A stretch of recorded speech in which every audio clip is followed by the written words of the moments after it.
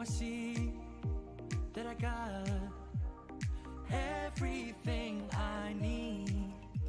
It's alright, I'm on fire, I'm alive, 'cause now I fly so high,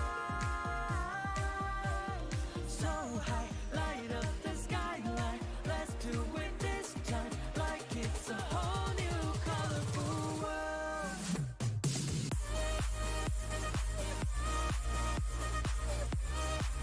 Like we're the only ones in this world.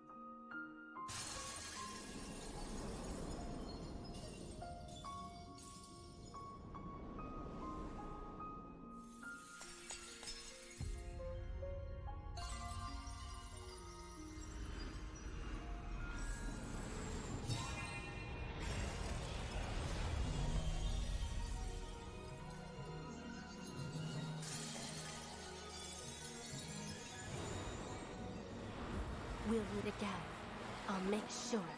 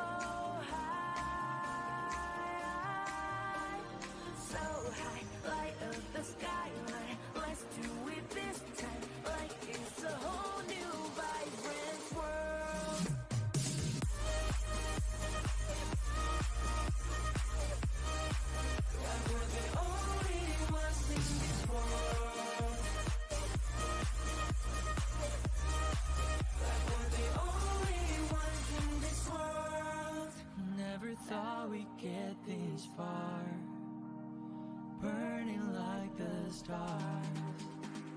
How we get this far, like we're the only ones in this world.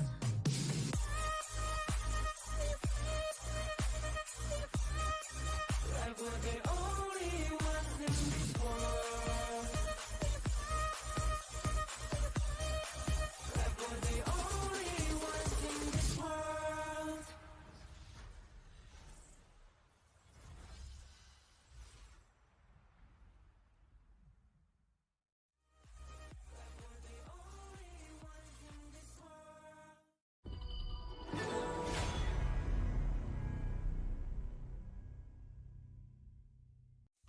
Grandpa, what happened in the monkey story?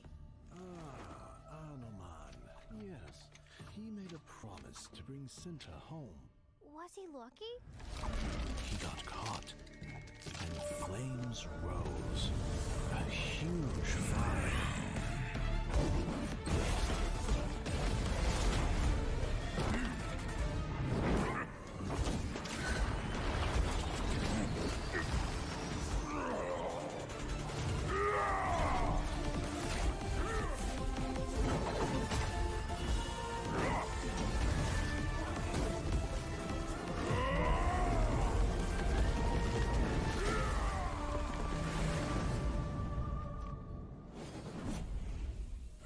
He is a legend. Yes, a man will always admire.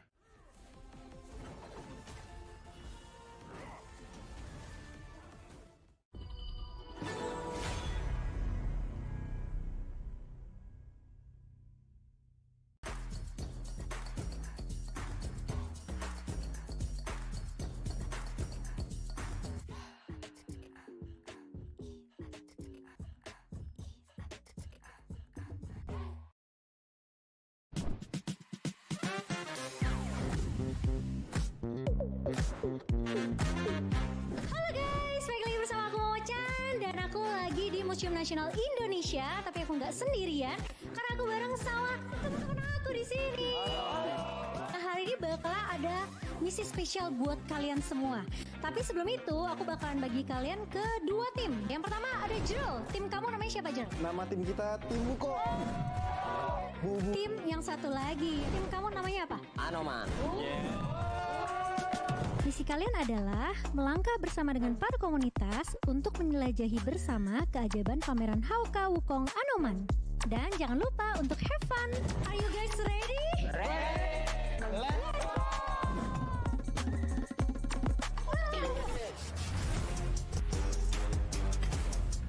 Loh, kok nggak boleh masuk?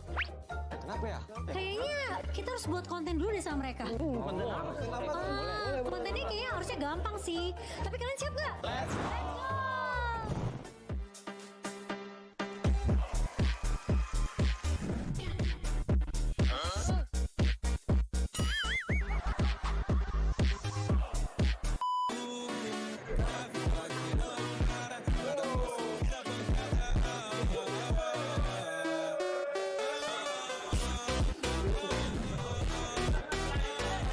Jadi gimana? Udah boleh masuk belum? Oke guys, let's go!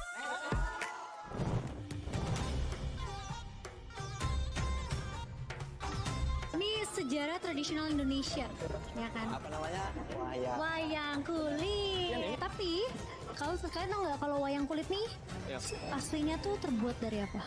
Saya tahu. Apa? Kulit sapi. Kulit kerbau.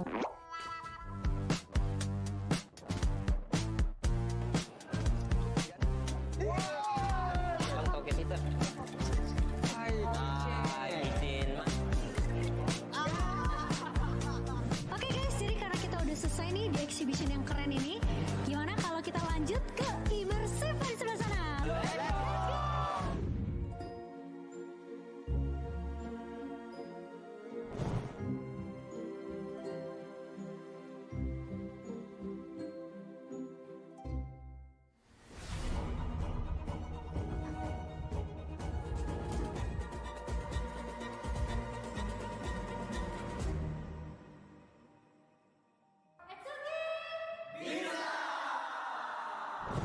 Oke guys, jadi itu dia hari ini kita udah selesai turnya untuk special HOK exhibition juga.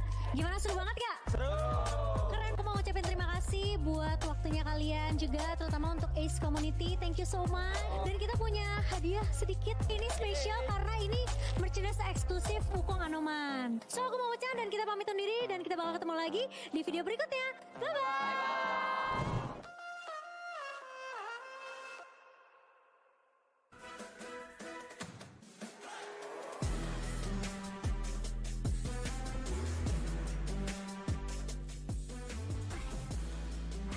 Taker lah ya ketakutan kita.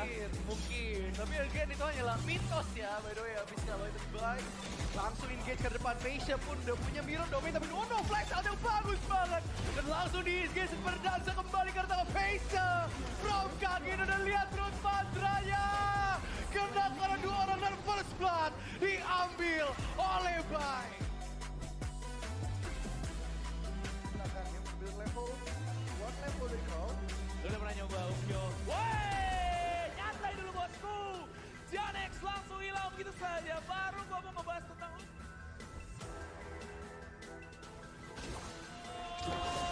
Big Robot. Mereka semangat. Snowfall Slash berhasil taken down. Crystal terbuka lebar. Ada Bal di tangan sendirian coba untuk menahan segalanya. Tapi Bal berhasil taken down. Dan Q juga langsung memanfaatkan destiny-nya. Dan ini dia.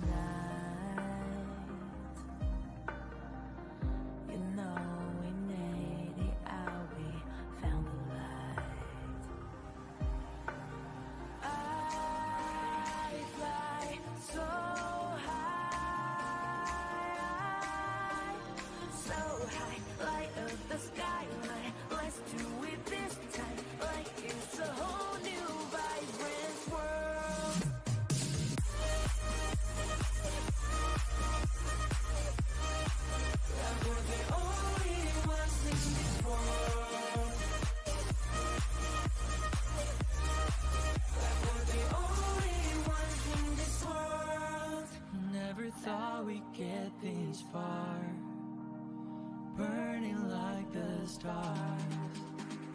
How we get this far, like we're the only ones in this world.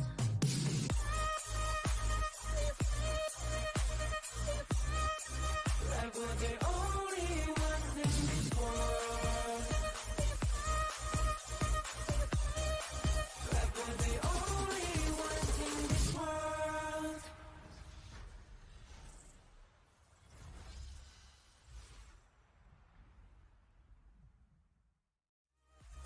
Like we're the only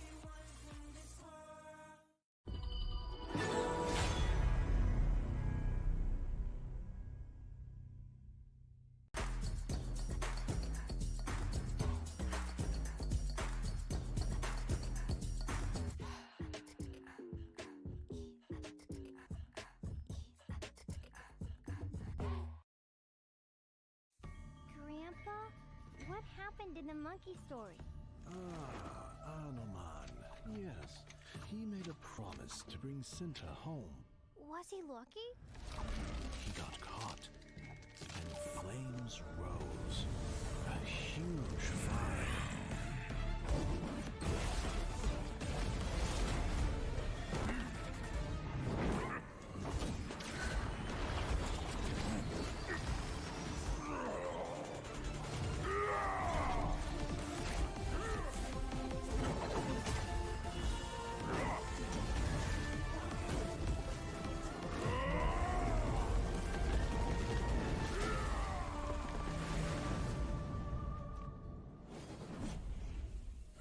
He is a legend.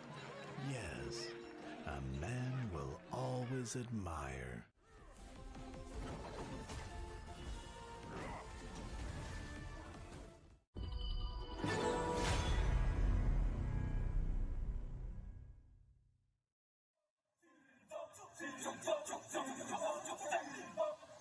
Kings Invitational Series, let's go! Bertahun-tahun ku ditempa, harap yang karang murka, enemy di setiap langkah, jantan datang mencoba, panggil ku one man army, satu orang 1000 nyali, bel spirit dalam nadi, sini maju ku ladeni. Langkah sudah jauh, mereka pikirku mau mundur dan buang sau. Kehormatan yang utama di puncakku pertama, berdiri hantam balik semua yang halangi arah. Pikir lagi kalau kau mau halangi, genderang perang sebab bunyi sini hadapi. Old school tank mentally dia takkan berhenti, bukan instan imitasi. Coba ku lihat sapu cara bermain agak lain dengan strategi yang saya desain. Aku lemah mastermind di balik kekacauan. Satu punchline sapu ku mundur semua lawan. Insting tepuku deteksi ancaman, enemy ku libat seperti Anoman. Yo satu pukulan tangan kosong, musuh jatuh runtuh panggil aku Wukong. Power hantam lawan yang menghadap, sapu cakar lebih tajam lebih dari kopong pedang. Yang saya incar turawana bukan tata singgah sana, maka wajar apabila dong bilang saya bijaksana. Siapa yang berani mendekat kemari, sayang kesana atau kau yang kesini. Jutaan kalian pun satrakan lari, seranganku cepat sulit kau hindari. Dominasi, ku kendali, berotasi ke tiap sisi, ku ambil alih. Saatnya kita untuk eksekusi. For my party, push, push, push, push, push, push. Everybody move, move, move, move, move, move, yeah, move, move. Saat datang dengan mode brutal, kendalikan setiap titik vital. Damage magic, serang mental fisik, 1000 taktik, kau kalah cerdik. Mau coba jatuhkan sama mana bisa, siasatmu sudah saya analisa. Terdapat selak, gerak, geriku sulit untuk dilabrak. Game over, hancurkan semua tawa. Kombinasi skill dan power, teleportasi ala Enoku yang LOK. Kau tahu ku tak bisa redam, pula tekadku yang takkan padam. Tuh kehormatan yang tak bisa dibeli, saat saya genggam jangan harap kembali. Adu mekanik tingkat tinggi, siapa paling berani, aku paling gigi. Pedang raja yang ku hulus, tebasannya bak angin menghembus. Long life the king, akulah raja, dentuman zira, ini mental baja. Akulah hukum dalam wujud nyata, seni tempurku susah tuh kau baca. Y'all better run, I've already won, nowhere to run, your time is done. Tidak bisa kau atasi, berat untuk kau hadapi, Kalau pedangku menari, kau balik kanan dan lari,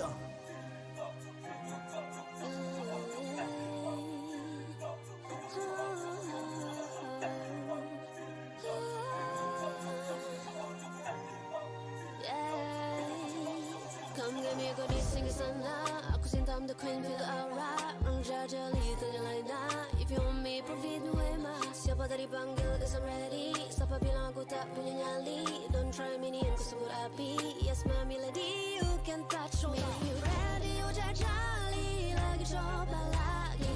Tegak berdiri dan buat yang lagi. Bukan yang paling cepat, bukan yang paling tinggi. Ini menguji kepala, bukan sekadar jadi.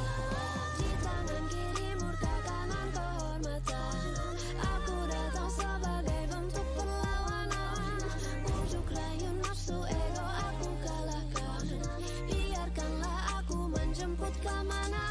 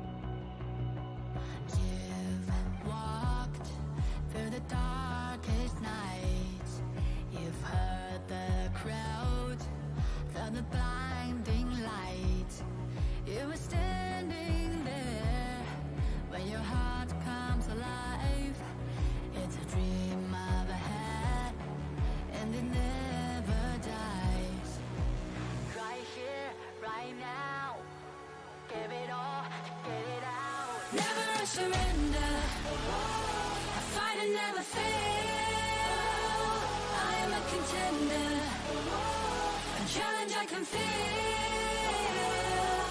The smallest lies become the brightest enemies. Relentlessly. And even if you fall, you gave it everything to be a king.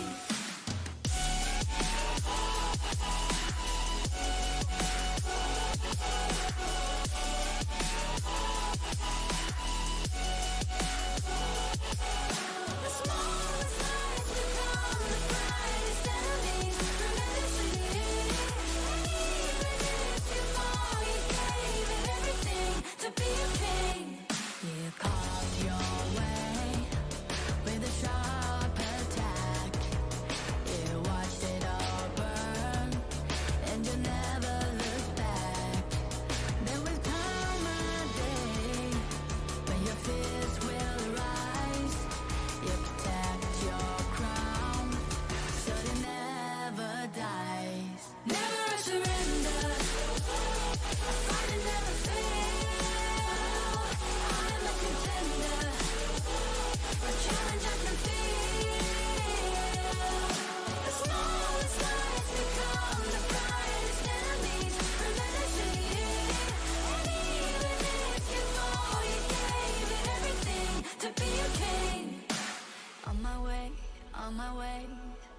Find my way, find my way. On my way, on my way. Dream my way, dream my way. Never a surrender. I fight and never fail. I'm a contender. And challenge I can feel. The smallest lies become the brightest enemies. Relentlessly. And even if you fall, you gave it everything to be a king.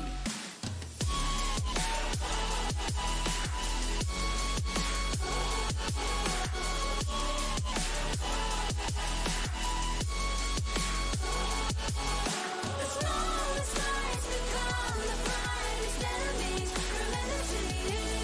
And even if you fall, you gave it everything to be a king.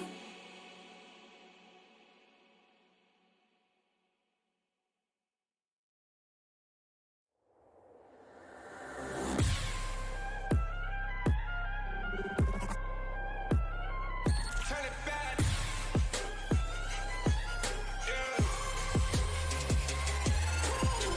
Gear out, a weapon getting ready.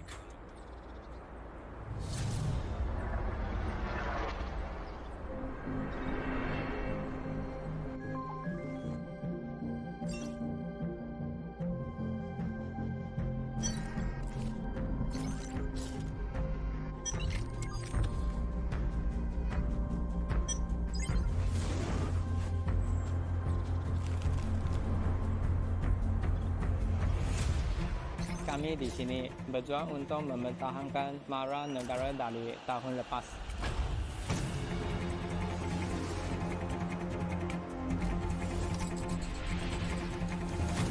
우리의 목표는 간단해. 쟤들을 끌어내리고 그 자리에 우리가 앉는 거야.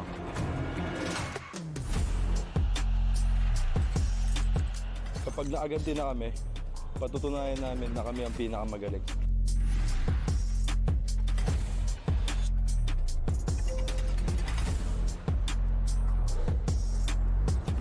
Tapos na kaming manood lang sa gilid.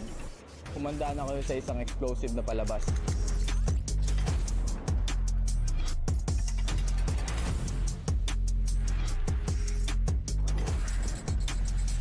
Inilah peluang pertama untuk kita, peluang untuk pertunjukan kepada dunia kemampuan Malaysia.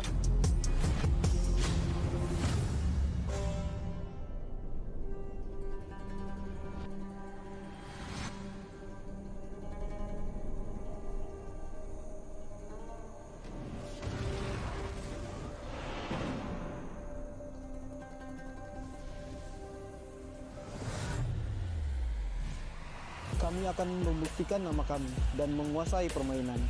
Kebanggaan nasional kami dipertaruhkan.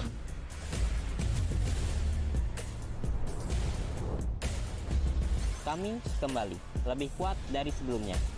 Indonesia punya banyak tim, tapi kita bisa bersatu. Coba ragu sama kami kalau berani.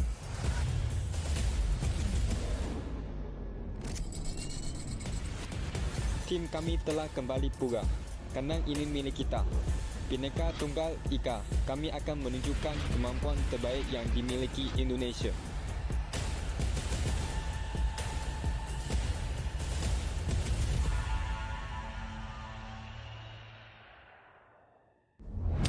Day 2. The grounds are alive with the hearts of the fans, the atmosphere thick with ambition. For the victorious, the goal is simple: keep the momentum. For the others, to prove their worth. The stakes are set.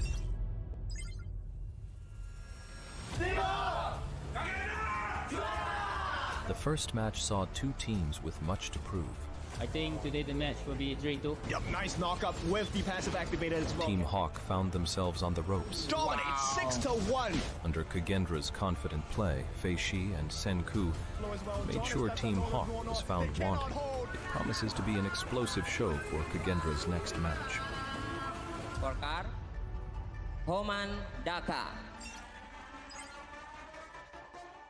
The next matches were a showdown of the regions, as the home ground defenders faced against Filipino rivals. Match 2 was an intense back and forth, as Dominator and Boom exchanged blows. Great, nice catch by Miggy as well. There's two members down, Tufts and KidX. DMT, they have found the formula, and they will be successful. Boom, take a fall. And it's going to be Dominator Esports, the ones that are going to drop that crystal. Many people predict Boom will defeat us, and now we prove that Indonesia team can beat Philippines team. Dominator lived up to their namesake, as the home ground defenders defeated Boom. All these stack, look, he's getting the damage in, and every single catch is going to be worth it. Nice catch by Bao. He was the one getting caught out this time. It is Bigatron that finally answers. That's Shashi down, Chance down as well. A home ground defense reinforced by BTR's ball. Bao jumps in, perfect catch on the 3 worth of damage coming in. Nanfeng will finish the job for the team. With an exceptional performance, proving that he has what it takes to clash with the best. We defeated Nongsim, we defeated Blacklist. Nova, we're coming for you. The pressure builds as Indonesia remains unstoppable in the group stage.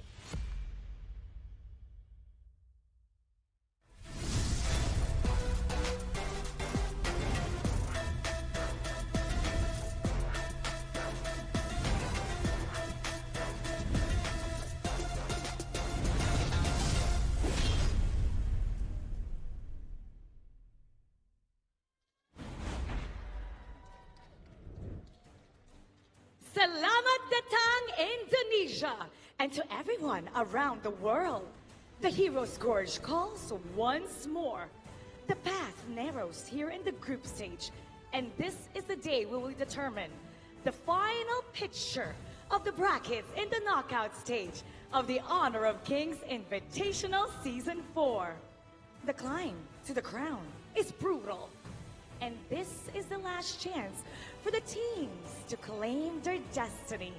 The final opportunity to gain the edge, set the tone for the long run, and prove that they have what it takes to rise above the rest and challenge for the throne. I'm Mara Aquino, and this is our game. Let the story begin. Casters, lead the gorge.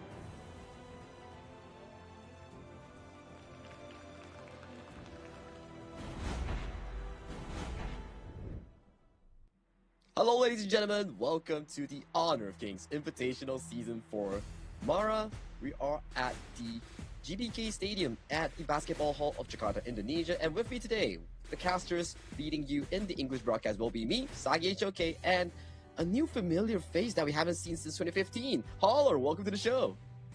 Yeah, it's the first time back. It's going to be super exciting. I mean, we've seen some amazing games thus far in the first 2 days. And I mean, we're going to have another 2 amazing days ahead of us in the groups to kind of finish things out. Exactly right. Like day 1, it was more of testing waters, getting yourself warmed up for the 2026 HOK Esports year. But my oh my, day 2, it was the IKL Day, because every single series the IKL teams, Kagendra, Dominator, Bigatron Vitality played, they defeated all their opponents. We had what? Boom Esports losing up against Dominator. We have Blacklist International being defeated by Bigatron by Vitality. And over the course of the day itself, it really showed IKL is prepared to claim this total prize of $100,000 US. Yeah, they want, I mean, the lion's share of it. Obviously, the champion's going to go home with 35,000, second place with 17, third, fourth with 14,000, and fifth through eighth will be in 5,000 for that. It's unfortunate for them, but again, you were kind of talking about the fact that all the IKL teams have been terrible hosts and kind of mean in the sense that they're on top here, right? They're either undefeated or Kagendra taking the L against DMT, so only an IKL team can take down another one. I mean, if you compare it to the 2025 year, it was PKL's year, right? Blacklist International went top 4 in KIC. Boom Esports went top 8. And you turn it into 2026, look at IKL. You can say, yes, group stage, you don't really have any teams that are going to be knocked out, but they are all in first and second place in the groups itself. But talk to me about what we're going to be looking at in today's matches here. Well, 3 amazing matches. We're going to find out exactly how Group A is going to be shaping up. We're kind of seeing exactly some of the teams not do as well. But the first match is going to be Boom Esports. They're going to be going against Team Hawk, and that's from the team from Malaysia. The second match, Blacklist International going up against Nongshim. And the final one, which is going to be the kind of decider of Bigatron versus Nova Esports. I think those are definitely key games to look at. Teams finding their first win, teams trying to cement themselves as the first place in the groups to get that privilege of selecting teams. But this is the current star value rankings of these players here. For those who don't know what is star value, it is a number that you can acquire in-game. It's below events called National Star Rise Up event. If you get 10 million, you get that Miyu skin. If you get 100 million, you get that cool dragon entrance effect. And we saw on our screen just now, top one, none other than the one with the one in his name, Chammy1. Yeah, Chammy won. I thought my number was high, and then all of a sudden I saw that, and I was like, okay, that is insane, right? Because of the fact that Chammy won is just being able to take that up on top, and plus they had that privilege of being able to choose out some of those other teams, and honestly, it kind of seems like it's biting them in the butt. It's not really paying off. I mean, like I said, right? Yes, Chammy won, number 1 in National Star Rise Up, but where's their first win in towards their groups, right? So that's something that they definitely want to find out. But before that, another few teams that are trying to find their first win is none other than our first series of the day. A mission of redemption, one rises, the other falls behind. It's between Boom Esports that's coming in towards the stage, coming in as PKL's invited team, against their opponents, Team Hawk, a new blood coming in from the MKL Malaysia region. Yeah, this is a squad that's kind of does have some veterans on it. I mean, John, he came in from Magna Esports Club. I mean, he definitely played in the MKL Fall, placing 5th and 6th. Bai has been there from RRQ. I'm sure that you guys are very familiar with him because he was there at the KIC. Unfortunately, they were 13th through 16th, but now he joins this squad. It goes back to Malaysia. And then finally, the third place, that veteran that we've seen, Nuodo, he played on Todak. So this is a squad that does have their veterans. So this one will be an interesting day ahead of us. I understand the fact that both teams have yet to find their first win, but we need to compare the, how do I say it, the path that they took, right? For Boom Esports versus Dominator, at the very least, Boom Esports pushed it to 5 games, and in the final game of that BO5, it was really close. But for Team Hawk, I feel like they're still trying and struggling to find their footing in competitive HOK esports, at least in this group stage. Yeah, for sure. It's going to be very difficult, right? All of a sudden, now you're thrown into the wolves. Boom Esports right now, call them out. They actually picked Team Hawk first going into this one. So if anything, Team Hawk should have that chip on their shoulder. They're probably going to want to make a statement in this series here. But going into those stats, I mean, you were talking about the fact that Team Hawk didn't have the greatest of times, and these stats are kind of showing that. They've only played 1 series, though. Yeah, and you can see it from the average goal for Team Hawk being below 30,000. It's not to say that they are inefficient at farming. It's more to say that their games are being bulldozed pretty quickly by Kagendra to result into that low goal per average, which I'm excited to see have they went back, look at the recordings to reinstate themselves coming into this series. And the player head-to-head that we will be featuring is actually Boom Esports Carl against Team Hawk's Bai, both junglers in their own department. Yeah, I'm going to go on a limb. I'm going to make a prediction here. I'm going to say that Bai will increase the objective takes. He was at 0%. I'm pretty sure that he will take at least one objective in this series, so that number will infinitely rise for him. So I think that they're going to have a chance. You talked about the fact that, yes, Team Hawk did get bulldozed, right? I mean, they have the shortest game. They played, it was what, 8 minutes and 3 seconds going up at Kagendra. It just seems like Team Hawk has really not found their footing. This is something that they need to kind of, shake off and play this game like everything is on the line, because they need to get into this series quickly. And another interesting point that we can really highlight is the jungle matchup, right, between Booms Carl and also Team Hawk's Vi, where both of these players were once in the same group back in KIC 2025. It was Booms Carl, yes, the jungler still, and Bai used to be with RRQ. Same group, yet to face off each other. This is their first shot between that jungle matchup. Yeah, and it will be interesting. I think that that's going to be the biggest piece, right? Boom Esports, there's a lot of confidence. I mean, they actually chose Team Hawk first. I mean, if anything, Team Hawk need to take that personally. They need to bounce back. But going up into this one, you're seeing the squad. This is a squad that's kind of been sticking around together. Yes, they took some L's, but they got top 8 of the KIC. And that speaks volumes about this team, because we see that, when the teams stick together and they fight through that adversity, they tend to come out much stronger. It's about the synergy, right? It's not just about your mechanics, just about your experience itself, but synergizing yourself as a team that's been so long together for about a year or two really gives you the added advantage, right? You have that hidden synergy between your teammates, and plays that you pull off may be sharper compared to the teams that are rather new.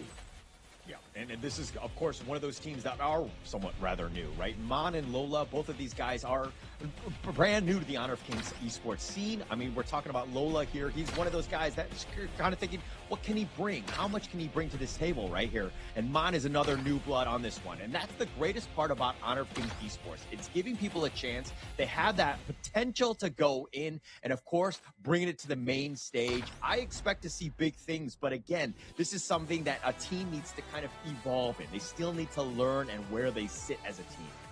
I want to pull you out of the direct matchup between these two teams first and their history. I gotta say, out of some of the jerseys I've seen so far from the past 3 days, I gotta say Team Hawk's drip is pretty dripping. Yeah, it is actually pretty nice. I mean, come at me, right? I mean, Isagi HOK, send him a jersey, make sure that he gets there, right? I'm doing it for you. Please, I need it. I need it. Just like I need to explain to you the first team coming in towards the 3rd day series. It will be Boom Esports here. Kuya, day 1 coming in of the PKL region. We have Miggy, Carl, Tatsuri, Danny, and also Draw, comprising of the Wolves.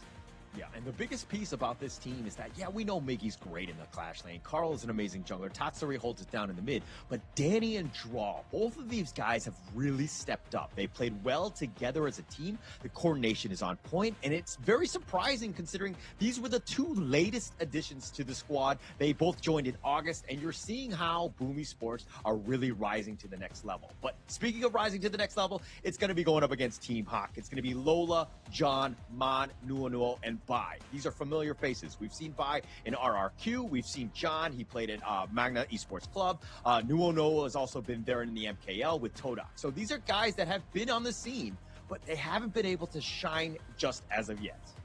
I think it boils down to the question, can they synergize well enough? Can they evolve as the group stage commences, right? Because, yes, you can say that group stage, you're not performing well, but at the very least in KIS4, group stage only determines your knockout seeding. It doesn't determine whether you're eliminated from the competition. So they, at the very least, have 2 more days, few more BO5s to really look into how they want to structure themselves, how they want to pace themselves going into these games, especially as BO7 is going to be even more punishing. Yeah, definitely going to be punishing here. I mean, Team Hawk right now, okay, look, if you're on the bottom of Group B, 3rd, 4th, you're going to be potentially chosen out by Bigatron or Nova. I mean, yes, we don't know exactly who will be the top 2. Nongshim could still potentially get into that one, but still, you do not want to be facing any of those big dogs going in. So this is a must-win game for both of these squads right now. It's to really showcase that you have what it takes to cement yourselves in a comfortable position in your group. Because if we see it from a different standpoint, right? They are still 0-1 in the standing. If they can secure this first win, take on their second opponents, and win the series, then potentially they can actually break that tiebreaker to be second place in the group. So it gives you a better standing in the playoffs. At the very least, maybe you don't need to meet some of these strong teams in the semifinals and give you a better pathing to that finals if you can defeat two BO7 opponents.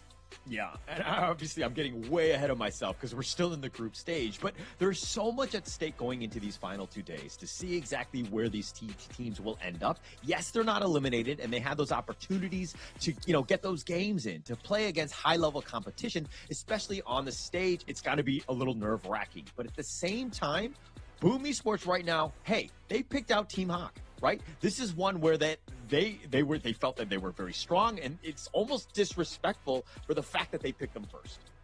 It's what you see like a proving match, right? It's like, hey, the reason why I picked you is because I can pick on you. And for Team Hawk, it's like, you picked me, I'll make sure that you regret picking me. So it's really down to whichever team can stand up to their words or to their actions, right? But with the first game almost commencing into the pick and bans, I do want to point out that recent meta has been shifting away from the Mai Shiranui and also the early first picks on the blue side. It's more going into the jungle-centric ones. We've seen Dolia Yangjin, we've seen the likes of the Pei, we've seen the likes of the Byron, all these being prioritized for some of these teams. Yeah, actually, Byron has been like the hero. I mean, you saw the highlights yesterday, right? Wow, with Megatron, right? I mean, Ball was absolutely amazing on this hero. I mean, the hero itself is 6-1. It's the 6th most picked in the KIS4 thus far. This is a hero that has a lot of, it opens up so many avenues, and it looks like Team Hawk right now hiding their strategies, playing it smart for the late game. I mean, that's just John, man. He's a buddy of mine. He's just, giving you that atmospheric happiness, it's like just showcase like, hey, like, how would I say it? It's like cheering up the fans, you like these sort of like goofy people that actually have skills and also the personality, something like a Zan Q, for example, right? Of course. I mean, that's the biggest thing, right? Having that personality and also being able to play at such a high level. I mean, you have everything. I feel like, there's nothing left for us normies. I do, but some of these times it's like, if I see trying to do some 6-7 dance, I find it pretty funny, but it happened once or twice back in KIC. I mean, yeah, we'll keep it goofy, and there's a reason why I'm not playing, and we're kind of just talking about them in the end of the day. But this is going to be one where, again, we want to see these guys really shine. Obviously, sometimes it's the total opposite, right? When you have a camera in your face, you're on the stage, you're seeing the live audience, it is a little, overwhelming at times, right? And so this is where, guys, can they break out of their shell and be that boisterous guy that the team really needs to really take them over the edge? Oh, tell me about it. I do, I remember I played one show match back in KIC. The lights was sharp.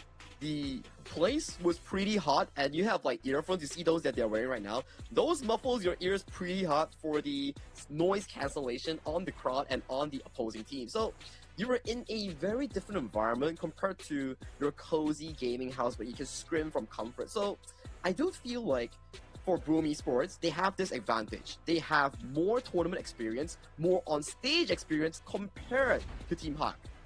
Yeah, and actually that experience on stage is definitely underrated, right? Having those players that have been there before and not overwhelmed. That's going to be the biggest thing. As we go into the first draft, of course, Boom Esports are going to be on the blue side. They're going to be picking first here. But going up against Team Hawk right now, it seems like they don't really have too much, knowledge of what sort of direction that they want to go. Because, again, they've only played those 3 games against Kagendra.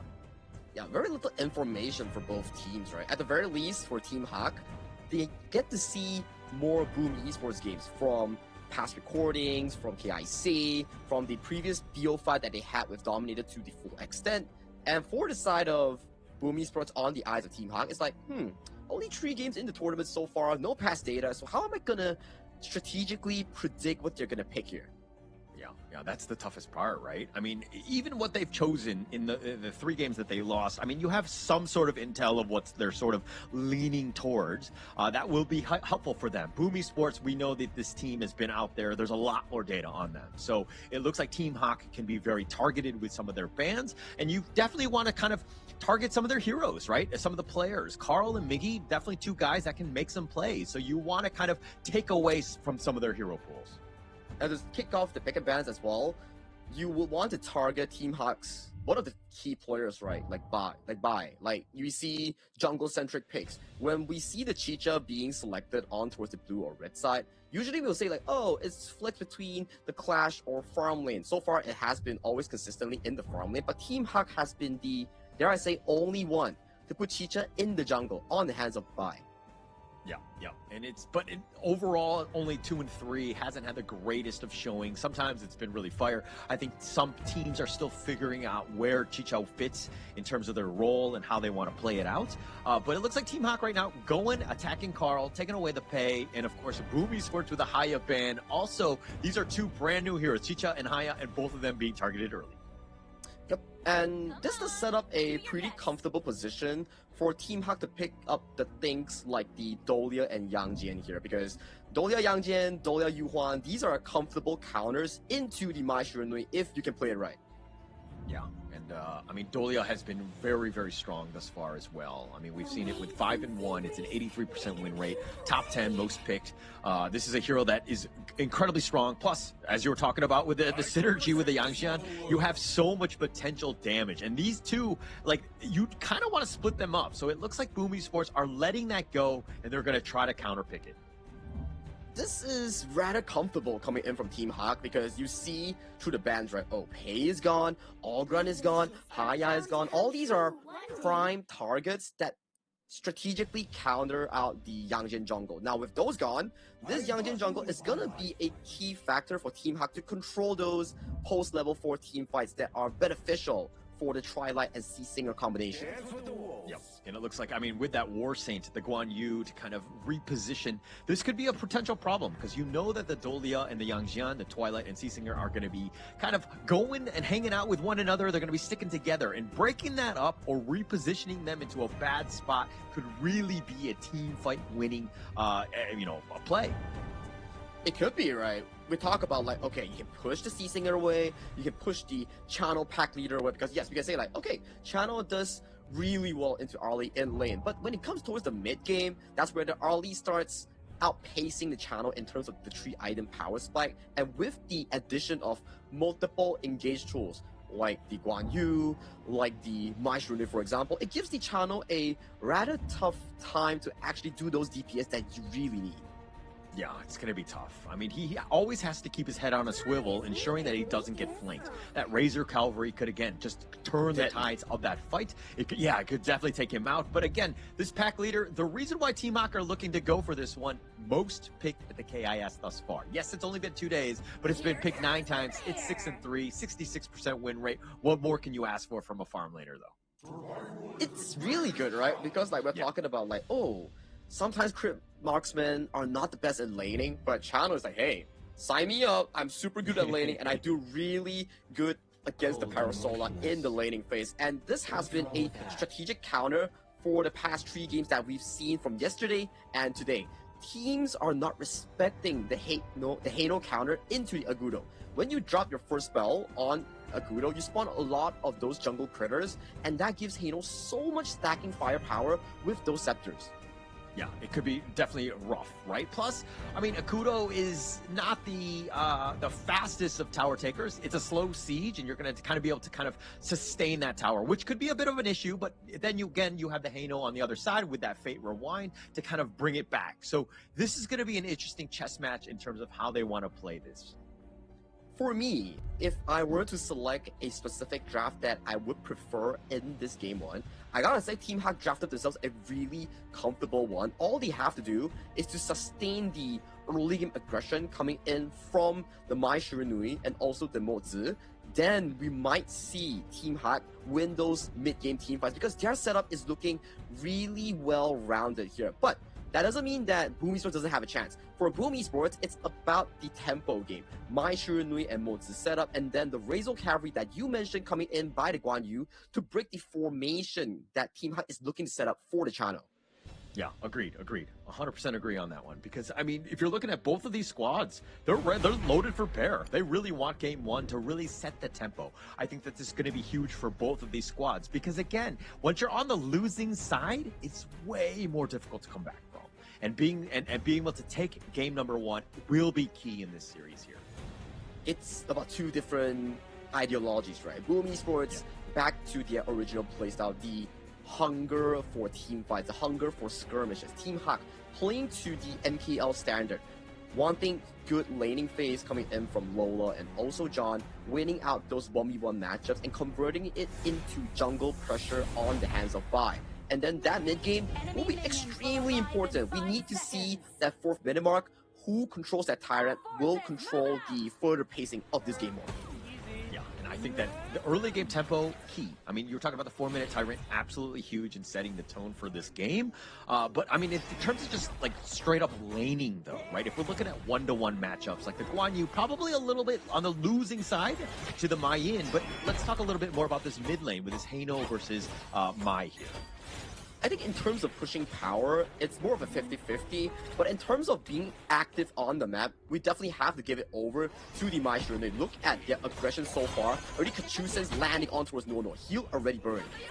Yeah, it's going to be super uncomfortable for him. I mean, he wants to just stay in the lane. And now, if you're looking at what Lola's doing, he's completely being zoned out. Danny just being this bully, and that's exactly how you want to play it, especially in the one-on-one. You got to win that matchup. Yeah, it's not looking too good for the side of Team Hak. Top lane being pressured by the roam coming in from Tatsuri and also Draw. And the bot lane 1v1 matchup that you should be... I mean, in a way, if you look from it from a 50-50 side, Lola's channel should win against Danny's early. But hey, Danny outpaced him and got the initial objective, which is to fire big in towards that 1v1 matchup. And you're looking at the level differential. I mean, level 3 to level 2. I mean, it's not huge, but it is an edge, right? Especially when you're talking about the fact that Lola should have been winning with the channel. You do have that range. The sword signal does quite a lot of work. But again, we're going to probably worry about those guys come late game, because right now the action in the top lane, look at John getting gone on here. They have the just Soaring Green Dragon right on top, but THQ are going to just hide under that tower. There's just a bit of a poking damage here, signaling that, hey, you gotta back off. We have faster momentum coming in from Tatsuri. This is why the Mai Shiranui is so good. And look at that poke damage already on towards Man's Heino. Yeah, a lot of damage. He's not even level 4 at this moment, so he can't really fate rewind it. But he did have the healing too. He's going to shrug off most of this. And now that he's level 4, this is a potential jump in by Boom. And it looks like he wants to go. Tatsuri, that is. He wasn't able to get the catch back onto them. And it looks like THQ will dodge that bullet. Oh, a bit of a mechanical misplay here coming in from Tatsuri. The Ryu Engine Flash misses on towards Man, and even if it catches on towards, Man has Purify on this Heino, so it's just gonna be a trade of spells if he does land onto it. Yeah, if he did, but unfortunately for him, I mean, Tatsuri was the one that actually had to use the flash instead. So coming out a little bit on the negative side, yes, it's not the worst thing. I mean, you're going for that attempt. Nobody died, but it's one of those things where, again, you're trying to make them use those spells so that they become a little bit more vulnerable later. It's the activeness that we talk about, right? When you play Mai Shiranui, you cannot be too passive and too scared of doing plays. You gotta be aggressive like Tatsuri here. So a warning shot fired by Tatsuri in this first play. Who knows what he can actually do later on at the 4th minute mark. But so far, if you look towards the laning phase, Clash lane, farm lane wise, it's looking really good for the side of Boom Esports. Yeah, and you were talking about it in the draft. I mean, you were saying that, like, the meta had shifted away from the Mai, and the reason for that is that generally Mai has to play high tempo. You have to be making an impact across the lanes. You're looking for, you know, ganks across the map, and if you're not able to do it, you kind of fall off because you're just so squishy. So again, Tatsuri, a little bit more pressure for him to do that to ensure that this team has that snowball advantage. And the rotations coming in from the side of Boom Esports, forcing Lola to take a straight beeline towards that mid lane to find farm or comfort in a different pacing, right? You see Chano having to go to this mid lane, Man on the Heino having to convert himself towards the bottom lane here, so they will be slightly slow from the bottom end, at the very least with Team Hak coming in towards his Tyrant. Yeah, and it looks like this is the 4-minute marker. This is going to be huge. I mean, Carl and Bai, both of them have their smites available. So it's going to be a little bit of a standoff, at least towards the side. But the Tyrant already at 60%. Yeah, so far both teams are positioning themselves, preparing for this initial engage. Oh, Tatsuri gets the pushback, and the Tyrant gets taken away by Bai. That's going to be a huge win for Team HQ. And it looks like they're going to be backing off of that Tyrant take. It's a comfortable one. It's like no fights breaking out. Both teams investing their manpower after the wave clear, and then it's superior smite power here. But Lola almost getting taken down. Oh, the Kachusen! The snipe out by Tatsuri. He walked right into it, gets sniped out, giving up first blood, and that's a huge win for Boom. It was looking good for Team Hawk. No casualties, winning out that Tyrant, but Lola getting caught out by Danny's initial play and the Queen of Kachusen. Straightforward and headshot onto his Lola. On Bido into the mid lane. Super aggressive with the Twilight. All right, I want to kind of just make fun of Lola, but in the end, I've walked into Kachusens myself, so I've been there, but not with these types of stakes in terms of the game. Unfortunate for him, but he needs to find a way to catch back up. He's a level behind. He's struggling at this stage. It's something that we talk about these traditional farm lanes like a critical marksman. When you fall behind a laning phase, the mid game is definitely going to be detrimental for you to actually catch up on towards the map, because you lose also the Razor Cavalry once again. Oh, nice heroic charge as well, and Lola gets run down. Miggy from the side. It didn't seem like Lola had any sort of vision on him. Completely caught off guard on that one. Oh my god, this is gonna be a really tough situation for the late game marksman coming in for the side of Team Hawk here. But at the very least, we do see a bit of a slow but steady early game being composed by Boom Esports. I'm waiting to see which place, the mid tower, that is gonna be a detrimental one. If, even with Ano, you drop that mid turret, this game is just gonna be blown wide open for the side of Team Hawk. They need to slow it down. They need to ensure that that mid T1 stays up as long as possible. Yes, you're going to sacrifice a little bit in terms of the outer lanes, but you got to keep that alive. Because again, you have Mon on this Hano. You need to ensure that you're sustaining as much as possible, using those scepters to as much as wave clear as possible. Yeah, so far, top bot, all the outer tiers are all taken down coming in from Danny. When you win out that bottom lane, you can allow your farm lane, especially this early, to put so much side lane pressure here. With the timers available on the Crimson Golem, maybe, just maybe, Boom Esports will want to find fights in that place. But Mon get taken down. Yeah, taken down, not even able to use his Fate Rewind, completely bursted, and now Boom Esports are like, with all this space, they're going to take the mid T1. I was talking about how the strategic of a pillar that mid T1 was going to be, and it just instantly gets taken down. Now they're going to continue to chase. They won't even take away the Crimson Golem here. It's a domino effect here, I gotta say, Holler. Bottom lane kill onto his Lola, top kill onto his Lola, 1 kill, 1 tower, and in the mid lane, Mon gets taken down, another kill, another tower, and going into the Crimson Golem, yet another objective here. Team Hawk is getting choked out of resources as we speak. Oh, and he's taking a lot of damage, and it looks like John needs to get back to safety. He's going to limp away, but now Boom Esports, with all that spacing, those Chusens, the Cannon Blast, all of that being pushing them away where they can't even defend their towers.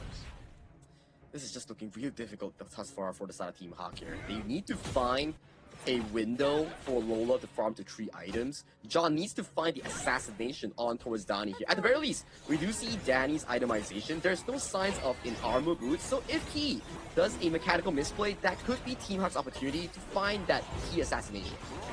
He's able to find it, but it looks like Miggy's trying to make them pay. Actually runs down Mon. He's not even able to get away. They get a second one with Ball going down as well. Excuse me. And it looks like Boom just pushing them back. Miggy is doing so much work with this Guan Yu, and he's just taking it down. 4 members down from teammate. The hyper-aggression coming in for the side of Boom Esports here. Starting off Miggy, finding the perfect Razor Cavalry, soloing out Lola, forcing out the flash.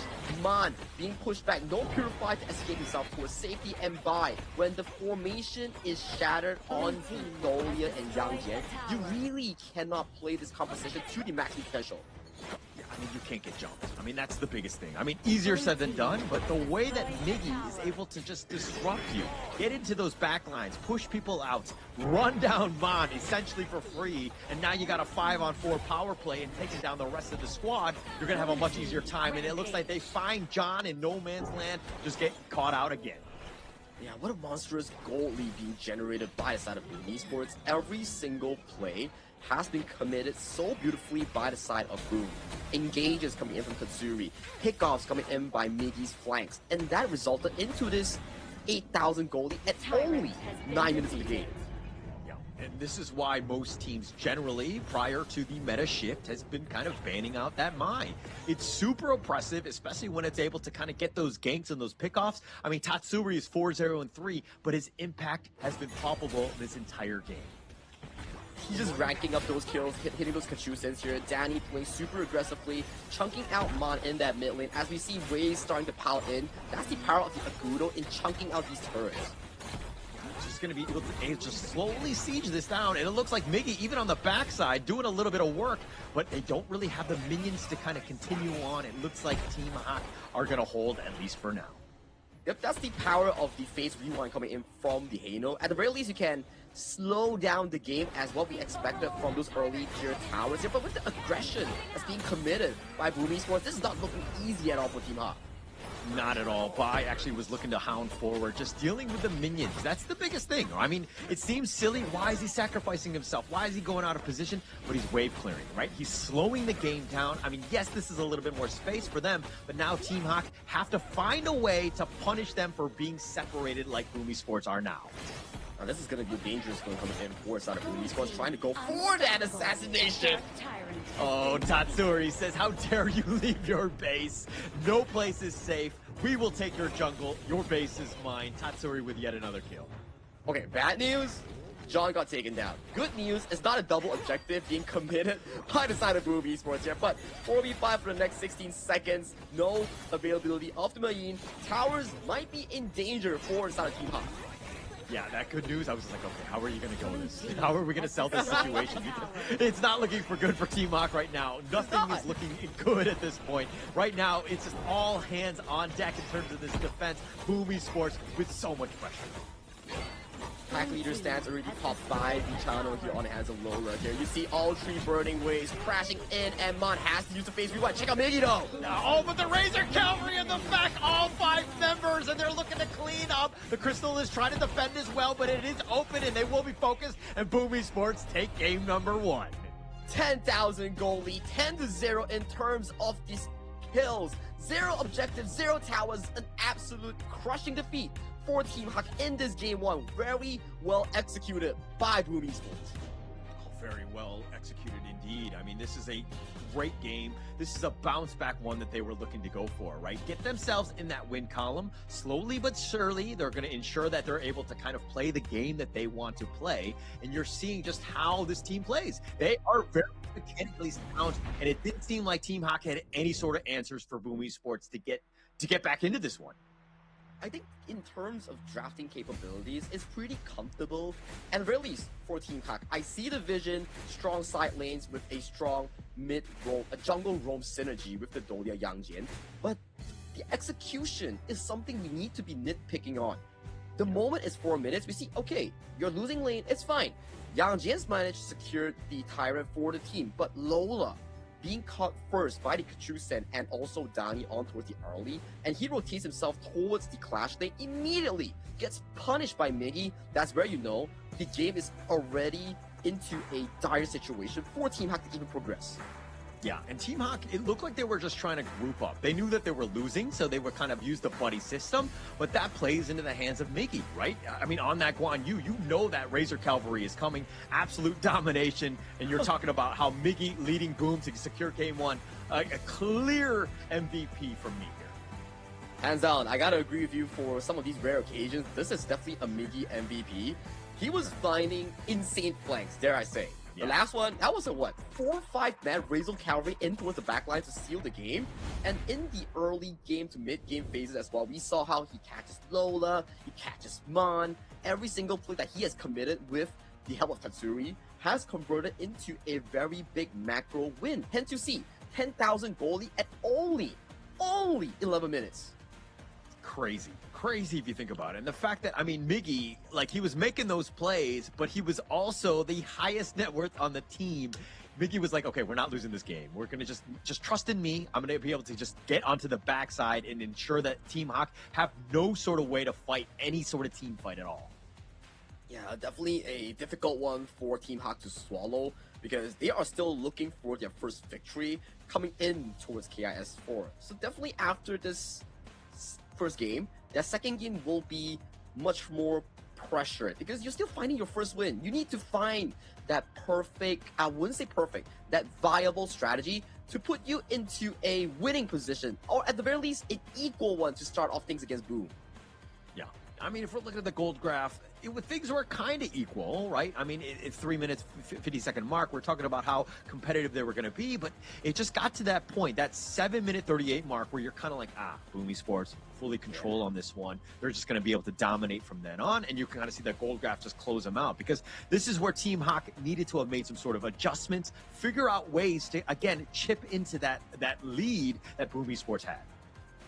It's very difficult. When the snowball starts with a Mai Shirunu or So Guan Yu, you kind of wonder, like, okay, I have the Yangji and Dolia, but my Yangji and Dolia can't really be standing in front and being pushed back by Miggy into heroes like the Arlie, into heroes like the Mozi. That's a lot of CC to actually swallow. And aside from that, you still have the channel that's thinking like, hey, if my formation is already broken, who's realistically gonna peel for me? There's no peel in the game for Lola on that channel. Yeah, no peel whatsoever. I mean, they were also grouped in that sense because they were just kind of lacking vision. They were sticking around too much, and Miggy was able to just kind of make them pay. And all of these lane matchups in favor of Boom Esports at the end of the day, and that is the biggest struggle. I mean, Mon, the only one he really wins in terms of this, head to head was the damage taken because he was taking quite a bit. But this is a tough situation for Team Hawk to figure out a way to get back into this one. It will definitely take a lot of readjustment and, I would say, practice, right? At the very least in this BO5. It doesn't send you out of the tournament immediately. It's not a knockout. It's not an elimination. It gives you more chance to adapt yourself. But how long can we give you to realistically finalize your form going into playoffs? Yeah, it will be tough. And there's not a whole lot of time. And this is why you're kind of thinking, how would they, Team Hawk do in that game, that second series, that second match? Are they able to bounce back? But this is Boom. This is they're top 8 in the world right now. I mean, that's what we learned from the KIC, right? And going into this one, we knew that there were going to be a tough one, but it looks like the MVP is going to go the way of Tatsuri. It looks like production likes that KDA of 5-0-3. 61,000 damage done, 24,000 damage taken, 8.5k goal. It's only an 11-minute game, as you've seen a lot of these moments that's being started by the side of Tatsuri on this Fire Ninja. The mid lane one, the first warning shot on towards Mon, and then you see the subsequent ones, the assassination on towards the backline, and this Kachusa snipe on towards Lola that starts everything for the side of Boom Esports. That started everything right there. But you're just seeing a lot of Miggy on this one. Look where he's at. He just goes right into the middle. Who can he pull? He's going to run down Mon. Anybody that tries to get back to their team, Miggy is literally running them down. His impact was definitely there. Tatsuri with that damage as well to ensure that they have that cleanup when they get repositioned. And again, they were just sniping throughout Boom Esports right now, firing on all cylinders. And every moment that we've seen so far is the Tatsuri and also Miggy. Check this Razor Cavalry out. That was a 4-man Razor Cavalry catching everybody except for the Sea Singer on the hands of Nuo Nuo. Pushes everyone back towards the fountains here. Yes, no casualties, but it gives a straight beeline towards the end of the crystal for the side of Boom Esports in this game 1. Question is, how does Team Hawk come back towards this? Because in terms of the execution, it's not looking too good. Yeah, it's not looking good at all. I mean, this is one where they kind of need to, go back to the drawing board. I think that they need to channel, the MKL fighting spirits of being like, actually, we're the best, in the world. We need to ensure that we have that. I saw Siang in the crowd. Maybe they get some advice from him in terms of just, what they need to do to bounce back against Boom Esports. Siang was in the crowd. Yeah, Yeah, it good was in the eye. crowd. I didn't notice. Oh my god, I definitely gotta ask him, like, send some pictures of the GBK basketball hall, because that hall is looking pretty good. I like the LED, I like the entire setup, and there's also like carnivals for people to actually just visit and get some like freebies. So definitely, if you're in Jakarta, if you're in Indonesia, nearing that area, do drop by in towards that place to actually visit some pro players, cosplayers, and events to get some goodies. Yeah, get them all good. You know, I mean, it's all for free. Just the environments, the ambiance of all of the other Honor of Kings players, all of them have been amazing in terms of these carnivals that they have. So again, this is going to be a great one. And going into to watch the games live, the environment, the crowd, the fans, everything that you want it from an esport. This is it's magnificent. Yep, magnificent indeed. And we will be heading into Game 2 shortly later on. But okay, we keep talking about they need to adjust, they need to adapt coming in from Team Hawk. So if you were to give them advice as a coach here, Hauler, what would it be? I think I would want to play a little bit faster, right? Let Bai kind of be aggressive, right? Get him something like, maybe get him like a pay, get him something that he can kind of get going in just being invasive. Once you're aggressive and it's kind of like a very fast start to the game, you're going to have a much easier time, especially when you have a good early game. Because, you know, Honor of Kings, while the comebacks are definitely there, it's much easier to play when you have that lead. That's true, right? If you have the momentum on your hands instead of being reactive towards your opponents, maybe it will be slightly different for Team Hawk's pacing here. So it really comes down to how the coaching staff and also the drafter in the team decides the game plan for Team Hawk. And we saw just now Team Hawk getting the side selection to be on the blue side. Excited to see what kind of hero they will be first picking here. Yeah, it's going to be interesting going into that draft. I mean, it seems like they want to just kind of get that first pick. Maybe they're looking for, you know, to be honest, maybe like a Byron, just to kind of go a little bit basic, I think. I don't think that you want to just completely show your hand, but you do need to secure something so that you have that laning advantage, especially in that clash lane.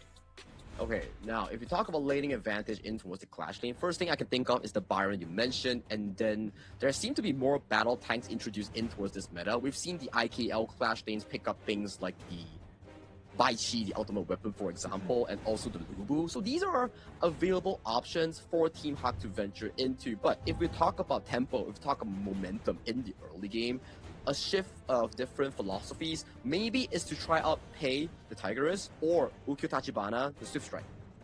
Yeah, incredibly, yeah. Get that speed, that aggressiveness, right? Start with a good early game. I think that will really set things up.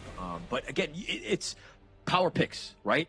You cannot be down 0-2. I feel like this is a must-win game for Team Hawk, because if you're down 0-2, it is a world of hurt, and it's a struggling position to play from.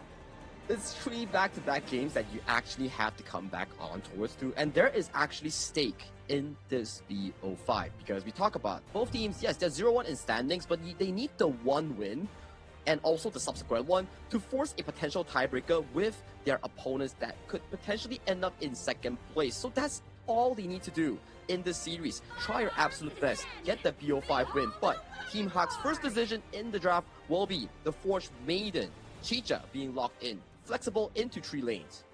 Yeah, flexible. I think that's the biggest piece, right? I mean, it's a hugely, like, very strong hero to pick first, and you have a lot of options in terms of which direction they go, depending on what Boom Esports look to counter with. So it's a smart pick.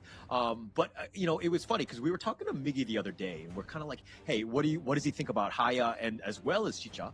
And he was saying both of these picks almost insta-pick ban almost every game. Like, they have that game-changing potential, and so it's going to be incredibly strong. It looks like they're kind of, you know, they went with the Algren Luna ban, a little bit more conservative ones, and they kind of let that one go. So we'll see exactly how Boom Esports are going to counter here. It's more of a rinse and repeat from the Game 1 strategy that Boom Esports proposed, right? It's like, okay, Luna, Algren, things that are strong in the jungle that Bai can realistically use, but they also missed out the Pei Byron that we mentioned in the pre-game draft. Locking these two in, making a shift of momentum, no longer in the hands of the side lane to play that mid-lane game team fight, but it's the early tempo that's going to be on the hands of Bai in the jungle. Yeah, I feel like Amu from the coach from Team Hawk is listening in right now, and we were talking about how Pei and Byron were so good, and he picks it himself, right? We clearly manifested that, right? I think it's one, remanifesting it, two, Team Huck's understanding on the meta itself, and the potential fixes towards their winning capability, right? The percentage, right? If certain things don't work out, you need to look for active changes instead of just laying down there, accepting fate. It's like, okay, this is my fate. I shall lay down and wait for it. Yeah. You can't wait around. You got to make it happen, right? And I think that this is the biggest thing where, I mean, if you're looking at what Boom Esports are looking to do, they're thinking about it. I mean, the Lapu Lapu really just kind of solidifies that counter initiation, gives them a little bit of space, but it looks like they're going to go with the Broken Mirage right here. This is going to be an interesting one because, again, how fast can Carl be here? It's always nice to see jungle assassin matchups between two teams. We have Team Huxby on the Tigers, you have Boom Esports, Carl on towards Jing, and every season that we watch Carl play, there's always a statement that we put on towards it. He loves those assassins. Now, getting on his hands on this assassin, it also gives Danny a leeway. We've seen Long with the tanky build. It didn't work out really well, but it's actually really meta right now. You go to Force Scar Embrace, you go to Axe of Torment, you go semi-tank, and assassins that like to dive deep, like, for example, the Forge Maiden, the Tigers, it doesn't really do well into tag long. Yeah, it doesn't do as great. I mean, keeping him alive. Plus, you have that. I don't know what it is. It doesn't seem like they've been able to kind of take him down. I mean, it kind of keeps them off guard in the sense that he's like a little tankier than he should be. Plus, he has that infinite vastness, which is like that get out of jail free card. He's a lot tougher to take down, and he does need to stay alive. But going into this one, I mean, you have the pay, you have the Nuwa with that long range. Once that pounce happens, you have that potential burst. So I do think in this one that you probably want to go a little defensive. You just need to stay alive here as that loop. That's fully well explained, right? Because in terms of like the counters that we see, why do we always say like, oh, Nuwa counters Long? How does it work? It's because like when you pop that ultimate on the Long, the infinite vastness, you fly around the sky, you come back down, enemy actually has vision, right? So when you come down, you are, I would say, you're not stunned, you're like, you just cannot move, right? You come down, you fly down, enemy has vision, right? So the Nuwa, the Celestial's ultimate, can just snipe you from afar, and if you don't flash, you will get hit by it. Yeah. I mean, basically, whenever you're landing, it's like an airplane landing. Like, you need permission to land. It's the most obvious place. Yeah, permission to land. And as you do, obviously, the Annihilation, as you're talking about, from that Nuwa can easily snipe him out. So, again, it comes back to that last piece. Is he able to snipe him out? This game is going to be interesting. But, again, if we're talking about the drafts, even from game one to this game, I kind of feel like Team Hawk's drafts are pretty solid, though. Yeah, I do agree with you. Game 1's draft was strong side lanes and also strong mid game with the Yangjin Dahlia. Game 2's draft, also winning side lanes and a very aggressive jungle, but not forgetting about the late game cover coming in by the Celestial Nuwa. So I want to see the fix, lesser laning mistakes, lesser mid game teamfight mistakes, and then we see a proper 10th minute teamfight by these two teams. Yeah, don't play passive. I think that that's the biggest thing, the biggest change that Team Hawk need to do in terms of how they want to play this. You have the pay, you have the Byron. This is a huge win in terms of that top side of the map. So you got to be aggressive, play to your strengths, and then get that little bit of a lead, and then hopefully that will turn into a much bigger snowball so that you have a chance. And towards the early game itself, in the laning phase at the very least, it seems to me as a repeat of last game. Still, Danny pretty much in control. We see a bit of a gold share coming in by the side of Team Hawk, getting that pay farmed up as fast as possible.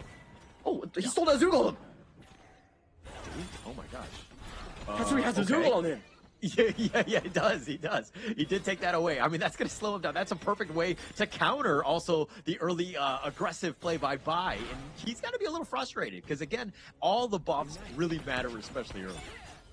Oh, that's not going to be good coming in for side of Team Hawk here. You want the pay to be online as soon as possible, but due to the fact that you miss out this Azure Golem, we see on our screen right now at 1 minute 30, pay is now level 4, which is really slow for the pay standard.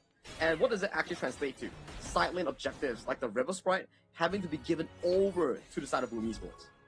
Yeah, it's a feels bad man right now, and they find at least draw. He's going to get back to safety, but this is going to be one of those things where now he's slowly farming. He needs help from Nuo, who will kind of just shepherd him around to speed up some of that farm. Ooh, Miggy's position here. If he stuns John, there's gonna be a lot of engage. Oh, the force field suppression is not going to be enough, and that's perfectly set up for Carl to take first blood. What a great play by Miggy there. Oh, the board catches on towards Mono here. Has the flash, doesn't have the ultimate here. He will be limping away with the final flash after the board expires. Yeah, he'll take that one. I think that, I mean, the board was pretty nice, but no. I mean, he has a lot of sustain, that unending sorrow as well, but the flaming palm from Danny doing some work, and he's been very aggressive, not even giving him any sort of space. And now with those minions gone, that's a small reprieve, at least for Team HQ. And let's talk about the new Spriteling troop that's added into the game, right? Because that is a pretty big cooldown compared to the previous Spriteling system. This new Spriteling, AoE shield, slows the enemy, gives you added movement speed. That's also AoE as well, but at the cost of a 2-minute cooldown. So if you use it at the 2-minute mark, you're not going to be having it online at the important Tyrant fight. Yeah. And actually, that's the biggest thing, right? I mean, the long cooldown, but I mean, everyone's got one. But the biggest thing for me, this is like a psychological, mental warfare, right? When you get the kill, then you plant the flag on top of their corpse. I mean, that could do some serious mental damage. It's an interesting one, right? It's like a semi-taunting style where it's like, exactly. I died, and I'm like, oh my god, it's the enemy's country flag, but for here. Oh, it looks like they've got a nice little 2-man stun, and the Unending Sorrow dodging most of this. Bai is going to get back to safety. He stays alive, but Boom Sports made it very close. Now, it goes back to our discussion on towards the Spriteling troop. Look at the Tick Shield. It actually saved Bai. You also have to give props towards Nuonuo because of that Unending Sorrow, getting that key healing on towards at the very last second. But you can see, if you play it and utilize it well, it really gives you that edge that you need to survive in some of these burst situations. Yeah. It's all about that small sustain. And I mean, Yuan is still very strong, right? I think it's still a hero that, like, yeah, it's been kind of hit in terms of, oh, looks like they find Carl, goes in for this one, finds Bai. Oh, all he wants to do is farm and be left alone, and Carl is making it happen. And nice little board that's been set up. They've got him locked in, but John gets under the tower. Here comes Danny. The flaming palm gets the snipe, and John goes down.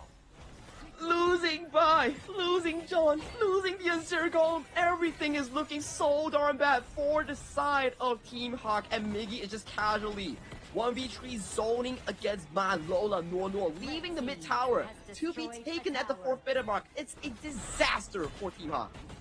Oh, absolute disaster at this stage. I mean, you were talking about, we were talking about how this pay really needs to get going. You have a huge early game lead, but Boom Sports have all the leads, right? It's not even 5 minutes, and they're like 2K behind. This is a world of hurt for them, and Boom Sports have been so good with his map control. Bai here trying to take a bit of a recovery resource, but Carl is slowly pacing. He sees it, he knows it's in the bush, and he finds Bai. Okay, Bai leads away towards safety here. Yeah, he pounces away. Bai is just running for his life, and Carl's like, that's how you want to play. I mean, he's taking away one of the buffs right now, but Bai right now needs to catch up. He needs to be using that mobility to potentially get some more steals and get themselves back in this game. John goes in for the Storm Strike, finding Tatsuri. He's in a bad spot. He's going to dodge most of this one, somehow staying alive. Lola's going to have to flash under the tower. He's going to be fine. This tower is going to do a little bit of work in terms of this defense here, but they're going to continue to chip away. They do have minions. Tatsuri is very low. He needs to ensure that Mon doesn't get the snipe. The Annihilation had been used, but Tatsuri is just going to recall on back. Every single mad movement that's being committed by Boom Esports, Team Hawk has no apparent answers here. Yes, you don't drop in terms of kills or in terms of deaths, but you can't really do realistically anything. Like, look at Carl. 1v2, 1v3, stealing away the Azure Golem, but I can't do anything. And that's the frustrating part, right? Especially when you're going up against the Jing, you want to take away his buffs, right? And you see how Team Hawk have not been able to be aggressive, have not been able to invade, and Boom Esports are imposing their will on Team Hawk and making them play a defensive reactive game, which is a losing game. And it's also really concerning because you expect Lola and also John on these strong early game picks to find those aggressive leads that could elevate Bai's potential on this pay. But due to the fact that the early game has so many good setups coming in by Miggy and also Carl, it's really difficult for these side lanes to actually provide any value here. Tatsuri having to pop the flash. Yeah, he pops the flash. There's just too many members of Team Hawk right now. They really wanted to go for that, but they take the top T2 instead. Miggy decided to go heaven and earth mode. He's going to just kind of get in front of this one, dealing with John, but he's going to be pushed back eventually. And it looks like Boomy Sports, without any minions, won't really continue on with this push here as they wait for at least the mid lane. Ooh, round 2 here. Flaming Bomb landing on towards the tier 2, putting more pressure here. This tower seems to be falling down real soon, and there we go here. So, for me, Team Hawk's draft makes a lot of sense. But if you lose early, it puts you in the situation where you have no solid engage once again. But look at John. Oh, the Storm Strike. Tatsuri, they find him and they eventually take him down. That's going to be a huge one. Their first kill right now. And Draw looking to go for revenge. Miggy's showing up on this one. Finds it. And John trying to just flash away. But here comes Carl. And they do have the damage. And John gets picked off. He's just not taking just yet. But looks like Boomy Sports have traded away. It's going to be a 1-for-1.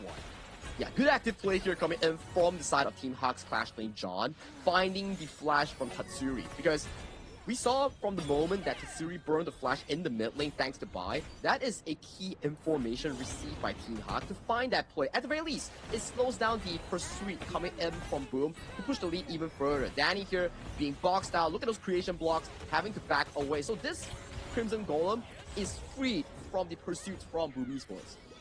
Yeah, it was, I mean, they threw everything at them, right? Just to ensure that they secure that Crimson Golem. Because Bai cannot lose yet another buff. It's not even 10 minutes at this stage. I mean, they have a 4K lead, Boomy Sports, at this stage. And it seems like almost everything is going in their favor. But again, just look at how they're positioning. Everything is being contested. Super aggressive positioning coming in from Draw and also Miggy. Actively just scouting out the bushes here, giving as much information to Danny and also Tatsuri as much as possible. And right now, look at Draw. He's using that spell one, getting control, pushing the members of Team Hawk back in their own base. Are you trying to say that he's trying to draw them out? Huh? I'll to draw their attention? Yeah, I agree. Yeah.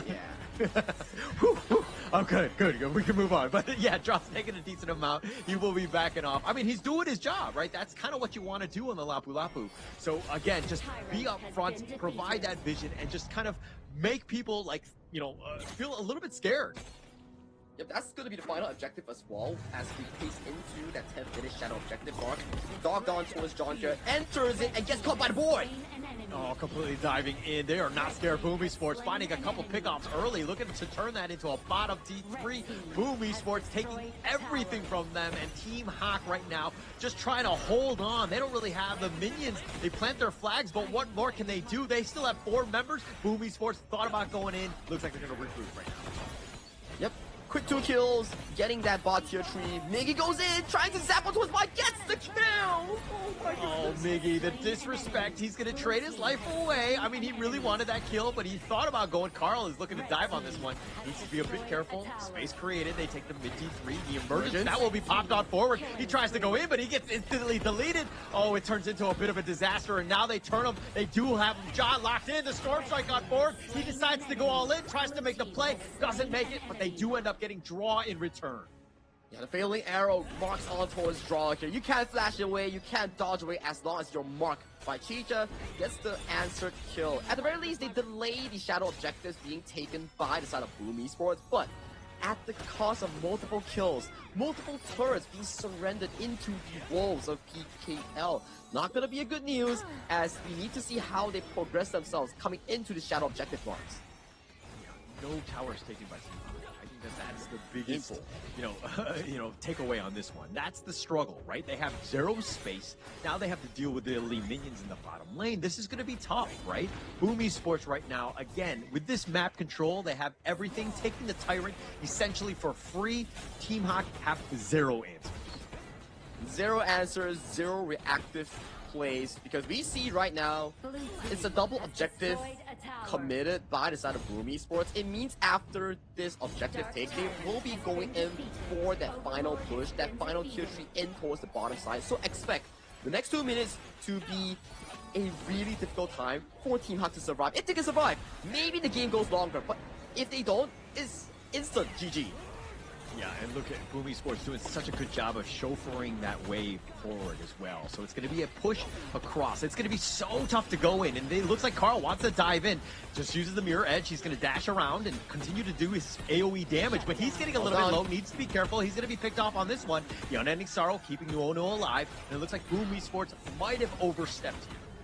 It's a good defense coming in by the side of Team Hawk. Carl being having a bit of over-aggression, missing the ultimate on towards Man, which resulted into the lack of damage for that final line. But look at that flaming pop on towards Bai. Oh, Miggy tried to go in for the play. He actually flashed it forward. Bai was looking very juicy, not able to find it, but they get another one. Sword strike. Danny, he's going to get killed here. John gets that play. He gets the double Bai, that is, and he's looking to turn this around. He's on the chase, and it looks like Miggy, he's fighting 1 versus 3. He's going to be picked off by Lola. They have the damage. Team Haku are going to be happy with the turn of events, but they don't have any towers. Raging Sea lands over towards Bai here. Bai wants to go for execute kill, but look at the hero! Carl comes in with the Shattered Mirror Domain, gets the kill on towards Bai. But still, pretty good trade thus far. I would say a successful defense that's being committed based on Boom Esports' mistakes. Oh, Draw was like, oh, I need someone call the police, and Carl shows up at the right moment, ensures that Bai gets picked off. That was like a heroic play by him. Carl has been making his impact heard and felt throughout this entire game, taking everything. This Jing is so annoying. He's just styling on towards them, using the Mirror Domain, stealing away the Crimson Golem. Let's check out the instant replay, what exactly happened here. We see Carl aggression punishes him on the first play here. John finds a beautiful knockup on towards Danny. CC Chain unable to pop the Infinite Vases to run towards safety here. Miggy left alone between 3 people, and later on what happened, it was by overextending on the chase on towards Draw for Carl to pick up that return kill. But right now, with 3 tier grounds down, we might see the final push. Oh, Miggy getting about half-life, needs to be a bit careful. John, the force field suppression, keeping him alive. He wants to go for the Storm Brush, but he gets picked off. Boom Esports making him pay, but they are a little on the lower end in terms of the HP pool, but they don't really have the minions. Team Hawk right now will hold the Flaming Palm, almost picking off Nuo on the way out. Yeah, but sacrificing John here. So the next wave that's going to be coming on all 3 lanes, this is going to be a difficult one, at the very least for Team Hawk, because John is not only the engager, but also the solid front line that Team Hawk only has in their team. Yeah, he's not exactly solid anymore. He's died a couple times, so he does have some holes in his body, but still, it looks like Danny's going to be picked off here. It looks like Lola is going to be killed as well. The emergence on forward, Mod's looking to go aggressive, and now with that double from Bai, they actually flash forward. They get Draw as well. That's a team ace, and Team Hawk right now, this is an opening. March it down the mid lane. There is a potential possibility that they could go for the end if they just Hail Mary all the way down, but they take a alternative approach and go for the Tyrant take here on respawn. So right now, 2,000 gold deficit from Team Hawk at 15 minutes. This is no longer a team gold deficit. They are back online, and if you see the draft that's being provided by Team Hawk, their lane game is really solid, especially with the Celestial Lua. Yeah. I mean, the potential is there, right? But they don't really have any towers. So they're on a bit of a timer because all the lanes will be pushing. So if anything, yes, the net worth is a bit of a wash. Yeah, they have the lead, but still, with all the lanes pushing, now you have to constantly think about the macro game and where the lanes are before you take any sort of team fight. And for the very first time in this series, Team Hawk has the gold lead against Boom Esports. They're trying to threaten a double objective against their opponents right now. This upcoming 5v5 team fight might finish the game for either of these teams. We see Flaming Palms on towards Nuono. That's a lot of damage that's being nailed down on towards the Team Hawk roamer. Yeah, they need to be a bit careful here. They don't want to go for the 50-50 in terms of that Overlord. It looks like Miggy's going to go aggressive. Not able to do too much, but it did bait out the Unending Sorrow from Nuono.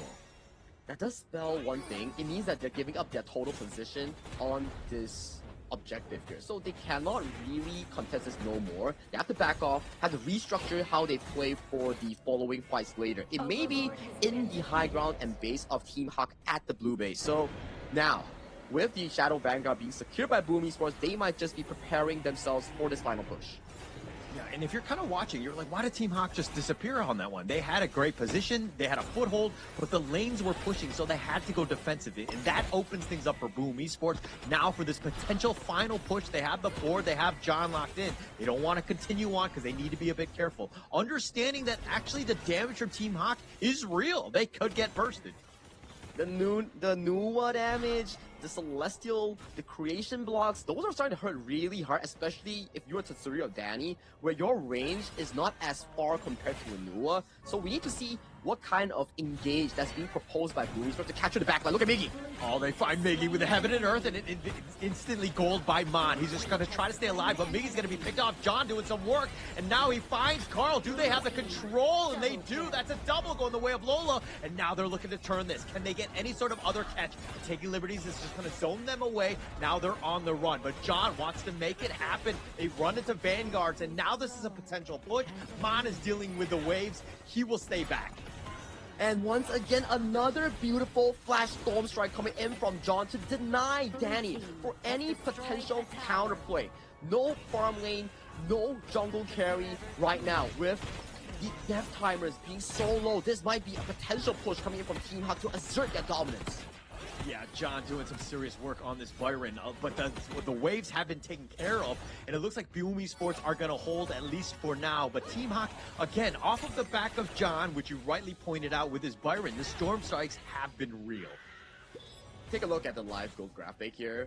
If you see at the middle point, it was a 7,000 goal lead by Boom Esports, and at one point it was like what?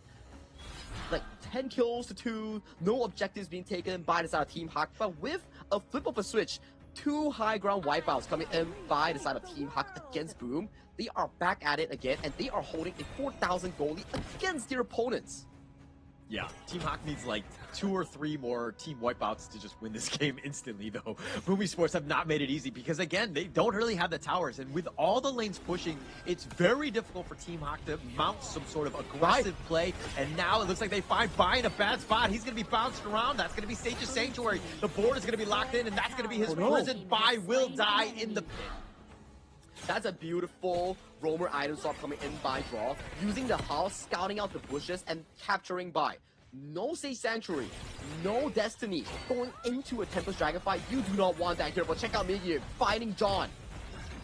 Finding John, but he's going to go aggressive. Gets the nice little storm strike onto 2, but it looks like he's going to get gone on. He's going to be focused. He doesn't really have enough to stay alive. Danny gets the pick off on this one, and Boom Esports, it looks like they've gotten this, especially with Bai down for about 15. Here's the Unending Sorrow. He tries to go for the minions, but he's going to sacrifice his life away. Now with only 2 members, how do they hold? The minions are slowly there. Tatsuri gets a little bit on the lower side. He gets picked off. Lola flashes away. He gets back into the fountain. And it looks like Mom was trying to deal with the minions, but Sage's Sanctuary, here comes the minions. The crystal is now under assault, but now Bai is right back up, but he's going to be focused in. Lola, that is, he gets killed here. That's a double going the way of Carl. Bai just trying to stay alive, but the minions are now on point. They go for the crystal, and Boom Esports take a tough game number 2.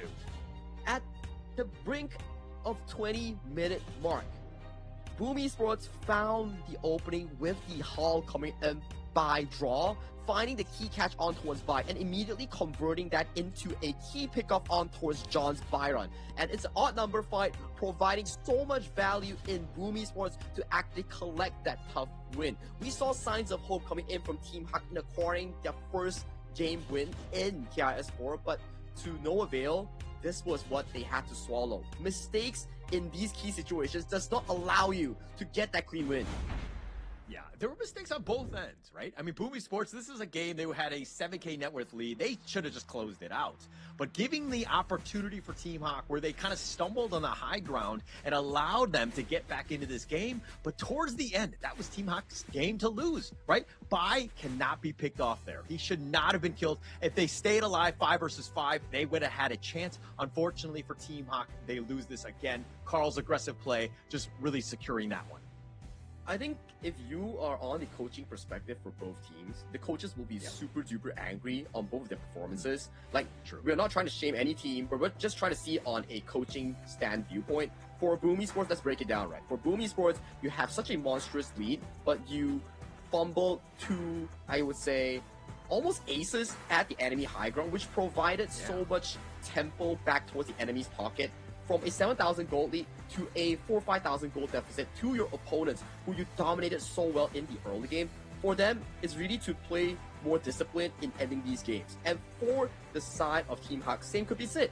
You've managed yourself to find a pretty good comeback, got so much gold deficit and made it into a gold lead, and you fumble at the most important timer, nearing the Tempest Dragon, dropping your most important member, which is the pay for the potential 50-50 smite, and then you're forced by the enemy in that mid lane, one by one after another one. That's a tough one for both of these teams to actually process in the coaching room. Yeah, I mean, you see, if you're Boom Esports, you're the coach, and you see those guys walking back into the room, and some of them are smiling, you're like, hey, stop smiling. That was not a game worth smiling for, right? We need to ensure that we do not make those sort of mistakes, because any other team, dare I say, in the KIS4 would have made them pay. They would have lost that game. They would have extended it. Every single game where you have a lead, you have to close it out. I mean, Team Hawk played a very valiant game. They had a chance. They had an opportunity. But again, in the end, they actually made some mistakes. So, I mean, I guess in the end, Boom Esports gets that win because of that. Fully agree, right? Very well said here. And we can check out the stats of the total damage dealt. Why do we say that Nua is one of the best late game mages in this meta? You can see, early game wasn't looking the best coming in for the side of Team Hawk, but if you give resource towards this late game mage, she does so much. She can poke you with the creation blocks, she can use emergence to join fights from afar, she can use the annihilation to snipe targets that she outranges in a global distance. And you can see how well Boom Esports actually dominated the first, I would say, 13 minutes of the game. Check out the damage charts. Aside from the roamer, everybody had 6 digits on towards their board. Yeah, quite a bit here. I mean, look at this gold graph. I mean, we were talking about how Boom Esports, that 10-minute mark, this game is pretty much over, right? But then they stumbled, and they stumbled hard, and it dove deep in terms of the gold graph in favor of Team Hawk there, as they had their opportunities, and my gosh, very, very end, you cannot get caught out, and now you're fighting 4 versus 5 without any sort of towers. That is an unforgivable mistake. I'm sorry. Yeah, it definitely doesn't look good at all. It was a smooth yellow bar all towards the bottom side, and then with flip of switch, it's another white one for Team Hawk. Good recovery though. I would say the resilience is there, and it always goes to show that if you don't account for mistakes in a perfect game, there is still room of error from the enemy team for you to find potential comebacks. This is one of those key examples that you can never put down your guard until the game or crystal is finally over. Yeah, for sure. That's the best way of putting it. I love the way that you said that, because again, putting up your guards, keeping it up, right? Like, your foot is on the gas, put the pedal to the metal, end it, right? You do not actually just lay off, be like, actually, we're winning, we're going to be fine, we're able to close this one. No. Teams are too good. They're going to make you pay. And Team Hawk was almost able to do it, almost getting their first win in an international play. It would have been huge for this team in terms of that morale. But again, just too much in the end. Boom Esports, though, in my opinion, they cannot make that sort of mistake again. Easy to say, much more to learn coming in from both teams. That's why you get to experiment yourselves in the group stage format, where no teams get eliminated even if you're placed last. But how do you convert this learning experience, these EXP points, into your learning, into your database in your brain to perform even better in the playoffs? These are what they need to answer and suck in as professional players and team. Yeah.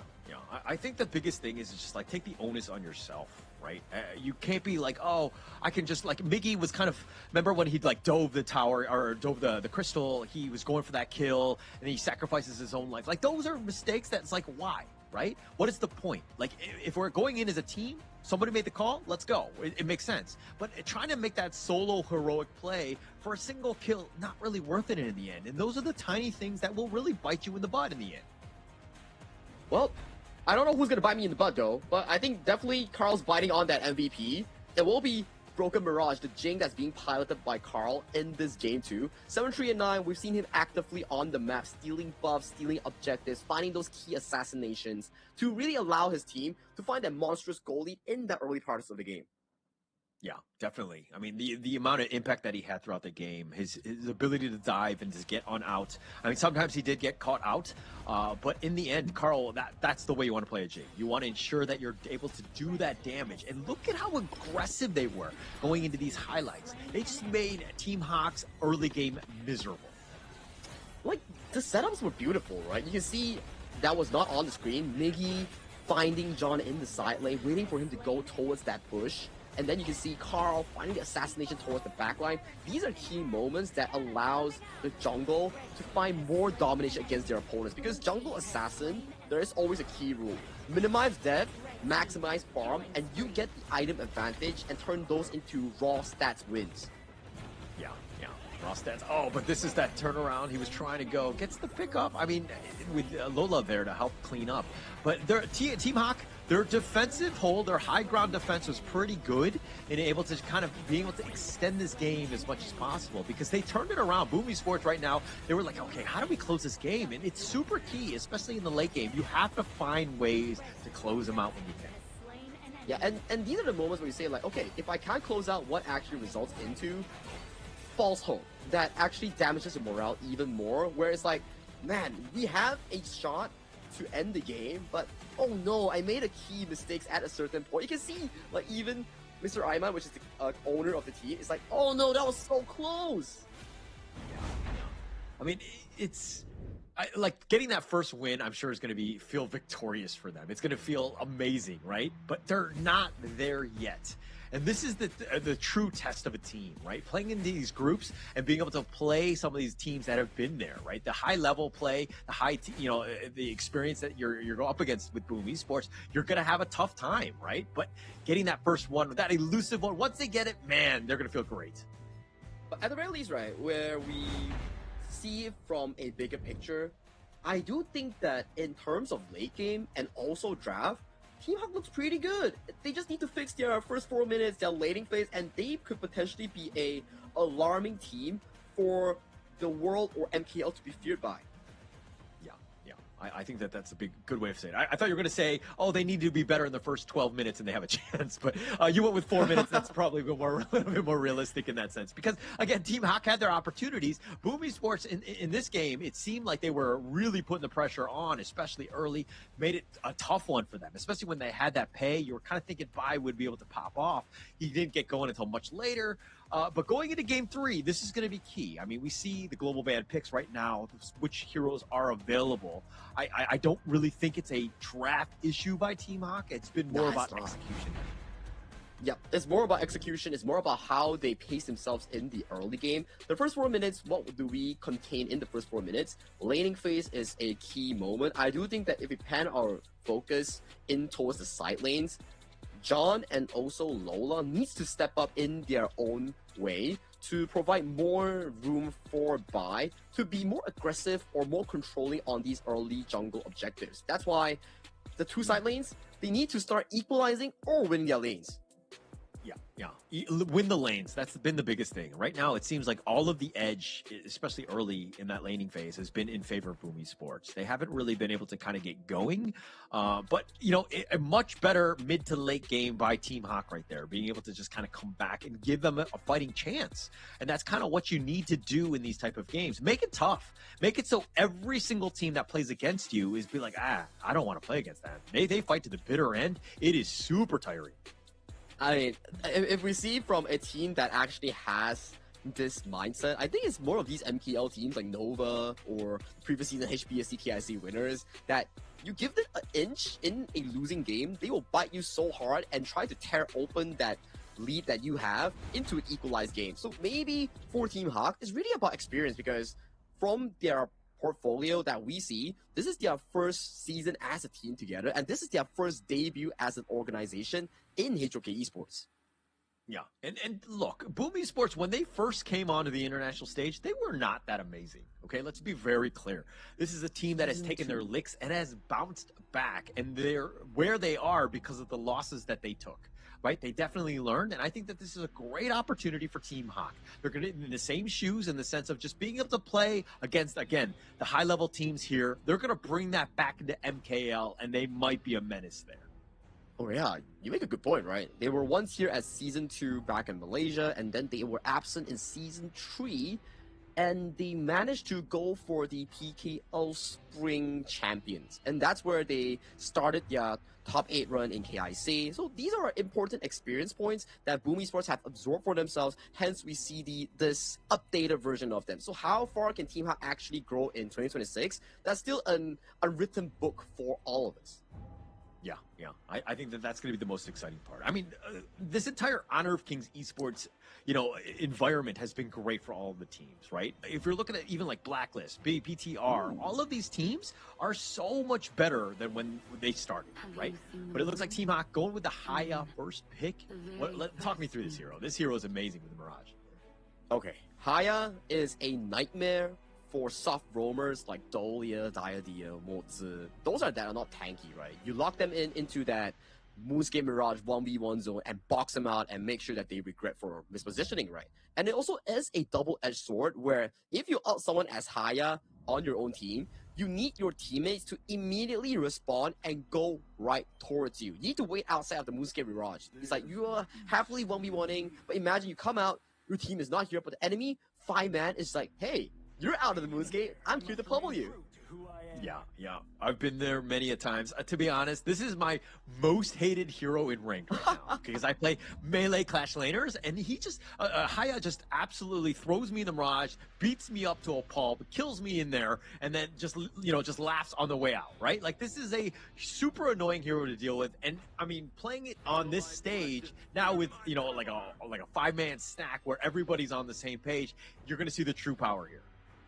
Yep, but let's talk about the counters as well against Haya. So this Purify spell is one of the counters to remove the link that she has on towards you. Or, for example, Direnjit could be a good pickup here coming in for Boom Esports to really use that spell too, the legal immunity, to remove the Haya ultimate as well. Not when you are in the ultimate, but when she's channeling that ultimate. And the third way of countering Haya is long-range spells. The Garuda, the Celestial, things that outrange her and outpoke her before the fights, those are much appreciated coming in for Boom Esports. Yeah, basically just soften her up a little bit before that so that she's a little bit more hesitant to take that Mirage, the Moonscape Mirage, fight for it. So it looks like Boom Esports have taken, they're on the same page with you, Sagi, right? They're going to pick up the Nua here, the Celestial, to kind of deal with that. And also, it's a nice little counter into the Lung as well. We talked about that in the last game. Yep, we saw it, right? We saw how Danny was having such a difficult time piloting the Lung into some of these long-range spells that's being pummeled in towards his face. So excited to see what Tsuri can actually answer into Lola for this game 3, because after that game, Coach Cien is probably like, hey guys, no more toying around. We are ending it here, and we're making sure that we are back on towards the leaderboard. But let's take our focus in towards the drafting phase on the second phase. We do see more of the roamer bans. I like the Zhuangzi ban coming in for the side of Boom Esports. It's because you have the Zhang Fei, you have the Martial Monk. All of these are big knockups that you do not want them to be actually voided out by with just a click of a button. Yeah, the CC is real, right? But it looks like Team Hawk are going to go potentially, they're highlighting it right now, with the Peacekeeper and the Featherfoot just getting to that back line. That's going to be a huge one if Bai is able to find, Tatsuri, Danny, any of these guys that are very juicy targets and is able to get those pickoffs. It looks good, right? On a... Let's view it as a whole, right? I think Team Hawk, what they want is ultimate mid lane control. Like we can say, yes, Celestial is really good in the mid to late game, but her early game wave clear is pretty terrible, I would say. And if you have the Mozi and also the Haya that's standing mid with that insane wave clear coming in by the Haya, the triple spell one, you can immediately rotate and cause chaos in the side lane. But check out Carl's hero pool once again. He's locking in that Lam. He's going aggressive. Yeah, want to go aggressive to the backline? Say, okay, if you want to, you bring out your Fade, you want to go aggressive, you want to be an assassin style, well, you're going to have to deal with Lam as well. So, Carl, more than up to the task. This is their late game, last pick, trump card here. But Boom Esports, is this draft good enough? Does it counter what Team Hawk is bringing to the table? Okay, let me think for a while. I'm channeling the thoughts in my mind. I think in team fights, it's going to be pretty difficult for Team Hawk to actually commit. But if we look outside of team fights, which is laning phase, Team Hawk actually has a very solid laning phase with their strong side lane. The Long and Mozi actually outperforms the Lady Sun and also the Zhang Fei combination. And there is still a path to visit for Lola on that Long. It's the Frostguard Embrace semi-tank long build that gives him much more room to play against the heroes like the Lamb on the Assassination, and also Lady Sun with strong armor piercing with those early game builds. So for Team Hawk, laning phase, the thing that we discuss about, is so important for them.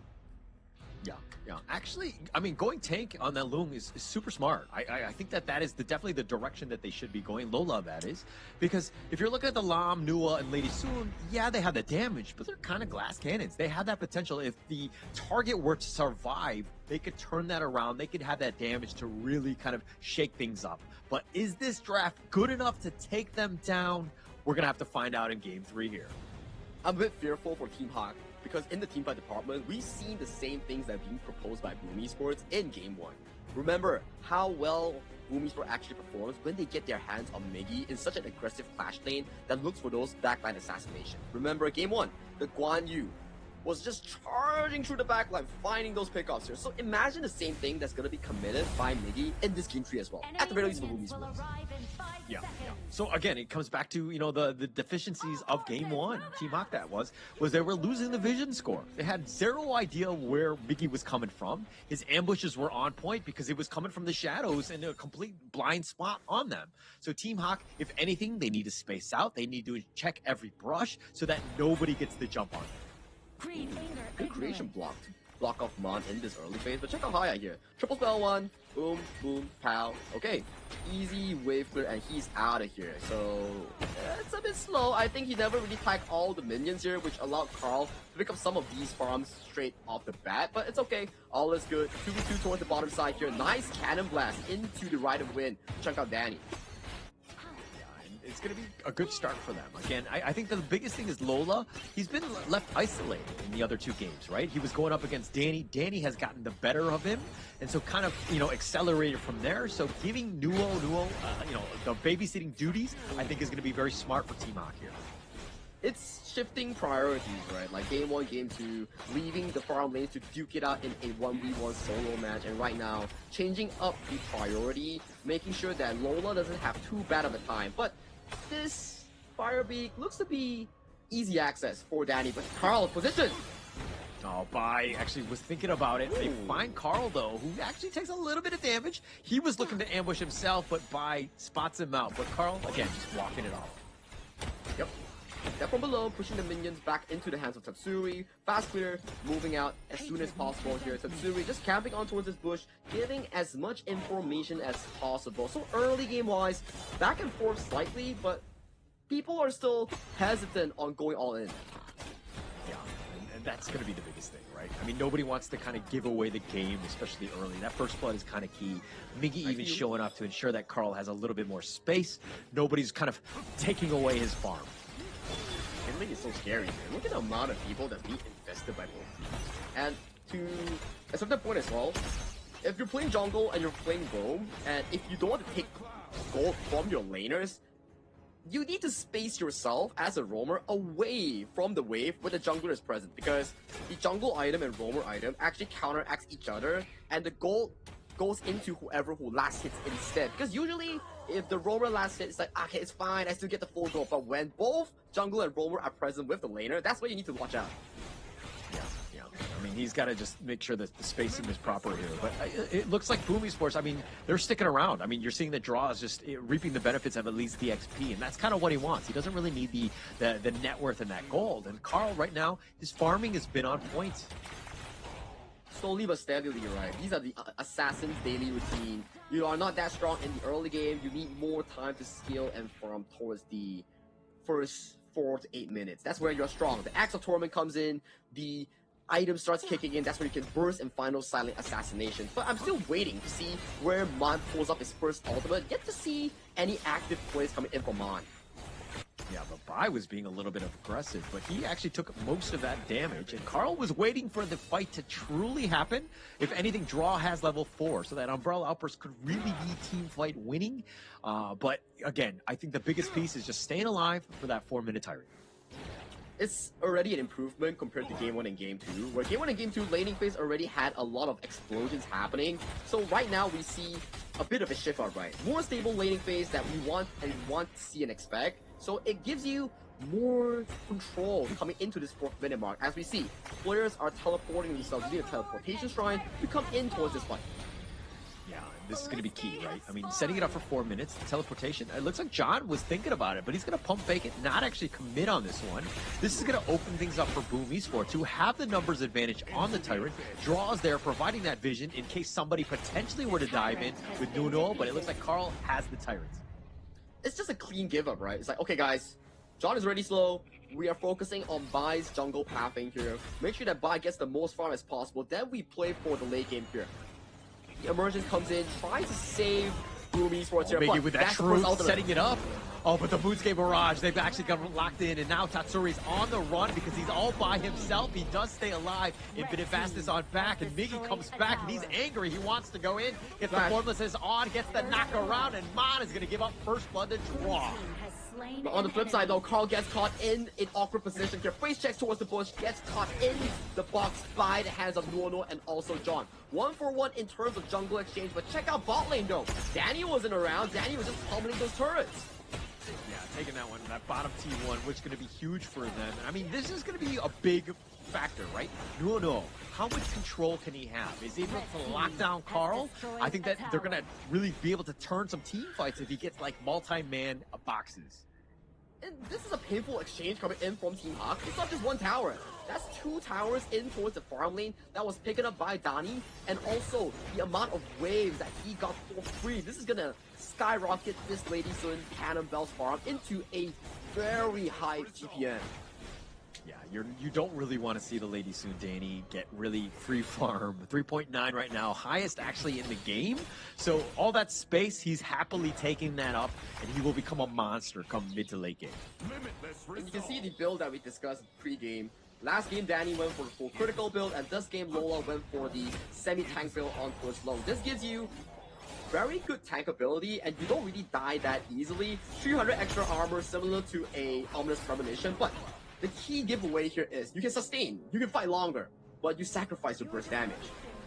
Yeah. I think right now it's just about staying alive. They have a lot of, you know, really offensive weapons on both squads right now. It's about just being able to withstand that initial burst and then do your own damage. Because again, the other squad, very squishy as well. Very squishy. I'm still keeping my eyes on towards Mon's Evernight Aspirations here. Waiting to see where he gets his second ultimate. But look at Miggy though, nice set! Oh, nice little set. And they've got him, and they get the pick off. Mon was left watching on this one. Miggy making him pay, and again, from the brush. Miggy is just really aggressive when you give him hands on things that are CC geared up. Like, remember the Guan Yu in game 1? He was just around the map fighting those pickoffs, and remember this game? He's been fighting back-to-back one, but Danny here in the bad position. Oh, Danny gets Jade Seal to death, and he's going to just try to stay alive, though. He's going to dodge most of this, and he gets on top of the ledge. He's going to be bouncing around. And, I mean, Team Hawk have actually found a nice little pickoff finding Danny early. Back-to-back good pickoffs coming in by both teams here. Goldie is within a 1,000 comfortable for both sides. Suri comes in, but is he in a bad position though? Nice creation block, pushing back by. But tower is secured coming in by the side Team Hawk. Yeah, big commitment there by Boom Esports. They were trying to save that tower, but Team Hawk right now are feeling it. I mean, yes, they're down slightly. It's about 600 gold at this point, but this is far, way better than they've been in terms of this series, right? This has been their best early game. They need to continue on with this pressure here. I love the improvement. Like, they're pacing themselves from every game's mistake, right? They're warming themselves up, and right now, at the 8th minute mark, it's starting to go back to our conversation during the pre-game draft that we want to see a more stable Team Hawk, less on the losing lane side, more on the slow but steadily farming those 3 big items into that shadow objective fight. Yeah, and actually the biggest piece of that was that Bai was like, okay, we need to get that pickoff onto the guy that has been free farming, which is Danny, right? Him going down has really stunted his growth. He's now kind of dropped down. He's got about 5.5, equalizing with Lola at this stage. So that's one good way of getting back into this one. Upside, a lot of these members being committed by the side of Boom Esports, 5 strong members with the Bai being short on towards the bottom side here. We might see a potential engage by Miggy. Oh, they find him. John, he's in a bad spot. He tries to flash. He runs into the wall, but he actually just gets back barely enough. And it looks like the box is going to save him. The Cannon Blast covering that retreat as well. And space created for Bai in that bottom lane. Bottom T2 going down. And Bai looking to go for cleanup. No, he wants to go for the minions instead. This is a dream scenario if you are Carl and also Bai here. You're given so much room to pick a resource on towards the map. For Bai, it's the team holding on in the 4v5 position and getting that crucial defense, right? And it gives Bai the leeway to get that bottom tower, to get those waves, pump that goal in, so you can prepare that 10th minute fight. Right now, we see a bit of a pickup on towards Nuno. Yeah, Nuno is in a bad spot. There's going to be 5 members of Boom Esports. They're going to be easily take that one guy away. Nuno was all by himself, but space created. John was pushing the top lane, but now Boom Esports turned their attention to this bottom one here. Annihilation doesn't find on towards anybody though. Danny getting a bit of a poke on towards the tier 3 on towards the bottom side. Some signal shots to just push the enemies back towards the base here. With the death timers being so close in towards the shadow objective, I do think that Boom has a prime position going in towards the 10th minute mark. Yeah, I mean, the spacing, the timing is not really there, but they actually find Miggy looking to just trade with John. Reinforcements are on the way. Bai is there as well. Carl needs to get on back.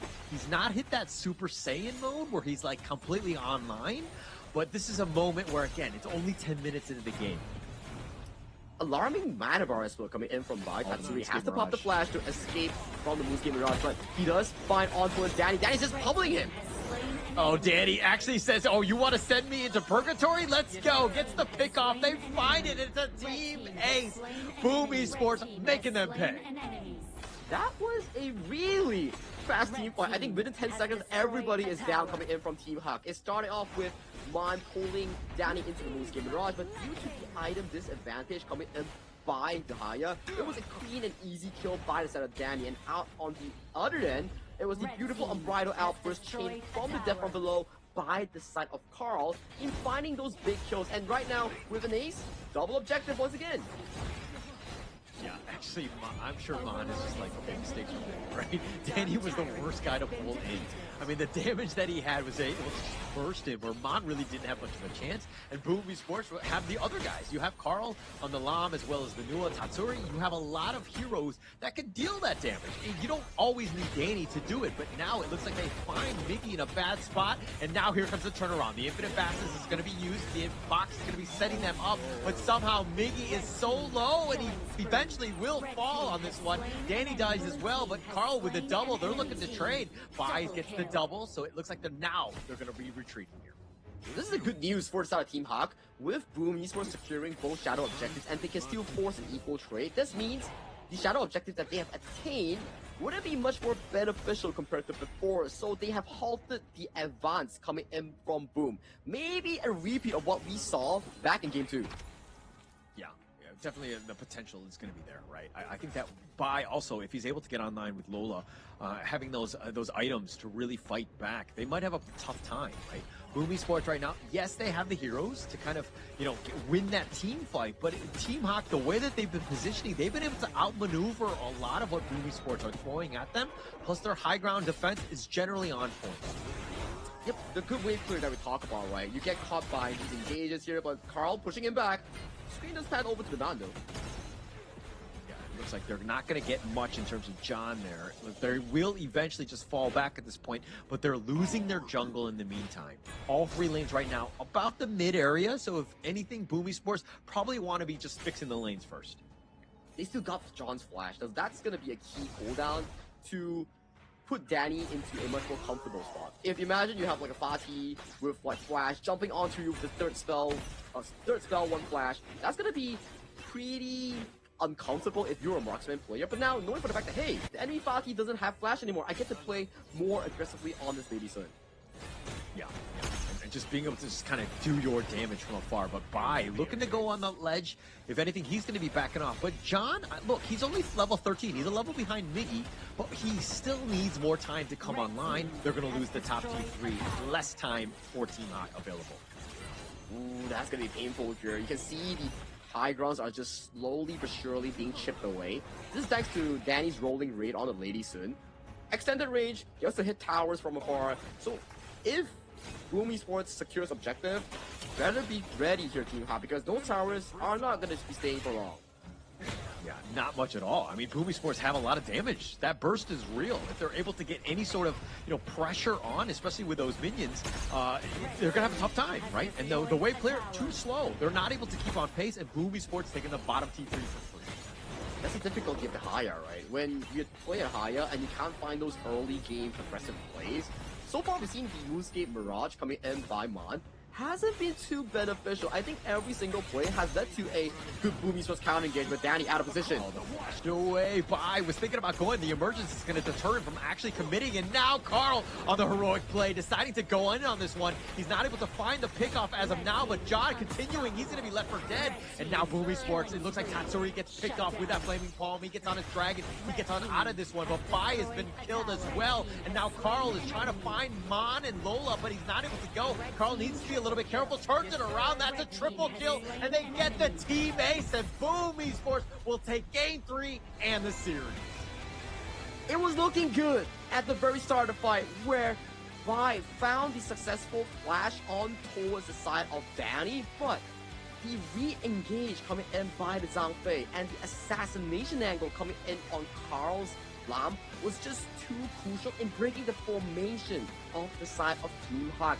But with that, clean 3-0 victory awarded to PKL's Boomies for finding the first win in Group B.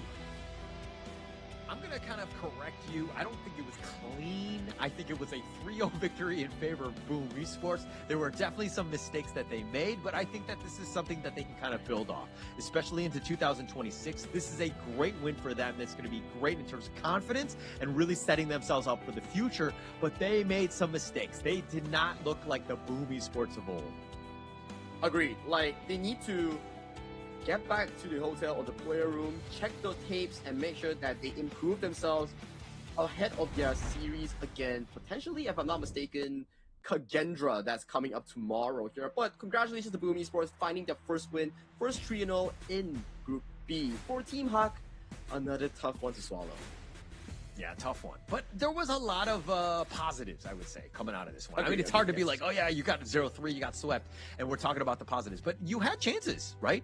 This is a game where even in that last one, they were kind of winning at times, right? They had their moments, but it just, again, the mistakes in the end, just being able to just put them in a bad spot just too many times by Team Hawk. But they will build on this, they will grow, they will learn, and they will come back much stronger. I think you make a good point. If we were to break down the entire series from Team Hawk's perspective, Game 1 was an absolute stomp coming in from the opponent, Boom Esports. They had no retaliation, no real method to make a comeback. But Game 2 started to look good. Early game-wise still has some flaws, but at the very late game stages, they pull off the high ground defense, made a comeback in terms of the goalie, which is really good resilience and really good pressure handling. When it's late game, you have no high grounds, you have to worry about 3 losing lanes. But they managed to pull it off, and they put the game into a 20th minute mark. But sadly, they still lost the game, but it's still good improvement. And in Game 3, it's the early game laning phase that we keep nitpicking about, right? You lose the lane, you make it very difficult for Bai to play, but they still managed to improve compared to Game 2 and Game 1 to put themselves into a much more 40-60, 50-50 position in those mid-game team fights. Yeah, and I mean, we'll see kind of how this kind of played out in terms of the highlights, right? But I do think that, if we're looking at the moment when, at least the one that's kind of sticks out to me, is when Mon decides to Moonscape Mirage, Danny, right? And once they lost that, they got wiped, right? And that completely changed the game, right? The dynamic of it, Boom Esports were able to completely control from then on. But Carl, to me, this is the guy. He's been 7-1-5. The last pick, Lam, just too much in the end. Carl, Miggy, and also Draw, the 3 main players on towards Boom in Game 3 to find those key big moments, right? Like we see, okay, first one, Team Hawk starts with the Moonscape Mirage coming in from Mon's Haya. But then once it comes out, you see the immediate re-engage coming in by the Zhang Fei and the follow-up coming in by the Clash Jungle of Boom Esports. So it makes it a really difficult environment for Mon, Lola to actually strive into. Yeah. They didn't really have a great time. I mean, I like the draft. I didn't think I saw too many weaknesses in it. but kind of going into it, they were very much on a knife's edge. Everybody's just very squishy. If somebody gets caught out and Boomy Sports has that burst to really make them pay, they're just going to clean house. Once you lose one guy and you're down a member and you're playing man down, you're not going to really have a good team fight. So you're going to really struggle. And as you're seeing in the gold graph, you're going to struggle like Team Hawk did here. Yeah, 4 minutes to 9 minutes, it was looking stable between two teams, with Boomy Sports having the slight edge. But it was that fight that you mentioned, right? The Haya ulting the enemy Danny's Lady Sun, but then losing out the 1v1 at the 4v4 front end. They don't really have sufficient DPS to manage the firepower that's being provided by Boomy Sports. Hence, they just lost the fight in like what? A blink of an eye? Yeah. You blink, literally one person died, and you're like, oh, wait, the entire team is gone. Like, everybody was just instantly killed. And Boomy Sports made them pay, right? I think that their positioning was far superior. They had really good vision in terms of when to make the proper jumps, and they made them pay throughout. It seemed like Team Hawk right now are not really on the same page. When they're trying to get the team fight, that initiation, like, somebody will go in. Like, John will be by himself, and the rest of the team isn't really there to follow up and take advantage of that jump in. It's what we say like a miscommunication, right? Where timing might not be right, the entry point might not be right. Someone is like missing from the fight because of miscommunication. The first 4 minutes is perfectly understandable. It's because that the Fate on the hands of Bai wanted to prioritize on the jungle buffs for the farming tempo, right? But the 10th minute fight, the side lane, the 5v5s, those are key things that we need to look at, where if you are slow in entering certain places or entering certain fights, that's where the disparity gets enlarged. People see like, oh, why is the fight so out of sync? It's because some player or the specific communication between the players of a team, it's out of sync. Yeah. And it's noticeable, right? Like somebody's out, like somebody is not on the same page with everybody else. But it looks like Draw, wow, he says no, shrugs it off, and he's gonna be like, no, I am the MVP. I am the guy. I was making all of those plays, and Zhang Fei on the beast was 1-0 and 12. The amount of damage that he took, plus that control with that ult, he was really on point this game. Roamers deserves love, and Draw definitely played a masterful game on the beast, which is Zhang Fei. I would say that it's like what you mentioned, very solid controls, and he's not really flashy. He's utilizing his spells with a very smart efficiency. When you need the ultimate, he pops it. He doesn't just use it for fun. He uses it when his team is all in position. Hence we see in these early highlights, he got the first blood. Yeah, he was just setting it up. He was always there when you needed to have been. His Leaping Sabers are on point. I mean, he misses this one, but look at the amount of revenge that they were going for. The amount of impact, and just push back here, all 5 members catching out 0-0. That was kind of a good start for them, but that a 3-man Unbridled Outburst, that was on point. 3-man Unbridled Outburst into 3-man set coming in by Miggy's Truth Mantra, and then Carl just sweeps up everyone. That was just beautiful stuff coming in by Draw. Did a great job here. Nuno with a nice little box here. Gave them a potential. There were moments you're kind of thinking, they're able to fight back. Bai was doing his work. He was trying to get on that ledge, but Carl was also sniping the back line as well. Look at this damage that he has. And John, this is that moment. He's going in, but the rest of the team had already been retreating. And John is like, okay, what am I doing now? You know, he's all by himself, and he, pays with his life. And out of the screen, Bai also got sniped by the Annihilation coming in by Tatsuri. As of this point, you don't have 2 strong fighters to provide sufficient DPS, and Lola is just left to dry. Hence you can see, yes, 5 individual strong players are good, but 5 individual strong players that are on sync and have synergy are better. So Boomy Sports, with their long history from spring, fall into 2026, gives them much more experience in combat Team Hawk, which is a relatively new team. Yeah. But going into this one, the updated standings on this one, Team Hawk, unfortunately, they will drop to 0-2, guaranteeing them a 3rd, 4th spot. Boomy Sports right now in the fight, in the thick of things with Kagendra right now, Dominator right now on top in Group B. They've had a great KIS thus far. Dominator, Boom, Kagendra, right now they're in a loop. If Boomy Sports wins against Kagendra, which is like a grudge match, because before it's like Boomy Sports won Kagendra twice in KIC, sent them out of the tournament, and then they went to top 8. For Kagendra, it's like a revenge match. They want to prove that, hey, we win you on home crowd, and then we make you be the selected team in third and fourth pool. So that's what they actually want to look to achieve in that grudge match. Yeah, I think that the biggest thing, though, is that Kagendra, like any team that was selected by Boom Esports, I think that you take that personally. I think that you go after them, right? I think that that's going to be a grudge match. Plus, there's that PKL, IKL rivalry that we'll always see. But let's check out the winner's interview with Mara. Please take it away. I think, yeah, like Mara definitely has something to tell us right now. I'm interested to see who they are actually interviewing thus far. I think production did say like Mara is ready, so yeah, let's pass towards Mara. What an explosive performance from Boom Esports. Congratulations, Miggy, Carl. You guys got the first win for the Philippines.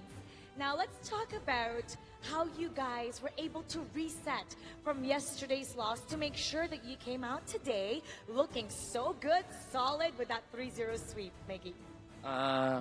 Nung time na natalo kami sa Dominator, pinagmitingan lang namin kung ano yung kulang sa nangyari. Tapos yun, nag-come up kami sa gameplay namin ng mid to late game na kailangan namin maging aggressive pa kapag may lead. Yun, kaya ngayon, tinry namin. And that was very evident. So after that loss against Dominator, they had a meeting and they talked about their mid to late game to be more aggressive. And that's exactly what they had to adjust today. And it worked. Yes, pa. Job well done. Now we're going to be talking about the teams that you picked in your group. You picked Team Hawk, Dominator, and Kagendra. Was there any strategy behind this choice? Why them? Yung sa Dominator, gusto namin sila makalaban kasi tinanggal nila si Toshi. Okay. Gusto namin sila talunin. Then dun sa Team Hack, naunahan kami ng Blacklist sa Nova eh. Kaya gusto rin namin may isang Malaysian. Tapos sa Kagendra, no choice. Because they were the last. Yes. Okay, so once again with Dominator, well, because their old friend named Toshi was taken out of that team, they wanted to get vengeance. Yes. That's why they got Dominator. As for Team Hawk, well, Blacklist International chose Nova, so they had to choose Team Hawk because they respect Malaysia so much, they wanted to go up against a Malaysian team. And finally, Kagendra, well, they're the last team, so Kagendra was brought to their group. Now, Carl, yesterday, I don't know if you saw, but Senko turned to the camera and said, Carl, humanda ka. You're going to be going up against them next. What would you like to say back to Senko? I think to Senko, ako siap. Ako siap. Ako siap. Ako siap means? I'm ready. You're ready. Yes. And we're ready to see how ready Boom Esports is. And you know what? There's a lot of Filipino fans in that Laos sports arena cheering for you. There's a watch party in the Philippines and a lot of people watching from their phones and from their home. What would you like to say to everybody supporting Boom Esports? Sa mga supporters namin sa online, lalo sa Pilipinas, maraming salamat sa pagsuporta sa Boom Esports and sa PKL. And sana suportahan nyo pa rin kami sa mga paparating naming laban. Kailangan namin kayo, mas lumalakas kami dahil sa inyo. Salamat. To everybody that's supporting them from their home and in the Philippines, he thanks you for supporting Boom Esports and PKL, and he hopes that you continue to support them because they need your support. They get stronger with that support that you're showing. Once again, congratulations. First win for the Philippines. Thank you po. Carl, Miggy, Thank you po. go get some rest. I know you guys are itching to celebrate and get some food. Have a good day. Congratulations. Thank you po.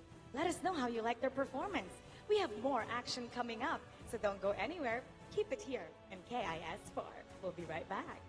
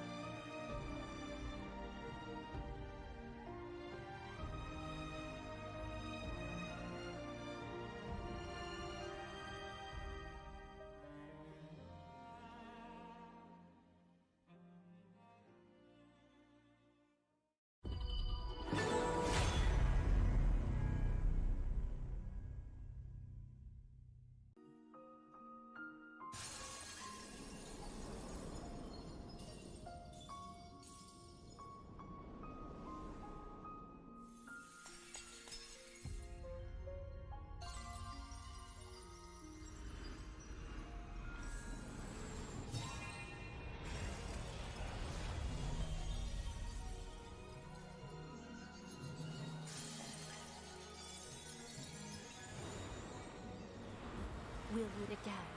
I'll make sure of it.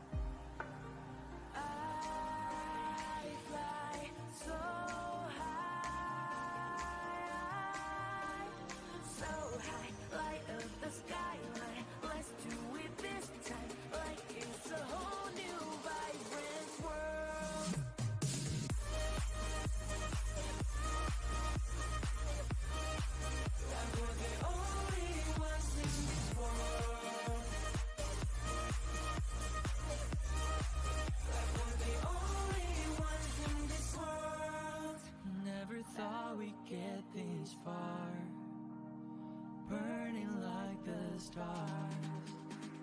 How we get this far, like we're the only ones in this world.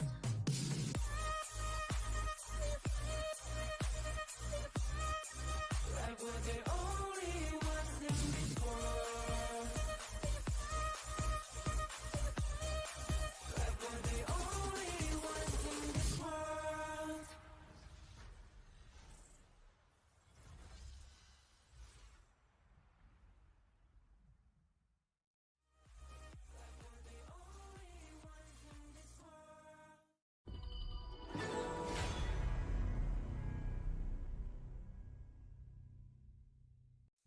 Grandpa, what happened in the monkey story? Anoman. Yes, he made a promise to bring Cinta home.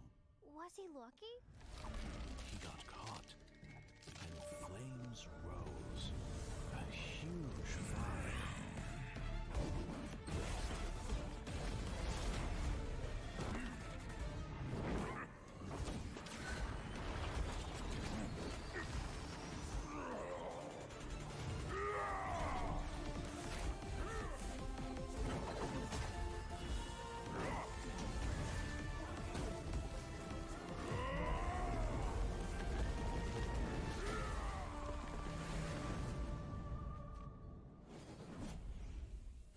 He is a legend.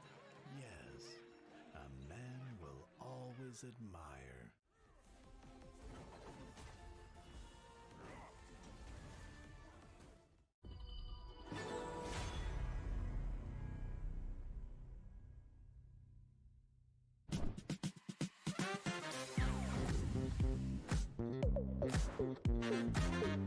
Halo guys, balik lagi bersama aku Momo-chan. Dan aku lagi di Museum Nasional Indonesia. Tapi aku nggak sendirian, karena aku bareng sama teman-teman aku di sini.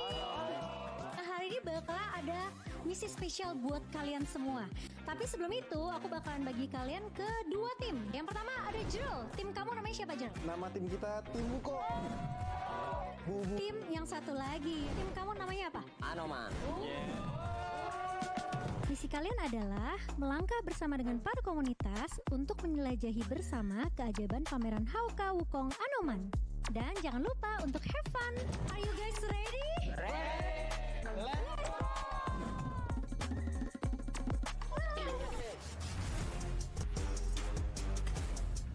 Loh, kok nggak boleh masuk? Kenapa ya? Kayaknya kita harus buat konten dulu deh sama mereka. Kontennya kayaknya harusnya gampang sih. Tapi kalian siap nggak? Let's go!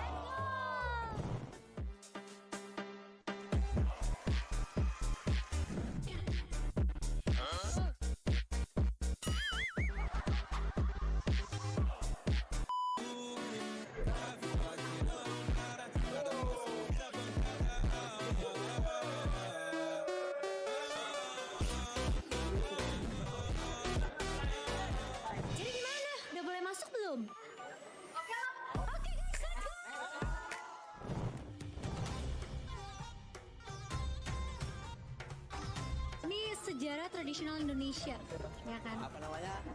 Wayang kulit. Tapi kalian tahu nggak kalau wayang kulit nih aslinya tuh terbuat dari apa? Saya tahu. Apa? Kulit sapi. Kulit kerbau.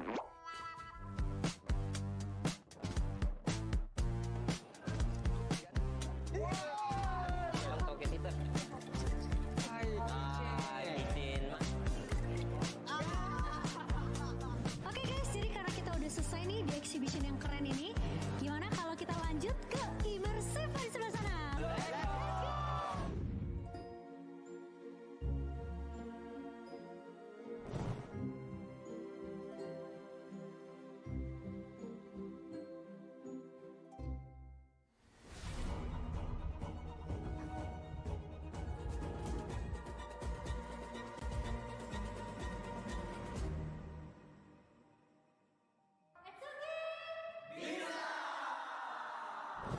Oke guys, jadi itu dia hari ini kita udah selesai turnya untuk special HOK exhibition juga. Gimana, seru banget gak? Seru! Keren, aku mau ngucapin terima kasih buat waktunya kalian juga, terutama untuk ACE Community. Thank you so much. Dan kita punya hadiah sedikit. Ini spesial karena ini merchandise eksklusif Wukong Anoman. So aku mau ucapkan dan kita pamit undur diri dan kita bakal ketemu lagi di video berikutnya. Bye-bye!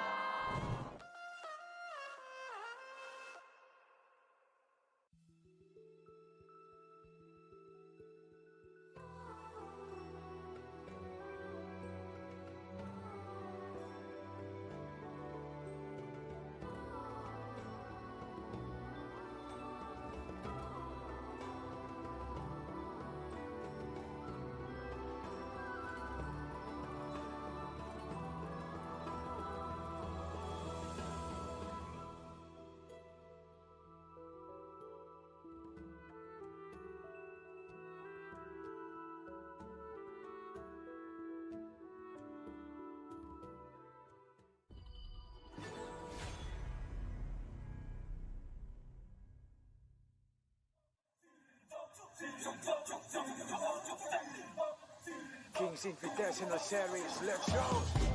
Bertahun-tahun ku ditempa, harap yang karang murka, enemy di setiap langkah, jantan datang mencoba, panggil ku one man army, satu orang 1000 nyali, bel spirit dalam nadi, sini maju ku ladeni.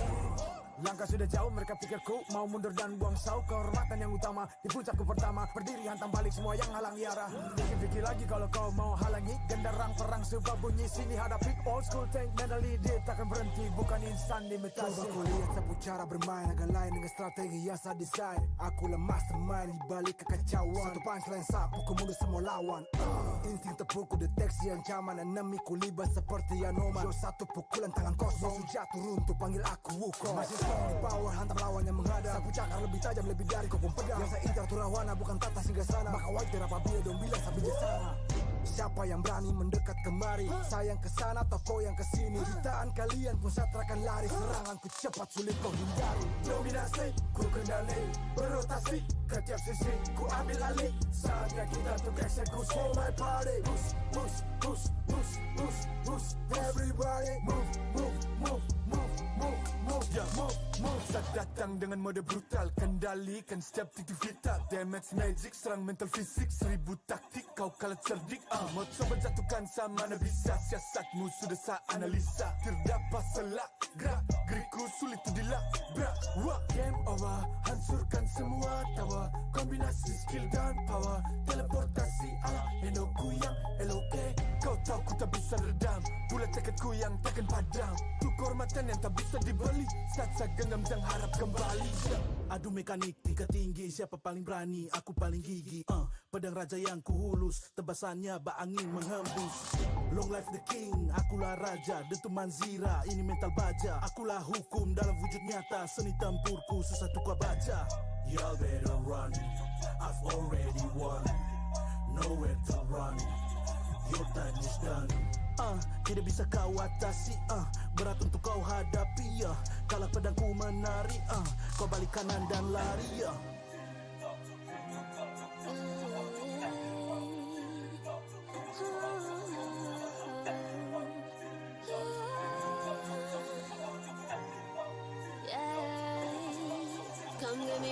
singgah sana, aku cinta I'm the queen, feel the aura. Orang jali ternyalain dah. If you want me, provide me way mas. Siapa tadi panggil, cause I'm ready. Siapa bilang aku tak punya nyali? Don't try me, ni aku sebut api. Yes, my melody, you can touch me. You ready, ujar jali. Lagi coba lagi. Tegak berdiri dan buat yang lagi. Bukan yang paling cepat, bukan yang paling tinggi. Ini menguji kepala, bukan sekadar jadi. Di tangan kiri murka, kanan kehormatan. Aku datang sebagai bentuk perlawanan. Bujuk rayu nafsu ego aku kalahkan. Biarkanlah aku menjemput kemenangan. Di tangan kiri murka, kanan kehormatan. Aku datang sebagai bentuk perlawanan. Bujuk rayu nafsu ego aku kalahkan. Biarkanlah aku menjemput kemenangan.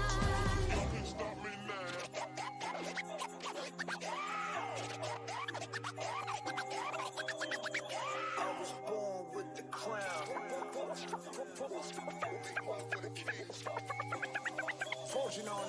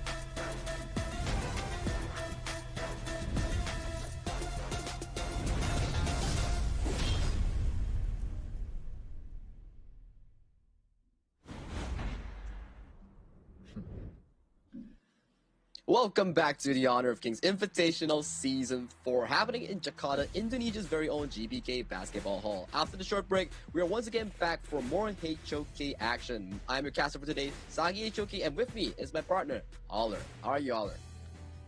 I'm good. I'm excited about this one, right? I think that this has been a long time coming. We thought that this matchup was going to happen at the KIC 2025.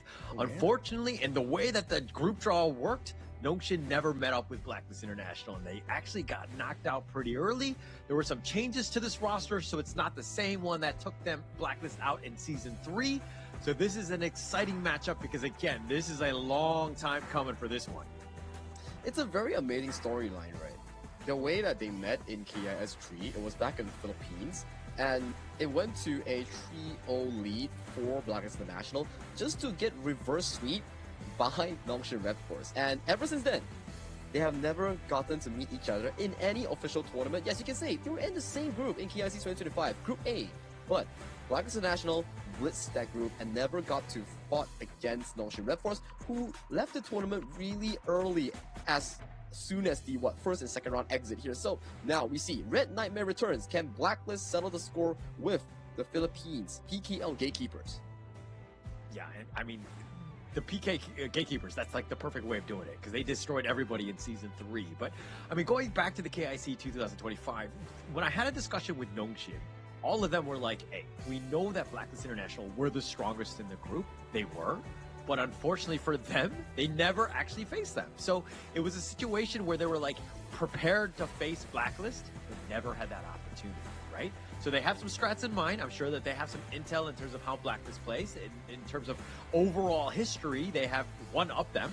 But going into this one, I know Blacklist, this rivalry is real. They're going to definitely want to settle the score. And to trace back when we did the group stage live draw with Blacklist International, they selected Nongshin Red Force in their group. So it's more of less, they're like saying that, hey, we have unsettled scores. It's time to settle it once and for all here in group stage. And potentially, who knows, they may meet again maybe in the knockout stage semifinals. Yeah, and the best part about this is that, yeah, they chose Nongshim in terms of putting them in their groups, but this is a roster that's not the same. We kind of saw them. They were not that great against Bigatron. There was definitely some moments where you're kind of like, this is a team that's not 100% gelled. They haven't figured things out.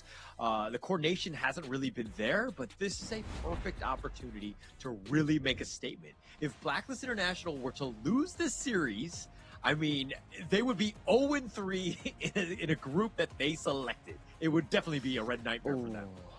That's definitely going to be painful, right? Because both teams right now have yet to find their first win in this group. And for Blacklist International, they lost at the most crucial time back in KIS3. If they win that one more game, it pushes them to the finals of KIS3. But it was Nongshim Red Force, the Red Nightmare, who conquered the game and made a reverse sweep in 2025. So this specific matchup is definitely going to be an eye-opener here for this group stage. Yeah, definitely so. And I mean, looking at these stats, I mean, Blacklist have already played 2 matches. They lost to Nova and Bigatron by Vitality. So they're right now 0-2. They're almost guaranteed a 3rd and 4th spot, which is not where they expected to be. Nongshim Red Force, they've only played 1 against Bigatron, so their stats are a little bit more static in that sense. But I mean, their stats right now looking very similar. These are 2 teams that are kind of reeling at this stage. Okay, I need to put you in a different perspective as well. So if you used a different metric, Blacklist International went 5 games against BTR. Nongshim Red Force went 3 games, 0-3 against BTR. So can we say, in terms of numerical value and the amount of games they played against the same opponent, maybe Blacklist has the edge? Yeah. I think that, I mean, being able to win at least a game, it does a huge amount, like a morale boost, confidence, everything that you would want, right? Going into any of these sorts of series, getting 0-3, that's got to be a terrible feeling, right? And it's a situation where you do not want to let any of these teams to really put you in. So this game 1 going to be key. They really want to set the tone against Blacklist and say, hey, Nongshim Red Force, this is a team and they're for real. Yep, they're definitely for real, and especially when you're against the opponents, which is Blacklist International, who I would say achieved themselves into a very high marker in the year of 2025. They were top 4 in KIC 2025. They lost to most of the MKL teams, and they almost defeated HBSC in the upper brackets. And for Nongshim Red Force, we say that yes, they defeated Blacklist in 2025 in KIS3, but the issue is, ever since KIS3's final run, 7 games with Nova, they haven't been the same Nongshim Red Force that exerted dominance in KIS3. It was really a downhill road for them ever since. Yeah, they have not really been able to find that juice that has gotten them into some sort of success in terms of Season 3. But the team that has really been on the rise, you're looking at them right now, Blacklist International. This is a squad that's sticking together, right? They made some serious headway in the KIC, placing 4th place. They really just hit all of the right notes, and they surprised a lot of the other teams. This is a team that was on the rise, but right now they're on the bottom of the group. This is going to be an interesting match. The code breakers, they need to systematically find themselves into a more comfortable position by winning their first official match to put themselves into the tempo that they're looking for, right? Because every time that we see Blacklist International, they tend to do very well in groups, but this time, in a group that they have handpicked themselves, they are not looking too good.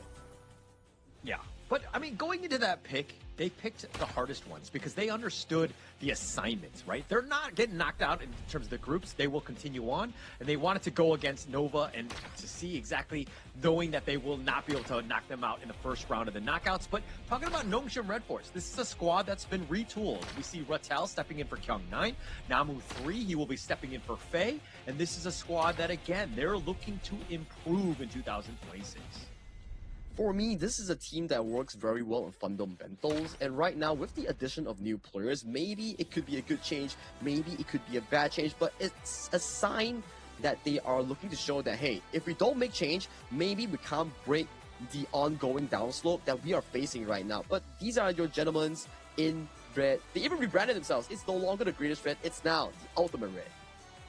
Yeah, Ultimate Red, they had to kind of chase things up for Copyright Perfect. No, I'm just kidding. Nongshim Red Force. This is a squad that, again, we're seeing exactly what we want in terms of just like having the guys that are on board, that are really buying into the system. And they will be going up against a tough lineup. A Blacklist International, Chammy One, Joshi, Golden Kite, Dragon, and Chaz. This is a squad that has been making some serious headway on the Honor of Kings esports scene.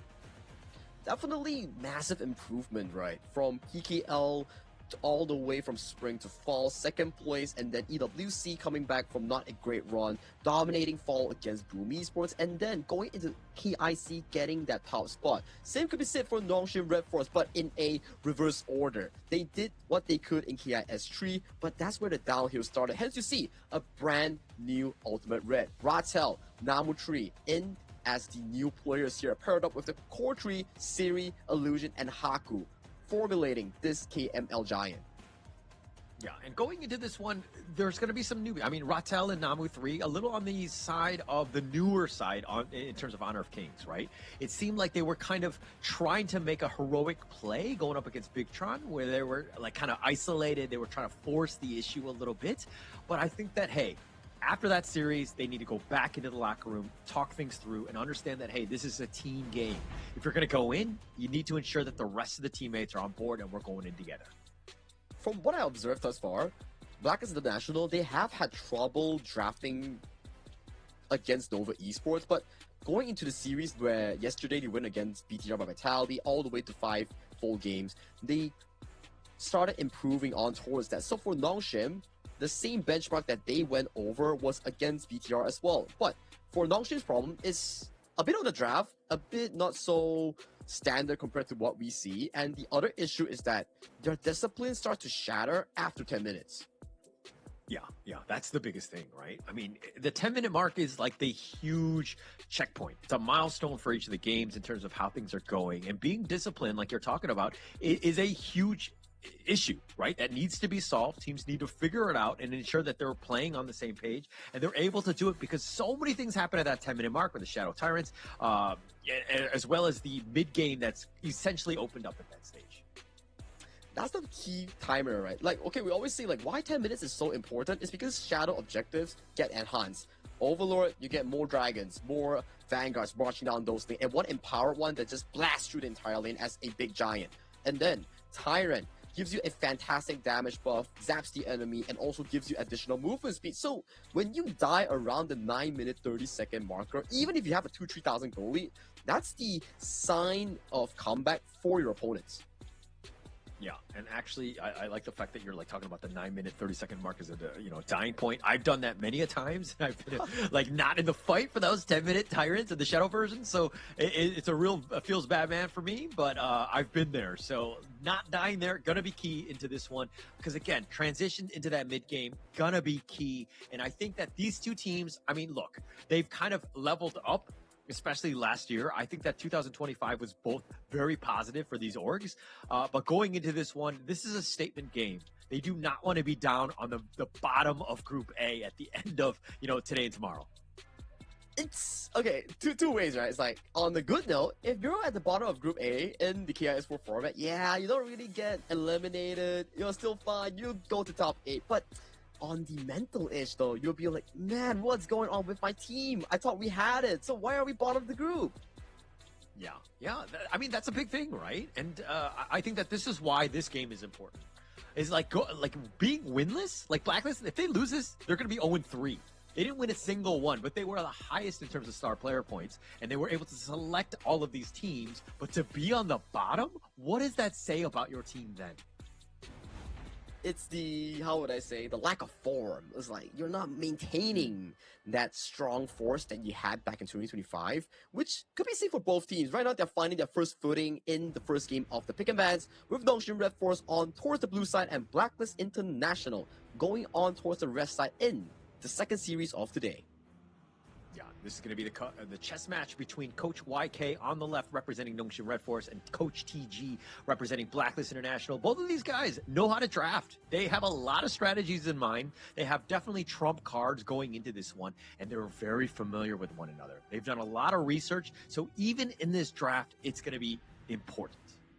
You just sprinkle some magic onto those onto those draft, right? Make it so that the players get to have the most comfortable position going into a game. You don't want to draft yourself into a very awkward position. No winning lanes, no pushing lanes, weak jungle into a strong jungle. Those are points that put you into a weaker position and a harder game for your players to actually execute. We can always say that, yes, it comes down to players' execution in-game, but if you give them a not so good of a start, it actually impacts them on their ability to play in the game itself. Yeah. And going to be key, right? And also being able to choose heroes that they're very familiar with. And as we were talking about, just like familiarity, Blacklist International right now, a lot of respect to Illusion in that mid lane. That's one of his best heroes. And then you've taken away the Luna as well. You want to attack Haku as much as possible. Nongshim Red Force are going to solidify that farm lane with Series Loon. He's one of the best on this hero. He's been one of the few, I would say, key players on Tosa and Nongshim Red Force that has given a lot of pick and ban priority.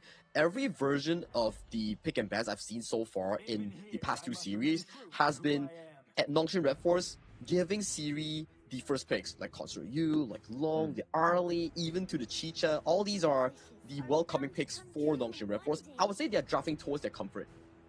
Yeah. Drafting for the comfort is definitely going to be key, right? Especially in a best of 5. It's not the longest of series, but at the same time, you got to ensure that you have your best heroes ahead of you. But one thing to kind of take note of, Blacklist International, if we're looking at the promo picks right here of Golden Cut and Dragon, it is not a duplicate. They are twins. In case you are just tuning in for the first time in the Honor of Kings esports scene, Blacklist International has, it's all about family for them, right? And having twin brothers on the same team with Golden Cut and Dragon, this is a phenomenal duo.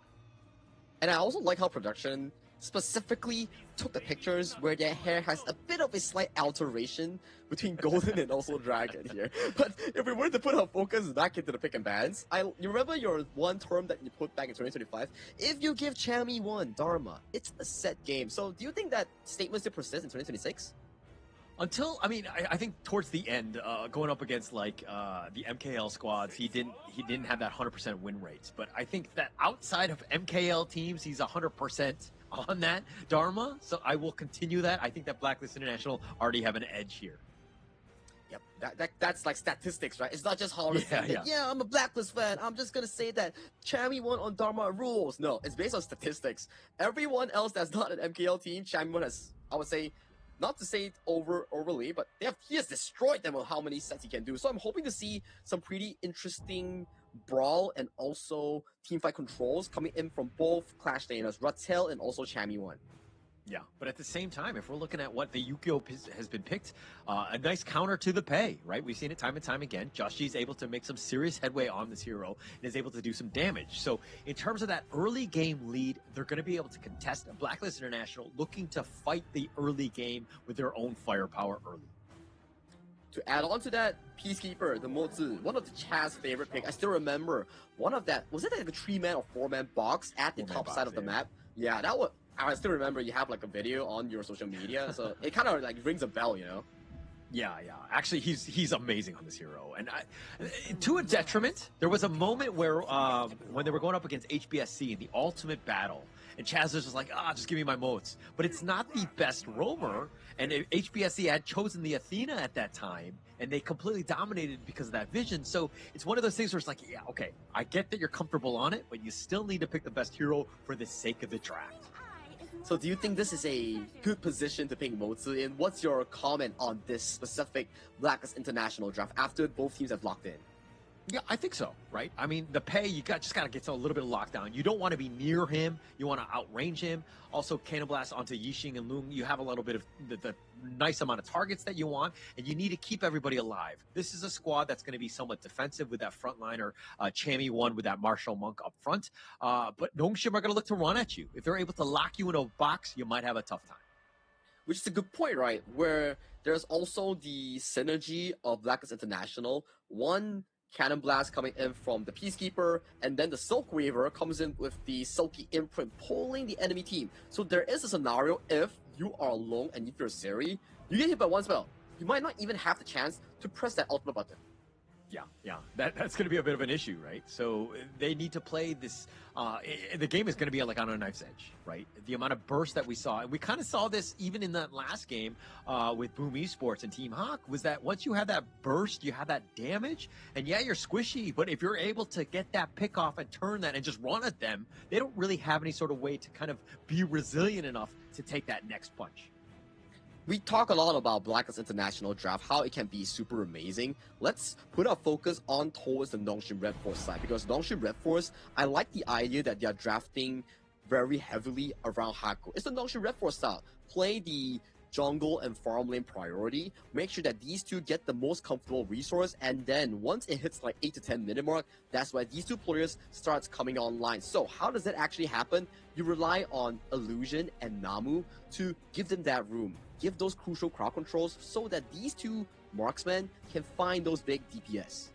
Yeah, Namu, you rightly pointed him out, because he's the guy that really needs to kind of stick with the team, ensure that Siri has that space, and also keeping people alive, because Blacklist International, once they jump on top of you, they're going to have a great time. And this series must win for both of them. I know it sounds cliche, but Blacklist International, they go down 0-3. That's a world of hurt. Nongshim right now with 2 new members looking to impress and to really put themselves on the map, because right now things are not, looking good for Nongshim Red Force. Indeed is not. Both teams looking for their first win here in the Honor of Kings Invitational Season 4. Whoever draws first blood will put them into a much comfortable position going into that playoffs mode here. As you can see, in the early game, a very aggressive 3v3 to dictate control for that mid lane. And I love it how they're dropping the sprites already, the flags. It's just like it's just like mental warfare, okay? How many flags are you going to drop? How are we going to go? But look, it looks like Golden Kite wants to go for that Firehawk to start things off early, but Nongshim right now completely zoning them away. Superior positioning coming in from the side of Blacklist International, but take a look at Just Chi though, with that cheesy little play, stealing away the Azure Golem from the hands of Haku. And this is why it's impressive, right? Because either the Yukio, you have that mobility and you have a lot of damage and lifesteal to keep on pace. It's not going to be the easiest going up against Tepe Haku, but you have that potential and you want to be aggressive and pick your moments, and Joshi is very good at that. It seems like there's also no counter initiation coming in from the side of Nongshim Red Force to go for that counter invade in that Azure Golem. So in terms of this early game, I do think that it has been a pretty good win so far coming in from the side of Blacklist. Yeah, it's a good start for them. I mean, in terms of net worth, they're a little bit behind, about 300 gold, not the end of the world, but it's about those buffs, right? It's like a small thing that you see only later as the buff duration is there. So it's something that will help expand and ensure that they get a little bit of an edge. Yeah, the EXP gap, like we see right now, right? Just Chi's already level 5. Haku is soon to be hitting his own level 5 as well. And the goal lead is practically 0 at this point, because some players are freezing the lane for the top side, bottom side as well, doing that duke between 2 of these farm lanes. But you can see the main focus coming in from both teams is that mid lane department. Yeah, it's all about this mid lane, right? You want to put pressure on. Plus, it kind of opens things up so that you can get into the other different lanes. The outside ones, Siri kind of by himself needs to be careful. He is level 4, but he's going to get on his dragon. He does get on out. They were trying to get the stuns. It was a good attempt by Blacklist. Very key ultimate as well. So that's not going to be available for the next 80 seconds for Nongshim's farm lane. So if he gets hit by Chaz Cannon Blast or Dragon Silky Imprint, things could go really south for Nongshim Red Force. But panning over back towards the mid lane here, back towards basics, Haku just picking up whatever farm that is available on towards the map, speeding through that early game process. Once Haku gets sufficient items, then the jungle matchup isn't as hard for the Nongshim jungler. Yeah, and as any sort of draft happens, you kind of need to put it into like the warfare simulator, right? Like, how is this team fight gonna just eventually evolve, right? Like, how is it gonna start? Who starts with it? You have the cannon blast, you have the silky imprints as you were talking about. You have a lot of control, but then you have Joshi and Golden Kite with that damage to kind of clean house. So that's ideally how you want to do it, because you have a balanced draft, which will really set you up. But now they need to execute based on that. Talking about the warfare that you mentioned, how would the Nongshim Red Force draft be the perfect occasion for you? What needs to happen for them to get control in this game? Yeah, So, I mean, Haku needs to get going, right? He needs to ensure that he's kind of being aggressive. I know that he's the type where he doesn't really invade too many jungles. He kind of stays on his own side and he just outpaces people. That's how he kind of gets going. But I think in this one, he needs to be aggressive because once he gets those items, he's going to start things. But now it looks like they've got the box. Chaz is looking to go for this one. But with that nice little forward, it looks like Chaz is going to be picked off. Jussie now on the run. Haku pounces on forward. It looks like here comes the rest of them. And with Rotel and Chami1 looking to join in the fray, but they're not going to get you. Ooh, key misplay here coming in from the side of Blacklist International's roamer here. Very good box on towards Haku, but you're in enemy territory, which doesn't allow your teammates to actually come into assistance as fast as Nongshim Red Force. So being punished there and also having to surrender that Tyrant, not the greatest of the start here coming in from the Filipino Giants. Yeah, not the greatest, but they still have a little bit of map control. But now Jussie, he's going to get gone on. The Tremor Smash is real, but can they get actually follow-up? Haku's going to pounce away, but he's going to be killed on this one. And it looks like Namu just over the wall. He gets under the tower, and Black is not able to get anything else, but they got Haku, which is the prize of the day. That was a beautiful set coming in by Chami1 here. Although he didn't land a true mantra on towards the wall, but the damage and AoE has already been done, and it already has displaced Haku from the rest of the team, which formulate this 1-for-1 exchange in favor for Blacklist. Early game, it's on towards Chaz, and now it's on towards Haku. And you can say, if you can stop Haku's train of farm and make sure that he doesn't outscale Jussie, then it's the gameplay of Nongshim Red Force being disturbed. Yeah, for sure. Definitely being disturbed. And that's a bit of a problem here. And Blacklist International understanding, hey, Pei, a lot of the teams play it, right? We've seen it time and time again. It was definitely the meta, but teams are now adjusting. They're finding out that Yukio actually a pretty darn good counter. And you're seeing Jussie, he's got a 300 gold lead. Haku did die as well, so XP is going to be a little bit further behind. Jussie level 10, just doing everything well at this stage. It's a good point, right? Where we have a major patch before the tournament, so teams that have their draft locked in from 2025, they have to go through more evolution, more simulation in terms of the drafting phase to find what works best for their team, as we see the board landing on towards mid side. Yeah, they're going to be just gold for the Silk Imprint. The Dragon used instantly. The Tremor Smash only onto one, and it looks like he's going to do a little bit of Dragon. Dragon tries to flash away, but nice three-man stun. The box is going to be used defensively. Chaz trying to get alive, but he does go down, and they find Chami1, who's under the tower. Namu was looking to dive deep, and Nongshim not playing scared. They've got 2 kills to their name. The Nongshim Red Force train is started, and with that counter initiation coming in by Namu-san and also Rotel, that was just a beautiful one. The Byron coming in for that beautiful Storm Strike set up so much for Dragon and Chaz too, even though they flash away, but there was no room of escape because the cavalry has already arrived, capturing their over-eagerness. The Byron, time and time again, this has been the hero of KIS, right? The amount of highlight reels that you're seeing with him up front, that Storm Strike flash play is just unstoppable. Like, just setting it up and the rest of the guys just following up and cleaning house. This is the perfect hero that you want from a Clash laner. Tanky, has damage, has stuns, is good looking. What else can you ask for from a Clash laner? And it's always on this Itadori Yuji Byron skin. And yesterday we saw Bao, how he single-handedly won the game for his team. And again, it's against Blacklist International here, so maybe it's not a coincidence. Yeah, maybe not, but here it looks like they've got the truth. They find him, and they get the Silk Imprint, and they make Haku pay. They catch the Tiger, and now Namu running for his life. Ooh, that is a big mistake coming in from the side of Nongshim Red Force here, but another one goes through mid.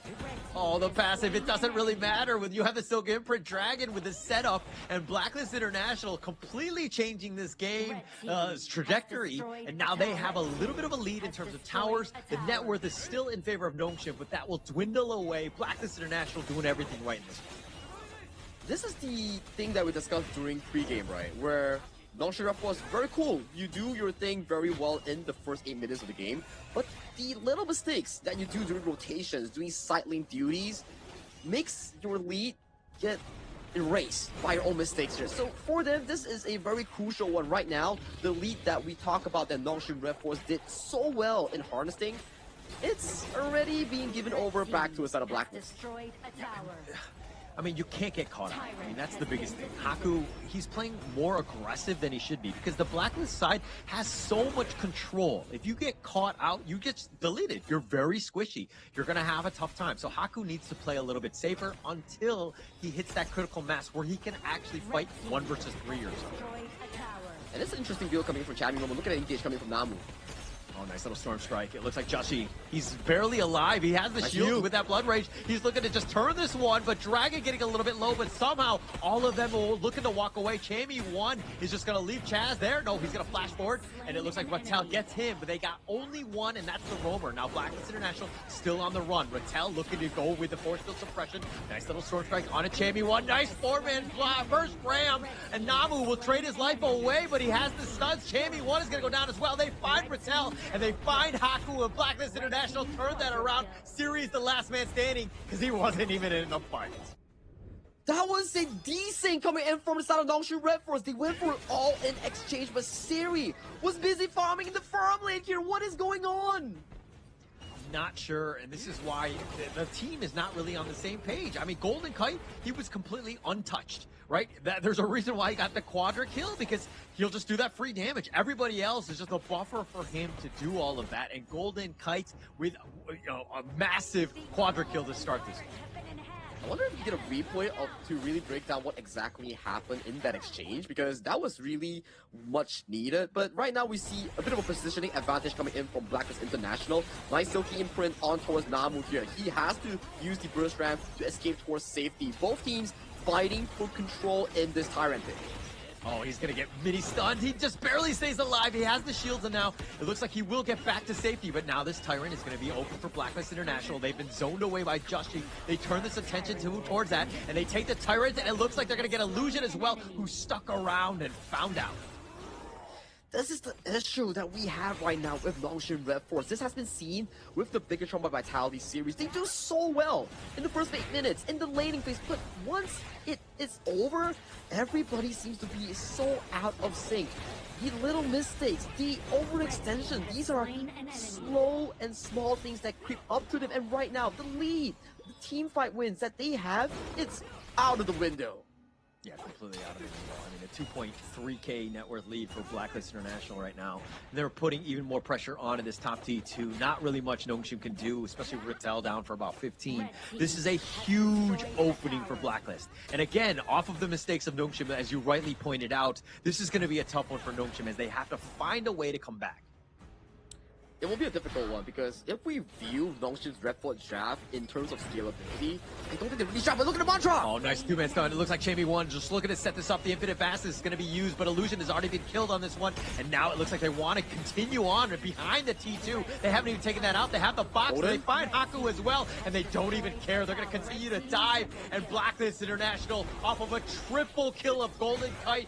Add that to the quadra kill that he got earlier this game, and Blacklist International are looking to take game number 1 as Namu is all by himself, who will get truth to the crystal, and Blacklist International easily take game number 1.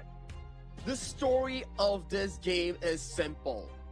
Nongshim Red Force played beautiful HOK, beautiful micro and macro mechanics in the first minutes of the game, but the desync, the little mistakes coming in from the Nongshim lineup really caused them to slip away this game, and hence, with those team fights that we saw coming in from Golden Kite, coming in from Just, both carries untouched throughout the entirety of those 4v4s, of those 5v5s. It allowed those 2 carries to just get so much resource, so much farm, and claw their way back into a successful comeback.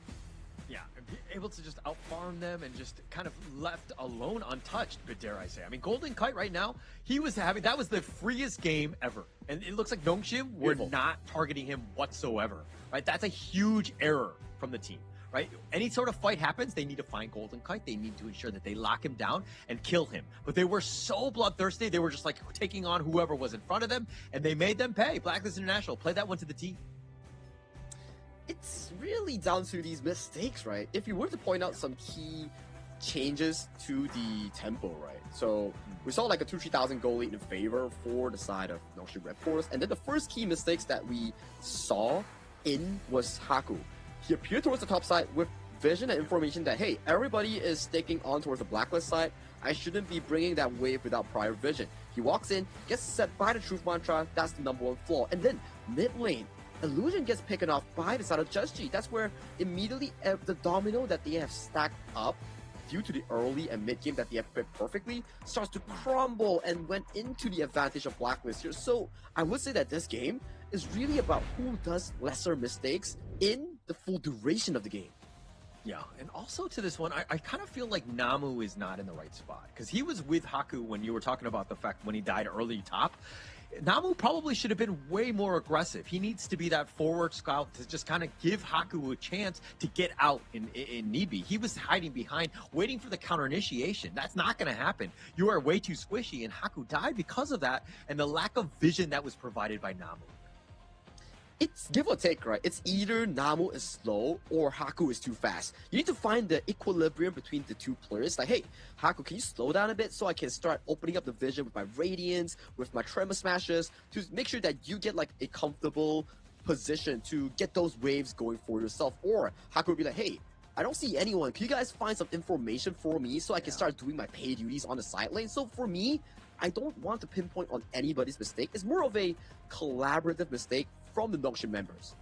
Yeah, and if we're looking at this roster, this draft from Nongshim, this is classic Nongshim. Everybody's on, dare I say, like their favorite heroes in 2025 in isolation, and not even going up checking the Blacklist International draft. You're kind of thinking, oh, this is a gimme for Nongshim. This is a strong lineup. They know how to play this one. But Blacklist now, 2026. Let's fast forward it to today, and you're seeing exactly how they countered it. They had the answer to everything. Blacklist International made Nongshim look very pedestrian, won the game in 12 minutes. You can see the graph, like we talk about, like, okay, first 8 minutes, beautiful, pedestrian style, good gameplay, just pummeling the side of Blacklist International. But the mistakes are what we talk about. But let's move away from Nongshim Red Force mistake and prize Blacklist International. You can say, wow, that was a beautiful and perfect game coming in by Golden Kites Arlie and also the Ukyo Tachibana coming in by Just G. They practically had zero mistakes and were playing to their heart's content. Yeah. Actually, that's a perfect one. And this is kind of why we were like, hey, Blacklist International from 2025's KIC, they were looking strong. And you're seeing that, right? The way that they're able to close out a veteran squad like Nongshim and do it in style and like give them really no chance and capitalizing on all the mistakes, this is a squad that's really leveled up. And I think that this is why this series is so important for Blacklist to get on that win column so that they can kind of get a little bit of confidence going into the knockout stage.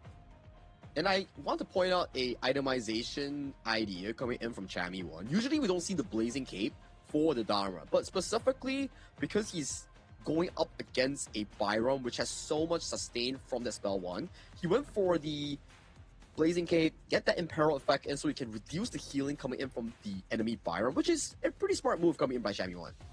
Yeah, very smart. I mean, also for the lineup. I mean, everyone else, who's going to be the front liner? There was no one else, right? So he had to have been the guy. So he needs to sacrifice some of his POW in terms of damage and all the offensive capabilities to kind of just help out the team. Because somebody needs to kind of take that initial punch and then turn things around. And I think that he's more than willing to just sacrifice. He's Chammy1 for a reason.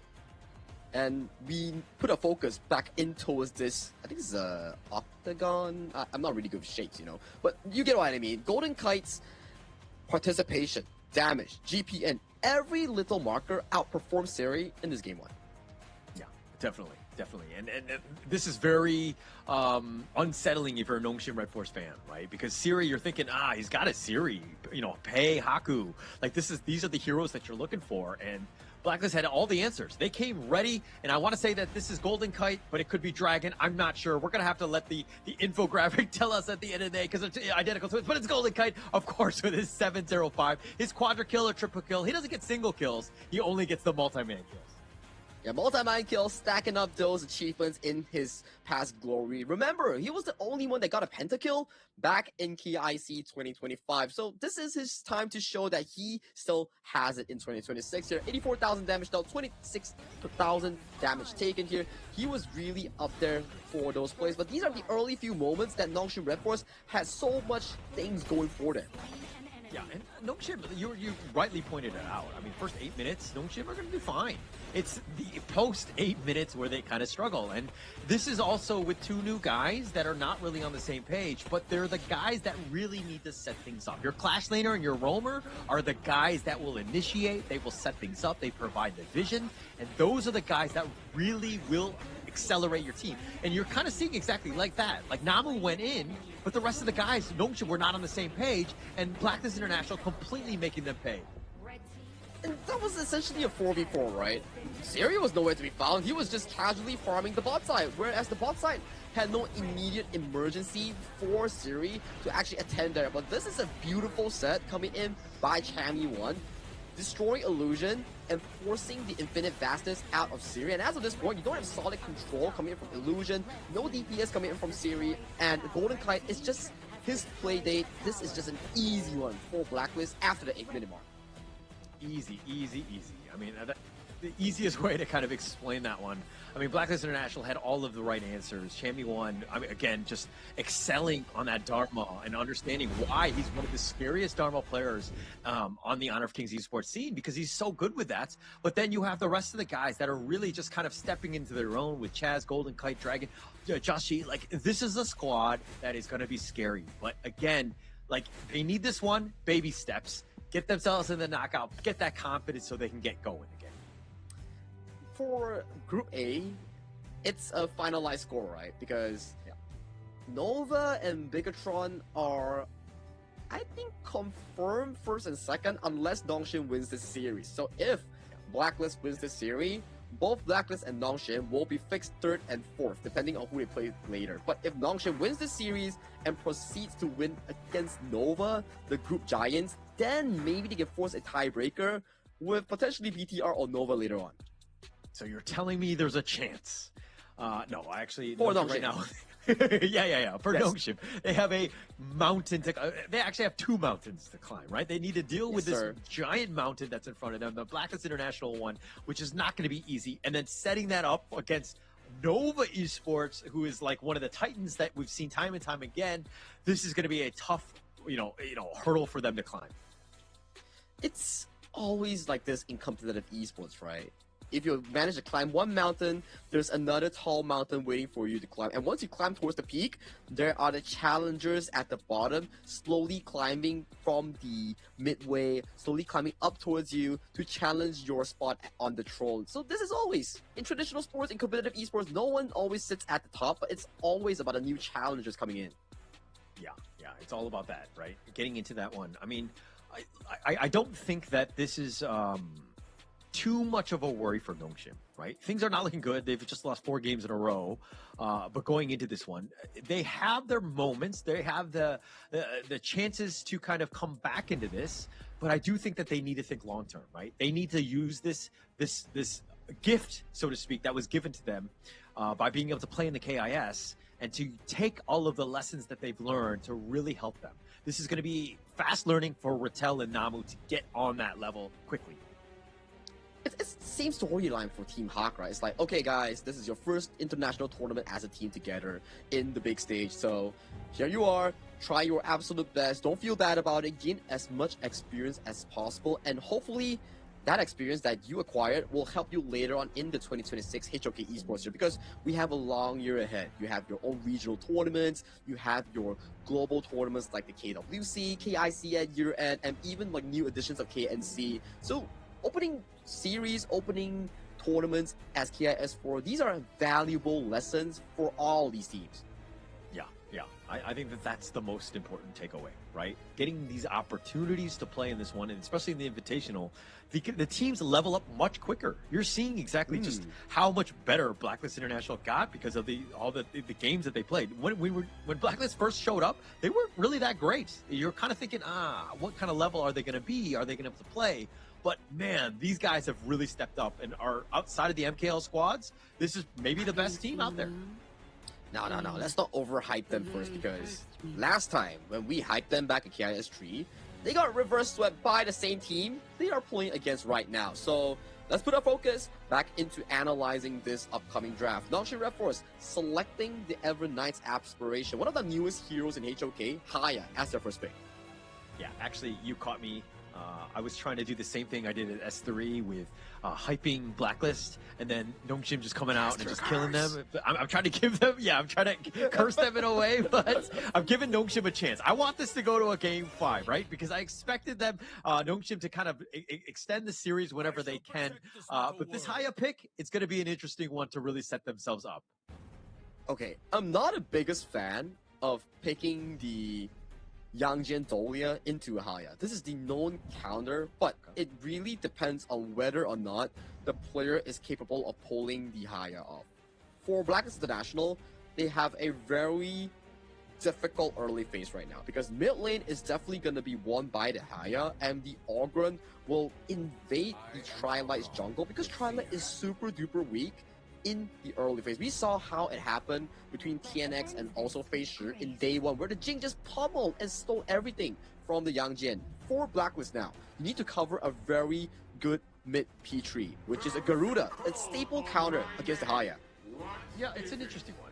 I think it kind of adds a lot. It has that range advantage. The Wings of Judgment is going to be annoying to deal with. Plus, it does very well against the Ogryn, because you kind of like, you want to stand off? All right, we'll eat some needles to the face, right? So I think that you have a lot of a good mid laner to kind of deal with this. Plus, you want to stay at range, which is going to be key for Blacklist.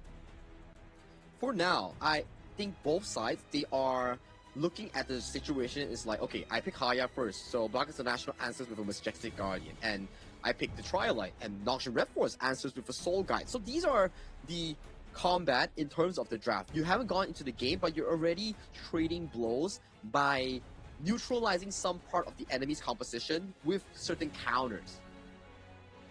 It's smart, and that's how you wanted to do it, right? Blacklist International right now, TG's done a masterclass in terms of counter drafting. Excuse me, in game 1, did a great job. I expected to be much better. No, they picked D-Ren-J, and all of a sudden, I was like choking. Are you choking for the water that you're drinking, or are you choking for no shit? Ah. Oh, snap. Too early, my friend. Too early. I'm sorry. We'll see. It hasn't happened yet. We'll see. Okay, for Blacklist International, locking in that Magistrate on towards the 4th pick here, giving a solid farm lane blind pick into the hands of Golden Kite, and Nongshin Red Force coming in with a KML special. The Sunbin locked in for Namu Tree. This is going to be a good one, right? I think for Aaron and the Sunbin providing a lot of that speed. That's kind of where you get a potential jump in with the Haya as well. Could really add on. Aaron just really stable in terms of that farm laner. You want to be able to do that focus damage and to kill and burst people as quickly as possible. Blacklist are going to end up with the fatigue. Let Chammy 1 do some work here. In terms of both teams' draft, I love both of them. For Nongshin Red Force, the idea is simple. You want to ride on the Haku and Illusion mid-jungle synergy to dominate the early game, giving leeway for Namu's Time Bender Sunbin to scale for that Time Flux, right? You want the Time Flux to be max 5 stacks in, super good on the CD, refunding 30% of the damage taken in that specific short time, which makes the Soul Guide and Rose Fencer into such a rare boss that you have to worry about. Now, for Blacklist International, same could be said. They want to play the early game aggression with the Garuda, with the D-Ren-J, and then utilize this strong early game pushing power to deny the enemy from being able to play that late game.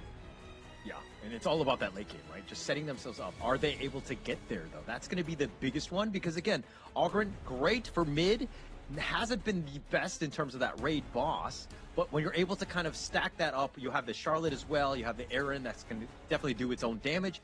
It could be a potential mix here, which could be tough for them to deal with. It's down to execution. Last game, Blacklist International seemed to having a bit of an issue in that early game where a lot of times they were being outpaced by the side of Nongshin Red Force, but it's really down to how consistent you are in maintaining your tempo and minimizing those mistakes throughout the entirety of the game. So I'm excited to see how Nongshin Red Force this time fix their mid-game tempo and make sure that in the 10th minute mark, nobody is under some pressure to make a huge play to make a game comeback. Yeah, they need to survive 8 minutes. I mean, that's the biggest thing, right? Get past the 8-minute mark, turn it up then, right? That's the Nongshim that we want to see. In previous iterations of this squad, Nongshim, they've done a great job of the mid-game. This roster has not been able to achieve that same level of success. that would take a bit of a chunk here, but you can see the higher damage in towards the early game here. The mid-jungle synergy just pushing Dragon and also the side of Chaz back towards their own base. You can see the early game aggression of Haku already planning to invade this early camp, but the Smite War does go into the hands of Just G. Yeah, this is what you want to do as Haku, right? I mean, Haku is the style where, again, he does a great job of farming, but now he's going to be focused here, no real play. He's going to be targeted, and he gives up first blood. Chammy one all the way from the Clash lane, comes down and says, I'll take that. That was so well coordinated coming in by the side of Blacklist International. What exactly happened was Just G landing the spell 1 dog on towards Haku, and he said like, okay, I got him, Mark Chammy, just jump on him with your S1 third cast flash on towards Haku. Haku doesn't have half a passing, he's just gonna be stuck there, and then the Chain CC comes in and gets the first kill for the side of Blacklist, beautifully executed by the red side. Absolutely perfect by Blacklist, right? And Haku was just like, okay, I'm trying to change things up. You told me to be aggressive. I wanted to be invading the enemy jungle, but little did he know that the rest of Blacklist International were going to heed the call, and they were going to answer and just show up in an entire village there with pitchforks, and they took him down. And it also explains some stuff, right? When you want to be aggressive on the mid-top side of the map, which is what we call half map, your Clash lane matchup needs to be winning for your team to come over. And check out the 1v1 between Ratel and Chammy1, both exchanging ultimates and just having a handshake here, with Dragon just coming to visit Chammy for a bit of a assistance. Yeah, they're going to help just ensure that they secure that sprite there. I mean, Ratel was watching, he was trying to go for the steal, was going to be very lucky if he did with that tri-slash, not able to hit it, and he's going to be pushed back. And again, Chammy1, you do not want to let this guy get going, right? Once he's got that farm, this fatigue is going to be a problem. Look at that lane dominance here coming in from Siri, just pushing Golden Kite all the way to the edge of his screen here, not allowing him to take farm without any worry. So in this early game, you can start seeing Illusions pathing on the Haya to play hyper-aggressive with that first level 4 ultimate. Yeah, I mean, you have that potential gank, right? You always kind of want to go in with that. I mean, yeah, you probably might not win it, but you isolate it, right? If Golden Kite is kind of by himself or nearby with Chaz, maybe you take out Golden Kite and you're able to focus fire Chaz. Like, it opens up doors, but getting that gank, not the easiest. We're going to have to see how this Haya actually plays in the end. Ooh, Haya's ultimate forces up the flash coming in by the side of Dragon here. Illusion being chased off here, but I do think that there won't be a fight continuing here by both teams. Yeah, both of them are going to back off. Chaz was a little bit on the lower end, but with Dragons like Wings of Judgment, a lot of zoning, that's going to be a tough one to kind of navigate through. Nongshim, again, still very early, but they're down about 700 gold. A little worrying, especially since you've got the Augury. And Dragon might be the next big target for Illusion to capture him into the Moonscape Mirage, because if the ultimate breaks, the chain breaks between the Haya and the enemy, you get like a 75 to 85% cooldown refund, but the enemy committed that 2-minute flash. So for Illusion, the next big play will be this Tyrant River area. The bushes will be extremely difficult for Blacklist to enter. Yeah, my concern, though, is that Illusion, he just hit level 5. He was actually 2 levels behind Dragon at this point, who's been able to outscale. His wave clear has been unreal, but Illusion is trying to, like, rotate around. I mean, he's the secondary support, so he's looking for the play more than anything else, and not just trying to go in. But the Hound forward, Jussie going aggressive, he's going to be miraged, and we're going to see exactly how that one plays out.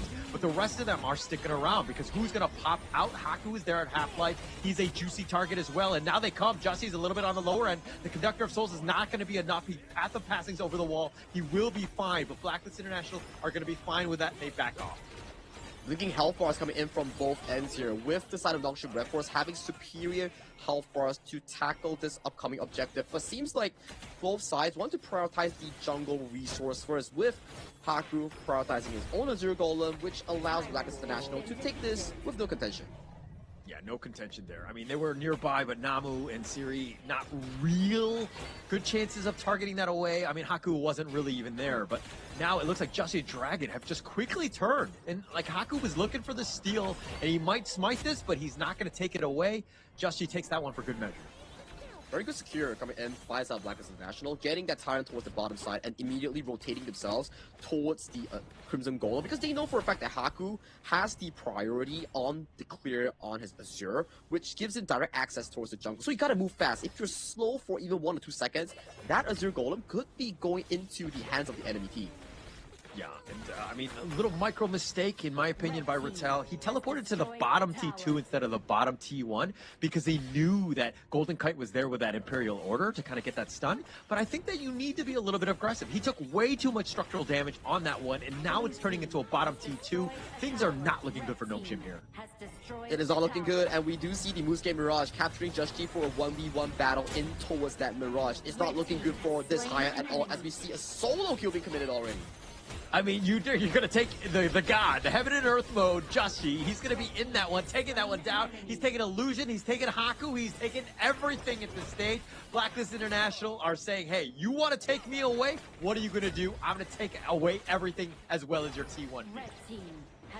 Wow, throughout that last 2 minutes of exchange, so what exactly happened? We do see another engage though, finds out Just G.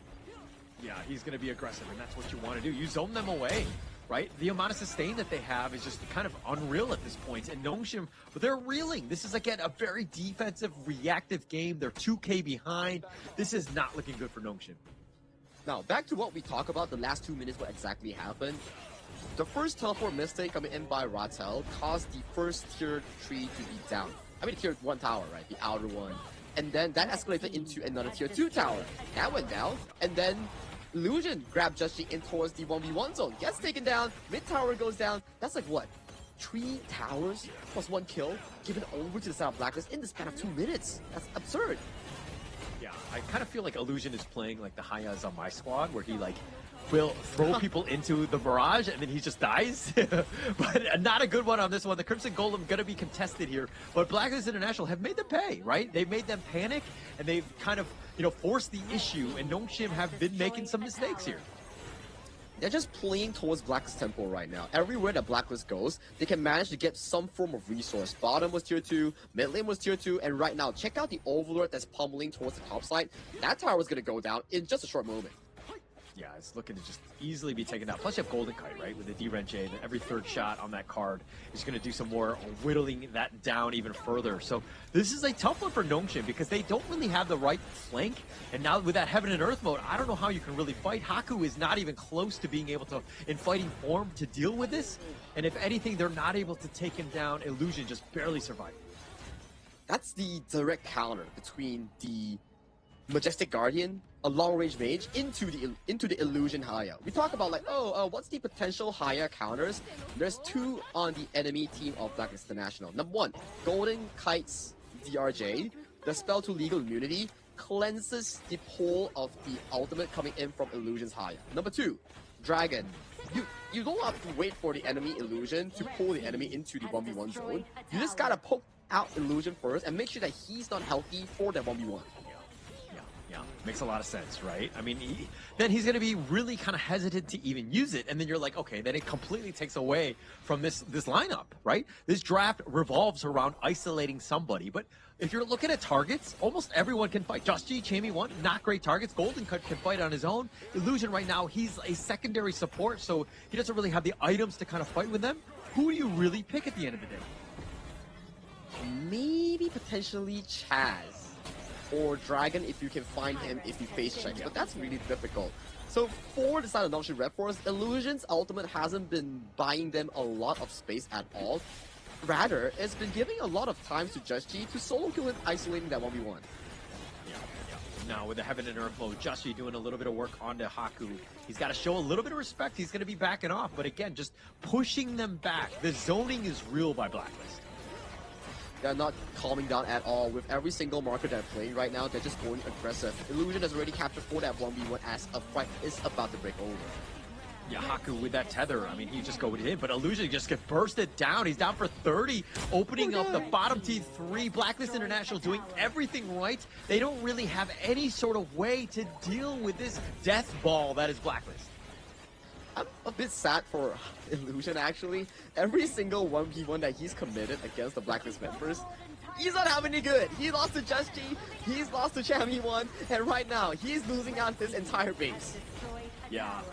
It's almost like Blacklist are like, okay, thank you. I will just isolate you now, Illusion. What are you going to do, right? It's almost like he's playing for the wrong side. He's helping them out by putting them in a bad spot and just sacrificing his own life now. I mean, In terms of the idea, it's that's almost a steal. Okay, in terms of the idea, it looks great. It's like, oh, Haya does pretty good into the Yangjin. Haya does pretty good into some of these heroes on towards the enemy team. But due to how low the farm is on towards Illusion, he's playing more like a ladies and utility mage style, not getting a lot of resource. Once you lock the enemy in, you kind of just isolate yourself into a 1v1 with no teammates helping. Look at him, 4.4k, lower than his team Sun Bin. Yeah, and also level. He's the lowest in this game right now. He's level 10, right? Everybody else is at least a level 11 and higher. He has not had a good game. And I mean, it's almost self-inflicted because he keeps miraging the wrong people and he keeps getting killed in them. So it's one of those situations where it's like, okay, Illusion, maybe you should stop doing that. Maybe you just kind of like farm a little bit, catch back up. Again, use your wave clear to kind of extend the game. But right now, Mirage is not the answer. I think it's more of like a different game plan, right? Where we need to see Illusion get like 3 or 4 items due to the early game lead that he has committed for himself. But due to the fact that Chammy1 roamed towards the mid lane, got the first split for the side of Black National, which caused into such a dire situation right now for Nongshin to be in. 6,000 gold deficit against their opponents, and right now they have once again committed that Mirage against Just G. Yeah, he's going to be going into this one. It looks like Justy's doing a little bit of work, just chasing after him. Illusion's just trying to stay alive, but now they have a 4-on-4, now making a 5-on-5. Illusion just barely surviving on this one, but they've taken all the towers, which is pretty much what you want. Justy with that tri-slash doing a little bit of work, but Nongshin does not want to let them go for free. Tries to go, the Wings of Judgment is on. They find Justy, that's the nice little pickup. Haku trying to find the right target on the Chaz. Can't actually go in for this one. Siri's going to be killed on this one. Most of that damage, they find Namu as well, but Haku is still somehow alive. No, he gets bursted, and Blacklist International with Dragon and Chammy1, they find the picks, they find the plays, but more importantly, they want the crystal as they're looking to end this game. Illusion is there, but all he is a range creep. He goes down as well, and Blacklist International take game number 2.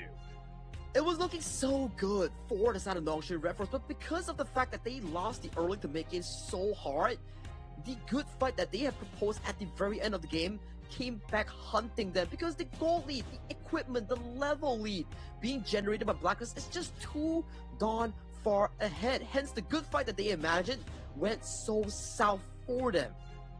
Yeah, went south very quickly, right? This is a tough one.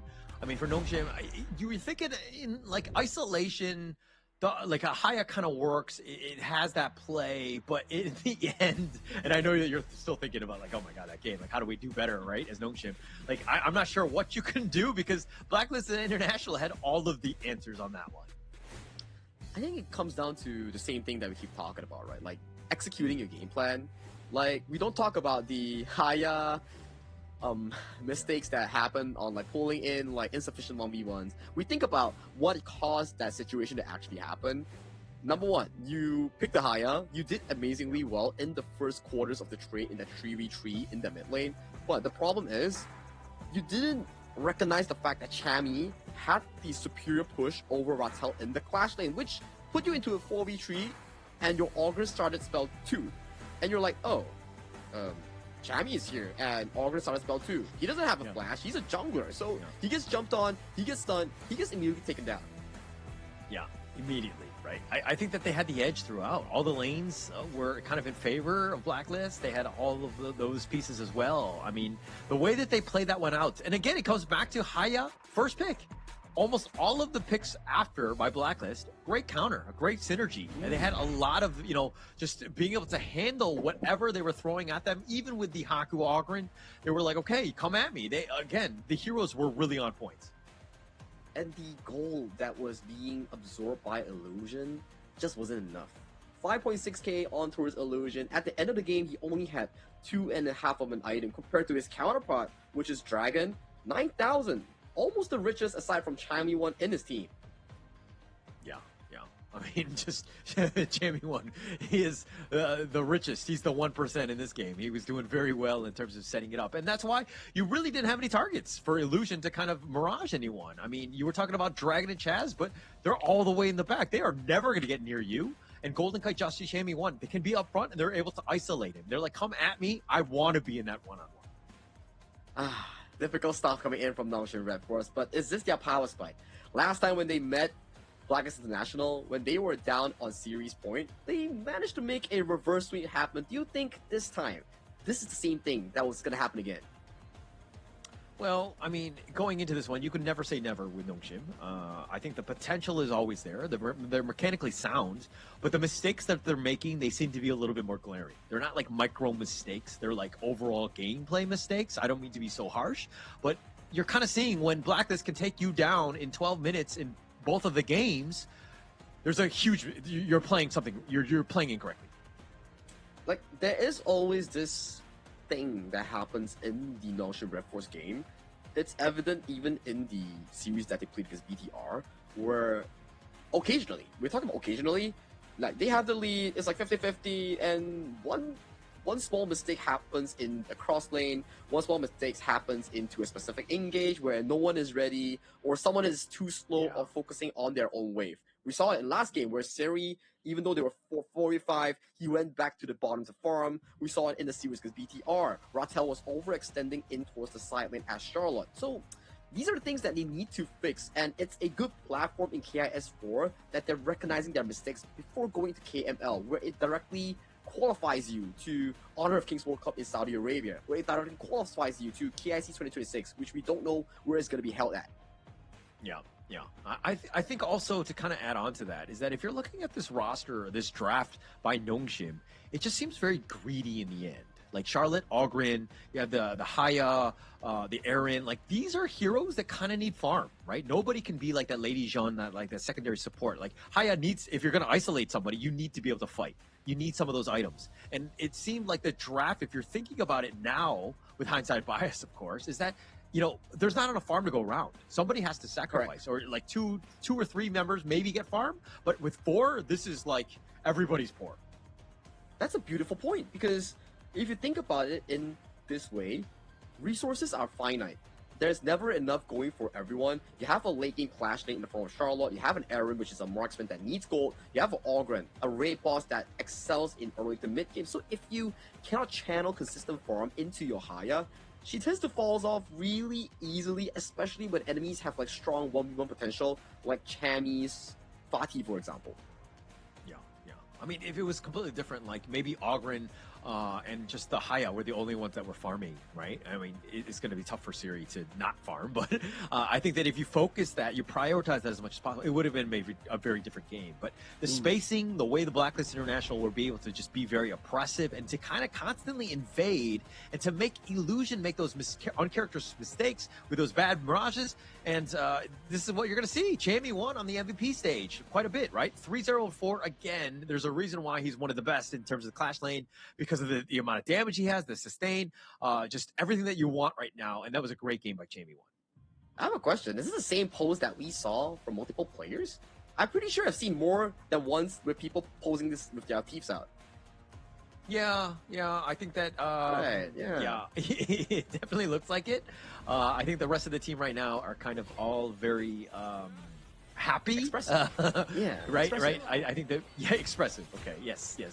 I was going to say that they're kind of on the same gesture that they are, the facial expression that they make when they're on the bathroom. But that's a whole other story. But Blacklist International here, being able to push this out and close it. I mean, they had a nice little play by Ratel. It's a nice little power gradation, but it seemed good, right? They got Joshi. Things were looking very good. But then look at the overextension. There's still 4-man fighting. They're so low. Now they're getting whittled down, and they're getting perfectly kited, kept at arm's reach. And with Chammy 1 and Dragon, the guys that are doing a decent amount of damage, really no answers from those. In a normal 50-50 matchup, that could have been an ace coming in for the side of Nongshim Red Force. But due to the fact that it was too little too late and you were 6,000 gold down, which allowed the side of Blacklist International to be too well farmed. So what if you take down Golden Kite? What if you take down Just G? I still have Dragon, I still have Chammy 1. They're going to pile up all the damage to end the game for them, which is gameplay executed according to the game plan. Blacklist secures the match point against their long rivals. Yeah, they're going to be very happy with that one. I mean, there's going to be a huge amount of just relief, right? They're at game point. This is going to be a tough situation, a tough mountain to climb by Nongshim to come back 0-2 and to bounce back. But again, they need to find that first win. It's been very elusive, but the way that they've been playing, I kind of don't think they deserve a win as of now. Deserving a win. That's definitely going to be a painful statement on their resume later on, because I think they are suffering the same fate with Team Hawk, where Team Hawk as well, they also suffer 0-3 losses, and Nongshim Red Force coming in before the series BTR also 0-3, and with the current pacing that we're looking at right now, potentially a 0-3 as well against Blacklist International. You're still not looking good for the Ultimate Red this season around. Yeah, and I feel like I'm being overly harsh, and I I do want to apologize. I don't want to be so mean to Nongshim, but it just seems like they're kind of not on the same page right now, and you're kind of seeing some of the mistakes that they make. If you do have a problem with me bashing Nongshim Red Force, please come at me at Kindofu, and DM me all of your complaints, please. Yeah, remember to DM him all of his complaints. He will accept it with a very good and well-hearted conversation with you here. But we go back to the pick and bans here. For the first time in towards the series, Nongshim Red Force selects the red side, which represents their brand logo. Yeah. They're going to go to the ultimate red at this point. At the end of the day, I think they're like, okay, we're going to be red no matter what. But going into this draft, look, they need to fix things up, right? I think not only in terms of the fact that they've been counter drafted and going to red where they're going to let the tempo and the first pick happen by TG, let him set it up, and maybe they're looking to counterpick themselves. I wonder what is going on in the minds of the coaches right now. Are they excited? Are they stressed? I haven't been a coach myself before, so it's something that I really always wonder. How do they prep themselves going in towards these specific big matches? Yeah, I mean, being cool, calm, and collected is I think the biggest thing, right? Just letting the players rise up to the occasion, right? Don't sink down to the level of play of your opponents, but to always be prepared, right?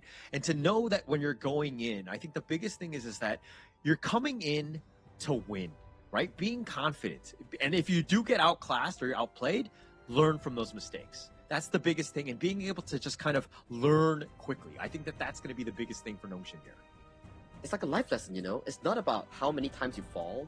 It's about how many times you get up and learn from the pain when you fall. Yeah. But at the same time, why are you falling so many times, man? You're having trouble walking? What's going on? It happens, when you're a bit clumsy, when you're like me, that's not statistically or visually very tall in person, so you don't get a large view of the surroundings happening. Well, I mean, you're close to the ground. You can kind of see rocks or steps and things. You won't fall down. No, I'm just kidding. Let's go into this one. Of course, this is the third game here. I mean, Blacklist International go banning out with the Arlie and the Dharma, both the heroes that they've played themselves. Very strong ones. Sticking with that one. But Nongshim Red Force on the other end, they're like, Haya, it was so bad. We're going to ban it for you. Chicha, on the other hand, we're going to ban this one. We do think that this hero is very strong. Ooh, here comes the Fire Ninja Mai Shiranui first pick hover coming in by the side of Blacklist International. It will be going on the hands of Dragon this time around. Nice. Setting it up. I mean, it's another way of also taking it away from Illusion, and you're talking about tempo, right? So going into this one, the mid lane is going to be key. They're going to be looking to go fast and furious, so you need some sort of counter initiation. Lapu Lapu does that in spades. And the Direnji, for me, is one of these staple counters into these heavy engaged lineups like the Mai Shiranui. So it's always nice to see that people are starting to recognize that Mai Shiranui, Arlie, these first picks have actual counters going into the draft itself. So excited to see what Nongshim Red Force will be drafting for their remaining picks here. But at the very least, this time around, the first two picks looking very solid coming in by the boys in red. Yeah, looking very strong here. But at the same time, Blacklist not messing around. They're going to go with some heavy picks themselves. Loong and, of course, the Beast here to kind of give Chaz one of his signature heroes. This is going to be a tough one. I mean, it's going to be a nice little, who counter initiates going up against the Lapu Lapu or the Reef Heart Tatu. This is going to be an interesting one. They have a lot of tools, right? It's like you're saying that, okay, Mai Shiranui and Zhang Fei, you have a lot of these mechanics to actually set your team up for success, which is the same thing coming in by the side of Nongshim Red Force. Ratel and also Namu, the new boys in towards this team, they're given access as well on picks like the Mayin, picks like the Lapu Lapu, the Refract Datu in these multi-engaged knockup setups. Yeah. I mean, that multiple... I mean, they have a lot of stuns on that team, but now it's about shoring it up. Yeah, you have control. You need that damage, right? So I think that for, Haku here, you're probably looking at some sort of assassin style, some sort of way to kind of, compound it so that not all the pressure is on Siri to do the damage. Well, Luna is still open here, coming in for both teams. Maybe that could be a point of contention later on. But with Blacklist International banning both the Ladies In and also the likes of the Nua, potentially they might go for things like the Ogren here. Yeah, it could play out. And it looks like they want to go with the Agudo here, expecting that the Ogren will probably be picked up because it is open, unless they decide to kind of audible into something else. It is smart, yeah. Ooh, but hang on a moment though, we are having a hyper-aggression coming in by the side of Blacklist International, doubling down on the assassin department. This is going to be a very stressful game coming in by the marksman or any squishies coming in for Nongshim Red Force to actually play out, because you have a lot of firepower and tools for the side of Blacklist to jump on those squishies. Yeah, a ton of opportunities. Plus, you have the Byron to kind of shore things up. It looks like they're going to go with the Heartseeker here, the Daji, if you will. I mean, this is going to be one where the control has got to be on point.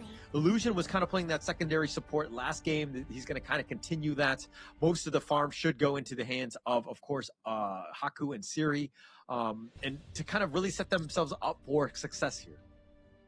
I'm having a bit of a deja vu here, because I've seen this Daji against the exact same composition against BTR by Vitality last, I think, 2 days ago, where there was a Jing, there was a Mai, there was a engaged roamer, and Nongshim Red Force picked the Daji here. So for me, yes, Daji counters the Jing in a 1v1 matchup or in like a multi-matchup, but yeah, she still has a problem where she doesn't have mobility, so she could be a prey for the members like Fire Ninja on Hands of Dragon. Yeah, both of those guys are going to be flying white ad to him, right? So Illusion has to be so far back where, the rest of the team is there to help support and not get jumped on. It's going to be key because the team fight is real from Nongshim. If they're able to kind of get them into 5-man, team fights, they're going to have a good time. But at the same time, Blacklist International, if they're able to get those pickoffs, the Jing and the Mai are going to be high flying. It's going to be tough to deal with and to ensure that everybody's there on time. This is going to be an exciting one coming in towards this game number 3. It's do or die for the side of Nongshim Red Force. Yes, you can say they don't get eliminated in group stage, but to find a win, an opening win, not even a series win for your team, is such an important task for you, especially you are against your long rivals, which is Blacklist International. This is your shot to make things right. This is your shot in starting that reverse sweep. Yeah, this is the moment, right? And you got to look at this third game. Yes, it's an elimination game. Yes, or sorry, it's for the match. It's match point. That is not elimination, but this is a situation where it's tough, right? There's going to be a lot of pressure, especially on Ratel and Namu, to really show up on this one. But you got to just shake things off. Look at this as like a best of one. Think of it as baby steps. Win this game and and survive at least for another one. I fully agree with you here, Mr. Holler here. So as these picks are locked in for both of these squads, we will be heading into game number 3 of our second series of Day 3 KIS4. Blacklist International, blue side. Nongshim Red Force on towards the red side. This is going to be an interesting one, right? In terms of how they play this. Because again, if Blacklist are able to play fast and furious, Dragon is able to make those impacts on the outside lanes and to kind of snowball from there. Plus you have Chammy 1 on this Byron, who's a great laner in and of itself. You're going to have a lot of potential. Now the execution, that's another story, but Blacklist International are set up for success. Very fast wave clear as well coming in by the side of Nongshim, allowing this Daji to start roaming across the map already. Looking to assist the side lanes here. So fast push means that your roamers, your mid lanes get to rotate across the map for these early game resources. Look at Ratel all by himself at the top lane. I mean, Illusion is there, but he's losing it. The Firehawk, or the Phoenix there, the Pheasant, excuse me, and it will be taken up. But Blacklist have done a great job. This is one thing that they've done very well, is that they've prioritized Chammy 1's lane to let him really snowball. And look at that. Getting the enemy fire bait, getting the neutral objective of the Space Sprite, already a decent win so far for the side of Blacklist International here. Mirror Domain already popped in towards the mid lane here as we see an aggressive trade coming in for the bottom 2v2. Yeah, and Namu actually coming out worse on that one. He's a little bit on the lower end, so he needs to be safe, play a little bit safer in that sense. But Chaz used the heal, so something to take note of. That's a pretty big cooldown at this stage of the game. It's to keep itself healthy, right? For moments like this. That's the charm hitting on towards the side of Just, but they still do get that EXP trade-off in towards the mid lane, get that clear in, and they start moving across the map here. Top side, Shami is playing super aggressive here. That's a 1v1 that we're seeing right now. Yeah, gonna be aggressive. I mean, Chammy won. He was like just playing on the very outskirts, but it looks like they're gonna go in. Haku has to roll on out. He gets on to out of there, but the Azure Golem is gonna be spawning. Illusion has to actually just flash on out. Joshi's a little bit slow. Nice furball, slowing him down. First blood is gonna go the way of Haku. That's the nice little pick off. They don't really have too much more in terms of catch, and they will clear the space for them to take the Azure Golem. I feel like it was such a overcommit coming in by Blacklist International. I know for a fact that they wanted to CC chain Haku and get that first kill, but the problem is there's this Sprite Guardian in the enemy jungle before 4 minutes. So what does it mean? It's like there's a default 15% protection of reduced damage on the enemy team if they fight in your jungle. So that is a bit of an overcommit coming in for the Blacklist. Yeah, they were trying to be aggressive, and this is going back to how Blacklist plays, right? Like, they know that they have Nongshim on the ropes, but they're going for those massive punches now, right? You got to play slow and steady. You got to look at things as just like, this is the third round. You got to kind of jab your way into it again. You can't just go all out swinging just yet. You gotta compose yourself, right? You know, slowly but surely pace yourself towards that game tree victory. Close your eyes. Every game is a BO1 until you truly win out the BO5. So for now, we do see a much more composed early game coming in from both sides. Only 1 kill over the map across this 3-minute 30 seconds mark. All right, I kind of want to correct what you said, because you're saying close your eyes, and I feel like my future ranked teammates are going to hear that, and they're just going to close their eyes. They're not going to play the game. So I want to be very clear with what they're going for, and now Rattel just trying to stay alive. He gets flashed, and he's going to get picked off. Chammy chasing him down to the ends of the earth, ensures that they do get that kill. I think Namu just ditched Rattel all by himself to get chased by 3 or 4 people. But back to your end of the story just now that you say your teammates to close your eyes. That's definitely not what I meant. If you have anything to say, catch him at Holler TV. And towards the mid side here, we see a bit of a damage on towards the tower here. With superior positioning, this Tyrant should be going easily to the hands of Nongshim Red Force. But on towards the cross map, Chammy does get a trade on towards that top tier 1. Great control by Nongshim right there. That's how you want to just take that Tyrant. Ensure that Blacklist can't even get close to it. I mean, yes, they're down about 1k at this point, but the top lane has not gone well. Rattel losing that top T1 at the 4-minute mark, that's a rough one. Yeah, it's a rough one, and they have prior position going in for this Crimson Golem. They don't really want to go for an invade. They still want to play the game slow and steady, make sure that they have all the farm that they need. 1-1 in terms of kill score right now. Once again, Blacklist International coming in with a superior goal lead here. We're still waiting for that big engage, coming out from either Namu on that Rifa Daru, or coming out from Chaz on the Beast. Just not ready yet. I think that Just G and Haku haven't hit that critical mass as of now. Illusion has to just run off, and here come the reinforcements. Chammy planting his flag, wants to go force field suppression, but this might be a little over aggressive, but it was just a bait, and here come the reinforcements. They have a 2-man knockup, and Just G is trying to dance around, but he gets picked off as well. It looks like Chammy baited his own teammate. Yeah, it's like no one was ready coming in for the Blacklist International to actually assist Chammy in that rotation here. He survived for a very long time, but the problem is, the moment Dragon and Just G entered the fray with those combos and the CC chain, Chaz wasn't there, Golden Kite wasn't there for that DPS, so it wasn't really enough to take down Siri there.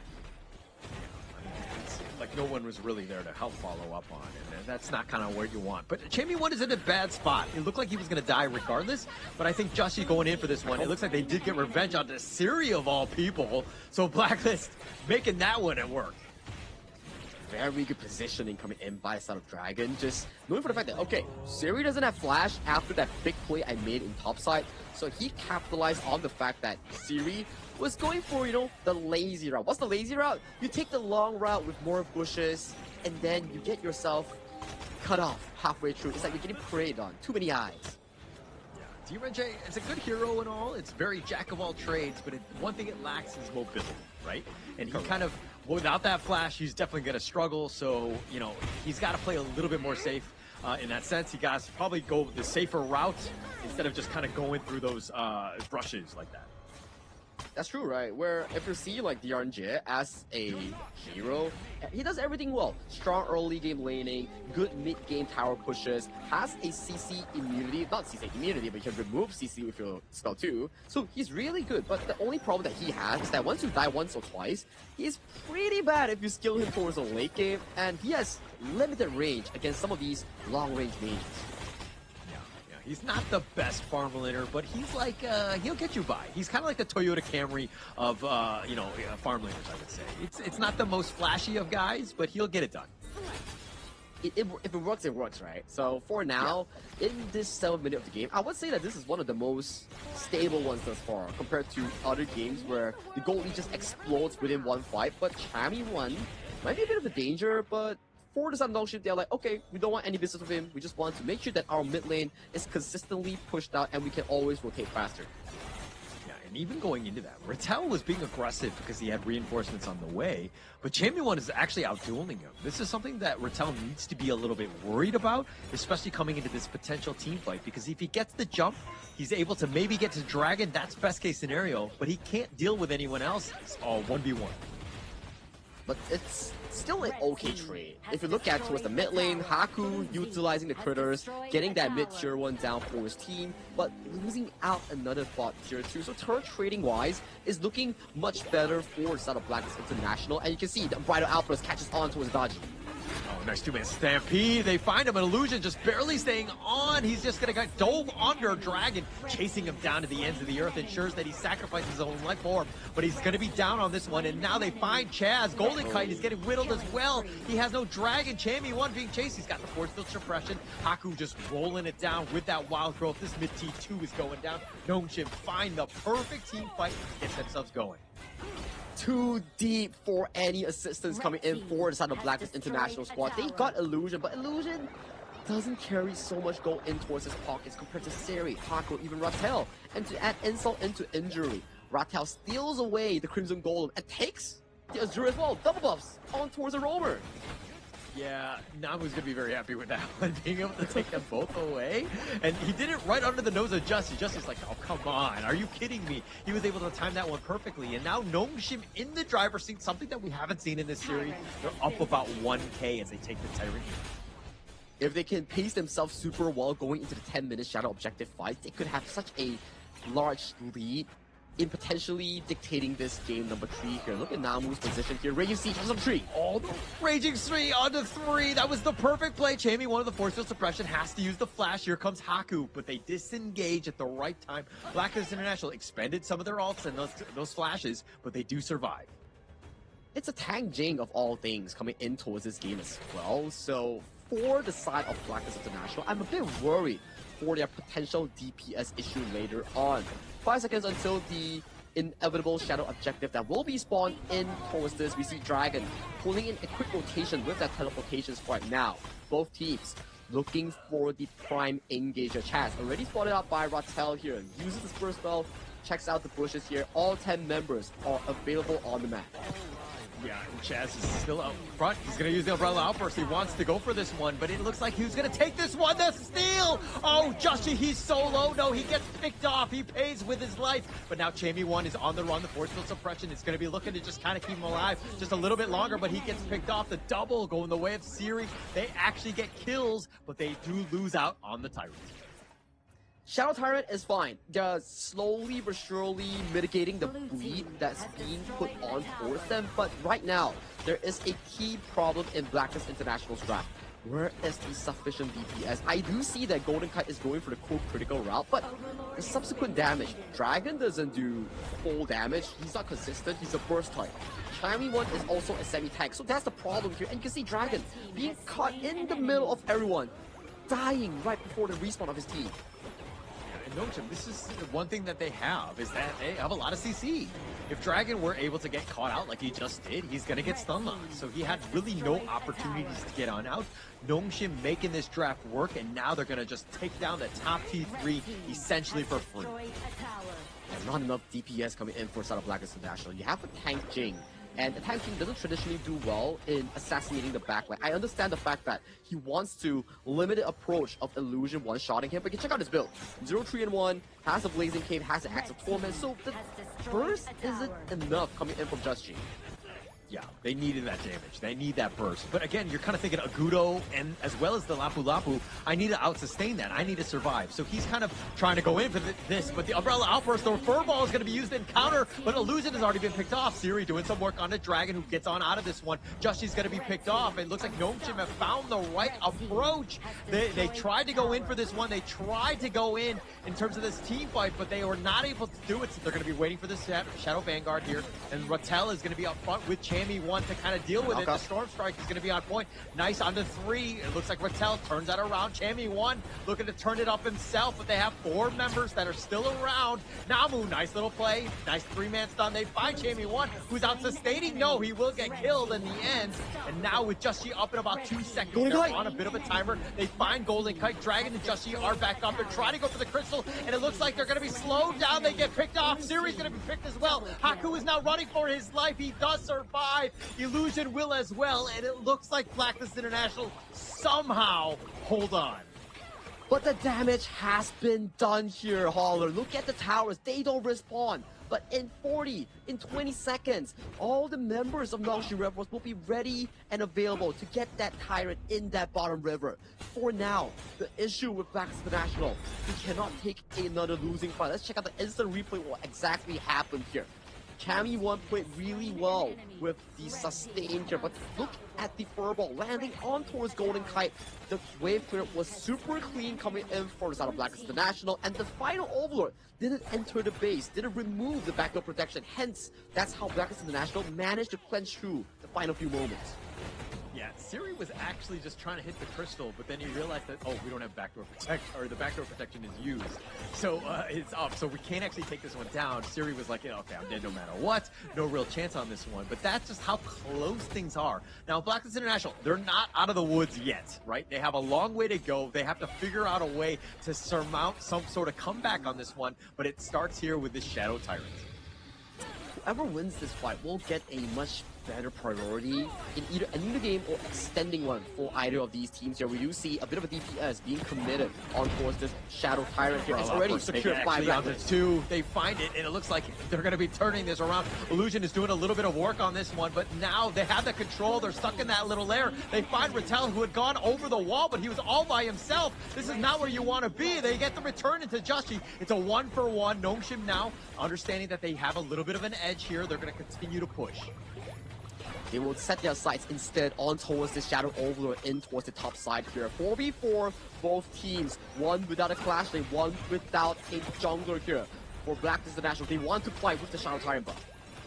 Yeah, and they do have that smite. Haku's alive. Jushi's down for about 20, but they're not actually working on this. Dragon is working his way around. Chaz is just getting shot down. No chance. Haku just runs him down. Chammy 1 is now here, and now it looks like he's going to be killed as well. And Nongshim, off an uncharacteristic mistake by Chaz and Chammy, now this opens up the door for the Overlord.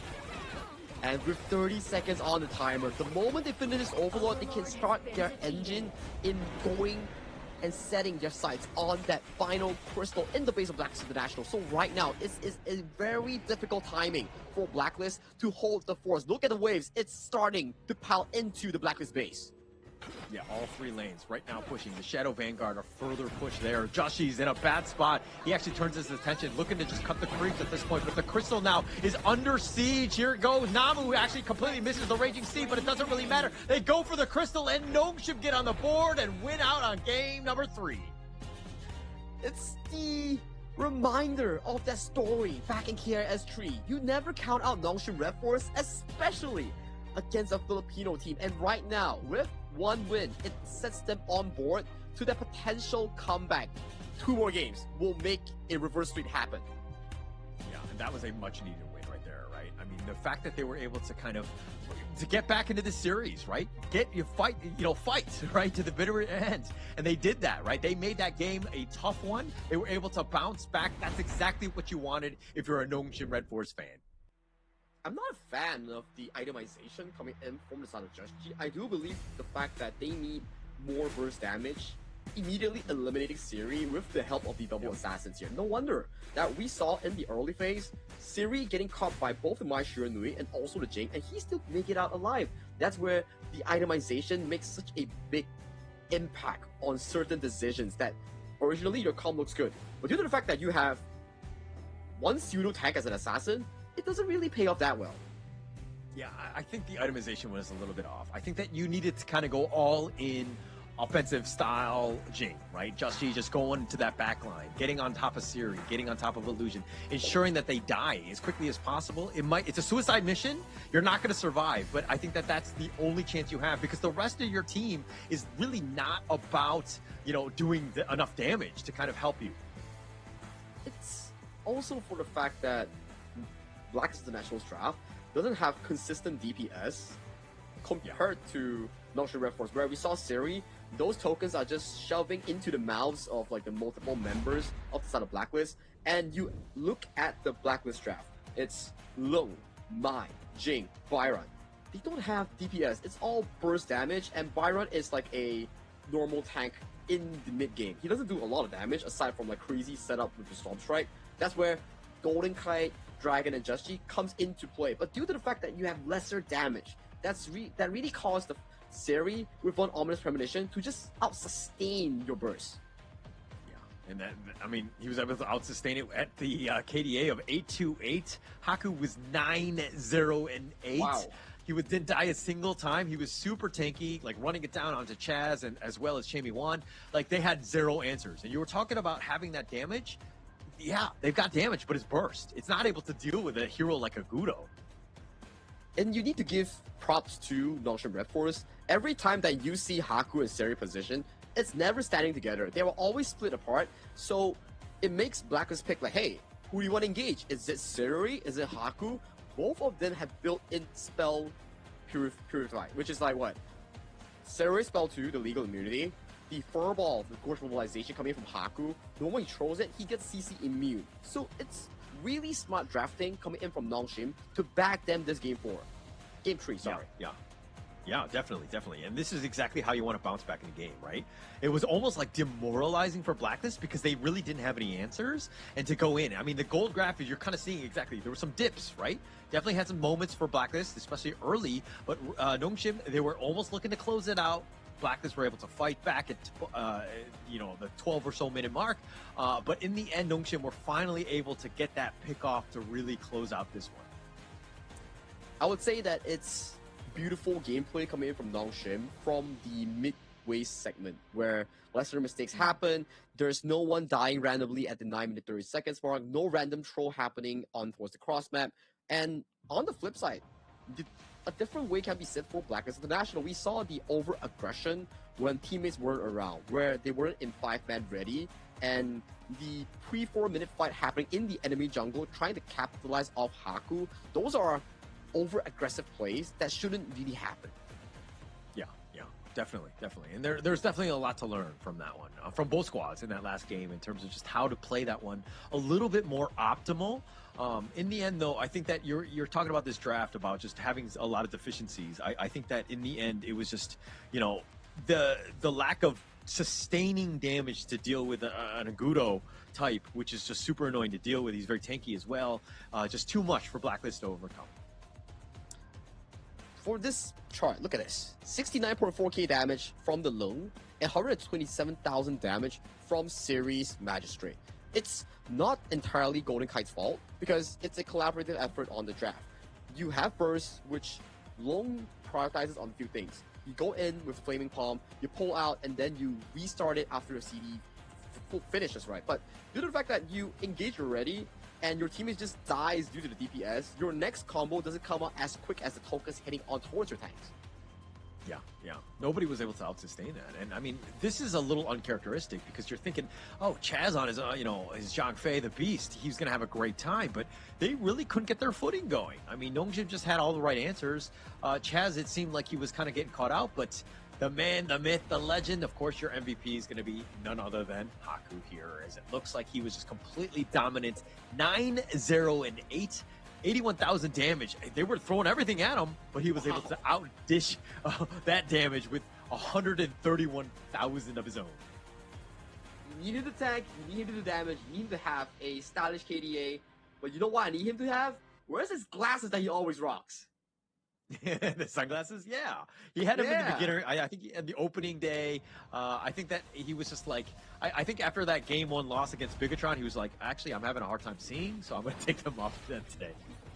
It's like he's unleashing his steel, right? Taking off the glasses here, playing in full efficiency. And this is the play that we highlighted that is uncharacteristic of Blacklist International, where you have multiple members not ready and you've already committed for the fight. This one as well, overcommitting for illusion so that all your spells are committed on towards the low gold Daji, and your double marksman, which is Siri and also Haku, gets to free hit against everybody else. Yeah. And also Golden Kite was super aggressive. He was a little out of position. And Haku, once he target locks you, he just runs you down. And I mean, there was just a lot of just those misplays, the positioning, just over aggressive. And I kind of feel like going into that last intermission, when they're going into this one, they were kind of like, we're up 2-0. Let's have some fun, guys. But sometimes when you play for fun, you play a little, loose, right? And this is kind of what you kind of see, where Blacklist were not able to play as clean as they normally do, and they paid for that in this game. It's like you're lacking the focus, right? Lacking the unity that you had back in Game 1 and Game 2, which is okay. Maybe for Blacklist International, it's like what you mentioned. It's to get more games in, treat it like a scrim, because winning or losing, you'll still be at the lower parts of the standing, waiting to be selected by Group B's leader. Yeah. That was a huge win, right? I think going into this one, it's a much needed win.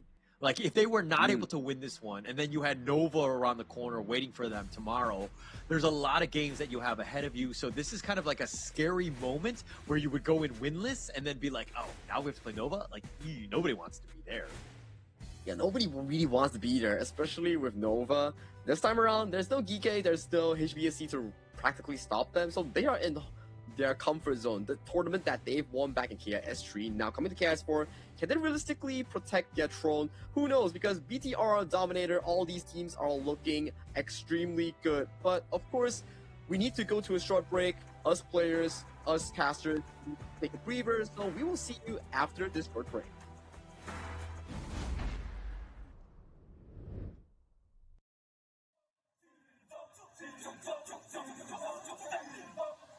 Kings Invitational Series, let's go! Bertahun-tahun ku ditempa, harap yang karang murka, enemy di setiap langkah, jantan datang mencoba, panggil ku one man army, satu orang 1000 nyali, bel spirit dalam nadi, sini maju kula deni. Langkah sudah jauh, mereka pikirku mau mundur dan buang sau. Kehormatan yang utama di puncakku pertama, berdiri hantam balik semua yang halangi arah. Pikir-pikir lagi kalau kau mau halangi, genderang perang sebab bunyi sini hadapi old school tank mentally dia takkan berhenti, bukan instan imitasi. Coba kau lihat sapu cara bermain agak lain dengan strategi yang saya desain. Aku lah mastermind di balik kekacauan, satu punchline sapu ku mundur semua lawan.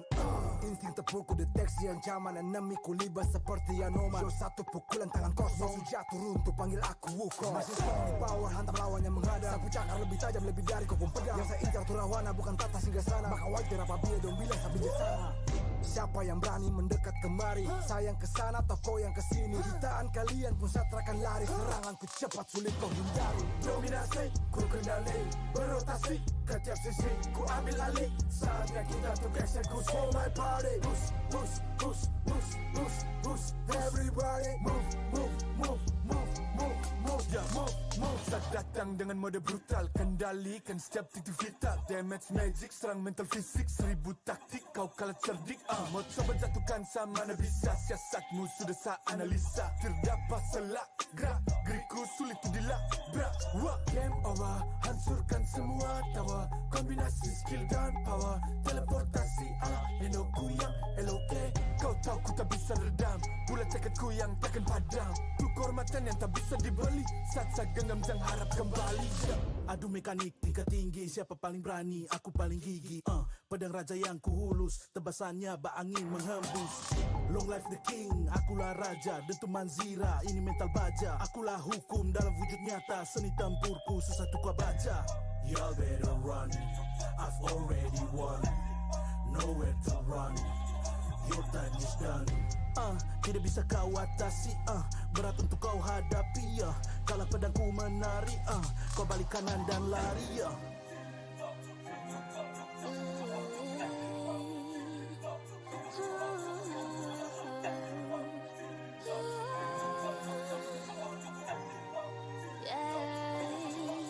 Come get me, go di singgah sana.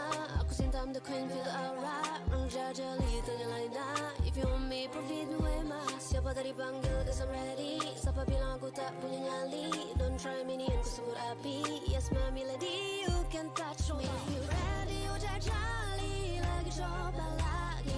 Tegak berdiri. We're back to the Honor of Kings Invitational Season 4 here in Jakarta, Indonesia. Here are the updated global ban and picks between the Blackest International Series and Nongshim Red Force.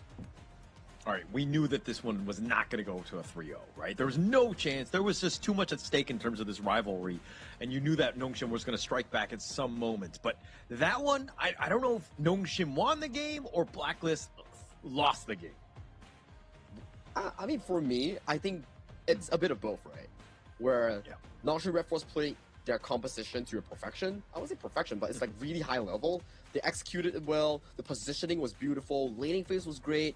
And Blacklist International had a bit of a oopsie when it comes to like their usual discipline, where we saw Chami1 being caught out in side lane. We saw the Jing missing out some of these key engages. So these are things that creep up to you when tournament stakes are at hand. Yeah, definitely. It's definitely going to just kind of mess with you a bit, right? You're not going to have the perfect time, and you're definitely going to make mistakes, and that's what kind of makes them fun in a way. But I think that this is also a learning process for both of these squads, right? Going into that one. I mean, if Nongshim are going to ever come back to previous glory, these are the type of games that they need to win. Like, these are the teams that they need to kind of be able to compete against.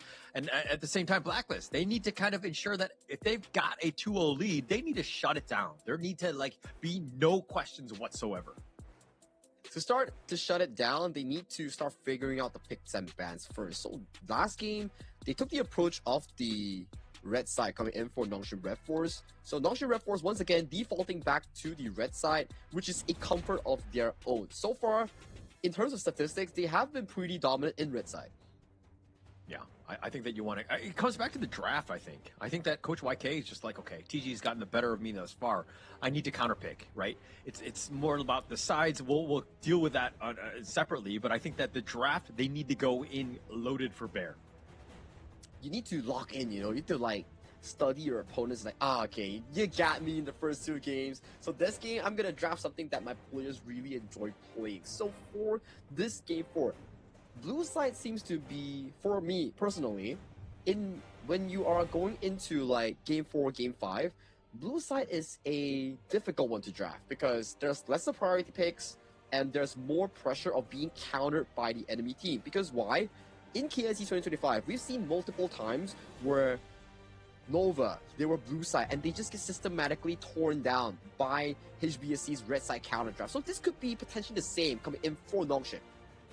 Yeah, it could be the same, right? Could be like in that same situation. But again, at the same time, like Blacklist right now, you cannot mess around. Like, this is a must-win closeout game. You put in all of your eggs in this basket. You have the best draft ahead of you, and you close this one out. Because if you go down 0-3 again, or even to a 5th game at this point and make it kind of close, there are going to be a lot of questions. People are going to wonder what's going on with this Blacklist International team that everyone had high hopes for going in. The mental game is also at stake, right? Like you mentioned, if you lose out this game, it means that Nongshim Red Force captured the momentum to make a pretty good comeback into game 5. And when you're Game 5, it reminds you of the terror that happened back in KIS4 semifinals back in their home ground. So if it happens, which is this game, things could go really bad for Blacklist. Yeah, for sure, for sure. And I mean, they're going to go with one of the most picked heroes thus far. They're going to go with the Chano to kind of set things up for Blacklist International. Lock it down for Golden Kite. Give him the best sort of lane matchup that you can think of, especially since there are some other heroes like the Siri that's been taken away. This is a good one to start them off. A consistent one as well. That's why they selected the blue side as the priority. So you could give like Golden Kite the best pick so far that's yet to be selected in the farm lane pool. So for the side of Nongshim Red Force, they answer back with a Dharma and Diadea to set the tone for the game. It's pretty good because we talk about Luna, super good mobility, super good in terms of like resetting the ultimate. What better way of locking her down than crowd control, the truth mantra, the spell 2 coming in from the Diadea. But, I mean, you're going with the Luna early, right? You're just showing your cards. I mean, you have the Yixing to kind of back it up in terms of those boards, excuse me. Could be very interesting. But it looks like the Flowborn tank is being highlighted here. A nice potential way to kind of counter this Luna here. This is actually such a perfect pick for the side of Nongshim Red Force. The counter is already set in place. You have the Diadea, you have the Peaceful Fist. So these two will be man-marking Just on this Luna. It's not about mastery at this point, it's about how you can survive against this counter matchup. Yeah, and actually being able to survive. And also you have the turn, the ability to turn the fight on its head by just being able to be aggressive, right? And you're able to invade the enemy jungle, take away those blues. Luna really struggles to get any sort of farm without it. And pacing on into this second phase as well, we start to see more of these clash lanes be automatically banned away from the hands of Champion 1. You have to wonder, it's like, okay, after 3 games, it means that 3 default clash lanes have been removed from the pool due to global ban pick, and now they add on a Sunsa, they add on a Mayin. The options are dwindling down. He can potentially visit picks like the Charlotte, picks like the Guan Yu for this game. Yeah, but like, I think the Charlotte works, actually, because it does kind of add in. Yixing doesn't really need a whole lot of farm. I'm just talking about how the net worth is going to be kind of spread throughout, right? So that potential could definitely be, working out for them. Now you've added the Garuda to this one, Nongshim Red Force. Illusion is looking to play this one just for that extra spacing. And people get stuck in that board. If they want to fight into it, you have that Wings of Judgment. This could be a potential issue for Blacklist here. Very long range, very long reach coming in from Illusion's Garuda. So for Blacklist International, they're lacking a roamer and also a clash lane here. Guan Yu, not the best one because there's like the Flowborn tank and also the Diadea to man-mark the Guan Yu. Potentially go into the likes of the Charlotte in this game. Might be a better answer for the side of Blacklist. There's also the Ambrosia, which is really good in those backline assassination. So they're doubling down on the backline threat forward into the Raging Sea from Chaz, and then the Night Plume on the hands of Champion 1 will dive deep to find that backline assassination. Actually, I kind of like the way Blacklist have drafted this far, right? The burst is there. If you're looking at Nongshim, they're kind of like the Flowboard tank, obviously very tanky, but the rest of them, definitely, if they get jumped on, they're going to have a hard time. Konsei Yui has to stay alive, and this is going to be probably going to be their last pick as well. But they do have some gaps. If Blacklist aren't able to run it down and they like this aggressive style, this could be a potential problem for Nongshim Red Force because they have to counter that. I think it's fine. Like at the very least, this one, if we see the Concert U being picked up, you only have to worry about the Moonblade and Boardmaster on the hands of Just G and Dragon. Clock in that Succubus Cloak in the 4th item, and when Just G comes in, immediate CC will be laid on towards it. And when Night Plume comes in, you have the Blessing on your spell too. So you have physical immunity and you have a proper itemization to negate what Blacklist International is trying to propose against you. Yeah, but everything needs to be perfect. They need to be together. Like if you get isolated, Blacklist, you know what I mean? They can jump on you. They get that kill very quickly, right? So Nongshim Red Force, they need to use the buddy system. They need to stick together. The death ball is going to be real from them. And they need to stay alive because of that. But again, if you're playing a death ball, you have that potential split push counter that Blacklist could do to kind of really take the game over. I expect the bodyguards in the form of Namu and also in the form of the Haku Flowborn tank to be consistently playing around the mid and farm lane for the side of Nongshim Red Force. Make it like a triangle where you give vision, you give sufficient CC, so that assassins have a hard time coming in. There's multiple levels of CC you have to play through. If the Flowborn tank uses the full combination of her flow, I think you can probably do like what, 4 to 5 knockups consecutively, and you still have the Diodea, which is the point and click stun. So for these two to handle Just G is more than enough. Yeah, okay.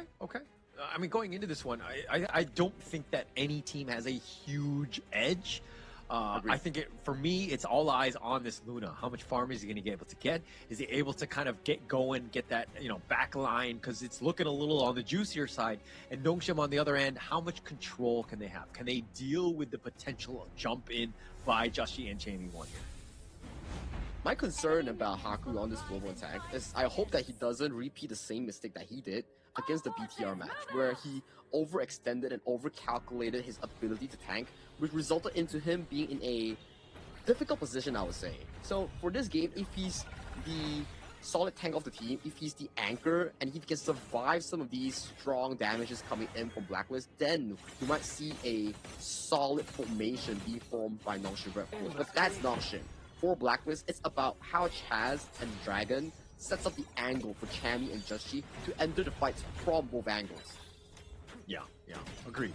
And I think that that's kind of been an ongoing issue with Haku at times, where he thinks that he's stronger than he really is at times. He needs those items, and once he's there, he's awesome, right? He knows what he needs to do. But if he's having a bad game, he's not able to farm and to get that level of, items, but he still plays like that, you're going to have a tough time. And that's kind of where some of the weaknesses of Haku have shown up. It's something that we've seen, right? But it's also something that you can actually fix through experience and more game time. So for me, this game, he plays a very pivotal role because you see the Nongshim Red Force strat. Rattel is a flank, Illusion, Siri, Namu, they are squishies in a sense. Namu has a pretty difficult time as a Diodea to control River Vision. So that's where Haku comes in to really control the pacing for his team. But we do see a bit of a jungle counter by Chaz, stealing away the Azure Golem from the hands of Haku. Yeah, and being able to take that away, I mean, that's massive, right? We're talking about how just like the blue buffs are so key, right? I mean, obviously more so for the Luna, but still for the Flowborn tank, also very important. So taking away those buffs is going to be key here. I feel like we've seen this before, isn't it? Like, I can't seem to remember which game was it. It was a mid lane stealing with the buffs here, but Champion caught in the bad position. Oh, it looks like that's going to be the final frenzy. He's going to turn this around. It was all bait. Haku's in a bad spot. He's going to give up first blood. Chammy 1 using that final frenzy and completely baiting him. For those who have never played Night Plume or otherwise Ambrosia, if you don't click the ultimate, you get a free revive like a Sage Sanctuary. If you click the ultimate, you get increased stats. So, Chammy didn't click the ultimate, he got to revive there.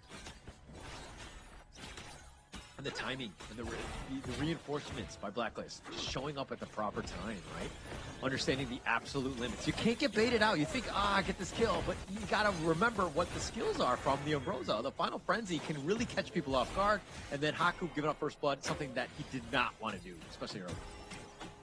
It's an idea, right? It's like, okay, I want to pop the final frenzy, and I want to get out, but the cavalry just arrived so damn fast coming in for some Blacklist, and Naku is like, oh, damn, I spent all my mobility, I can't really get out. So these spell sequence coming in from the Flowborn tank is very important. You gotta save like at least enough flow for your ultimate reset to reposition yourself.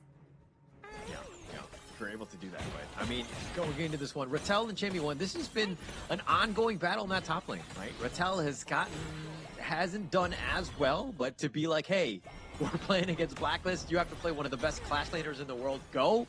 Not going to be the easiest things, so he's been learning on the spot. But he hasn't been completely destroyed, but at the same time, we haven't seen as much of an impact as, per se, a Chammy 1. Fully agreed, and we see a bit of a poke on towards Chaz. Chaz gets taken to a peculiar health right now. More of this jungle plays, the macro, is heavily focused on this mid wave. Now they control the mid wave, they look to rotate themselves in towards this middle river. This is going to set things up for the Tyrant. It was all about a little bit of a skirmish. The Wings of Judgment, the Raging Sea was used as well. Chaz dashes over the wall. He's going to be fine. But Haku is continuing to just go in with this. The board has been laid out.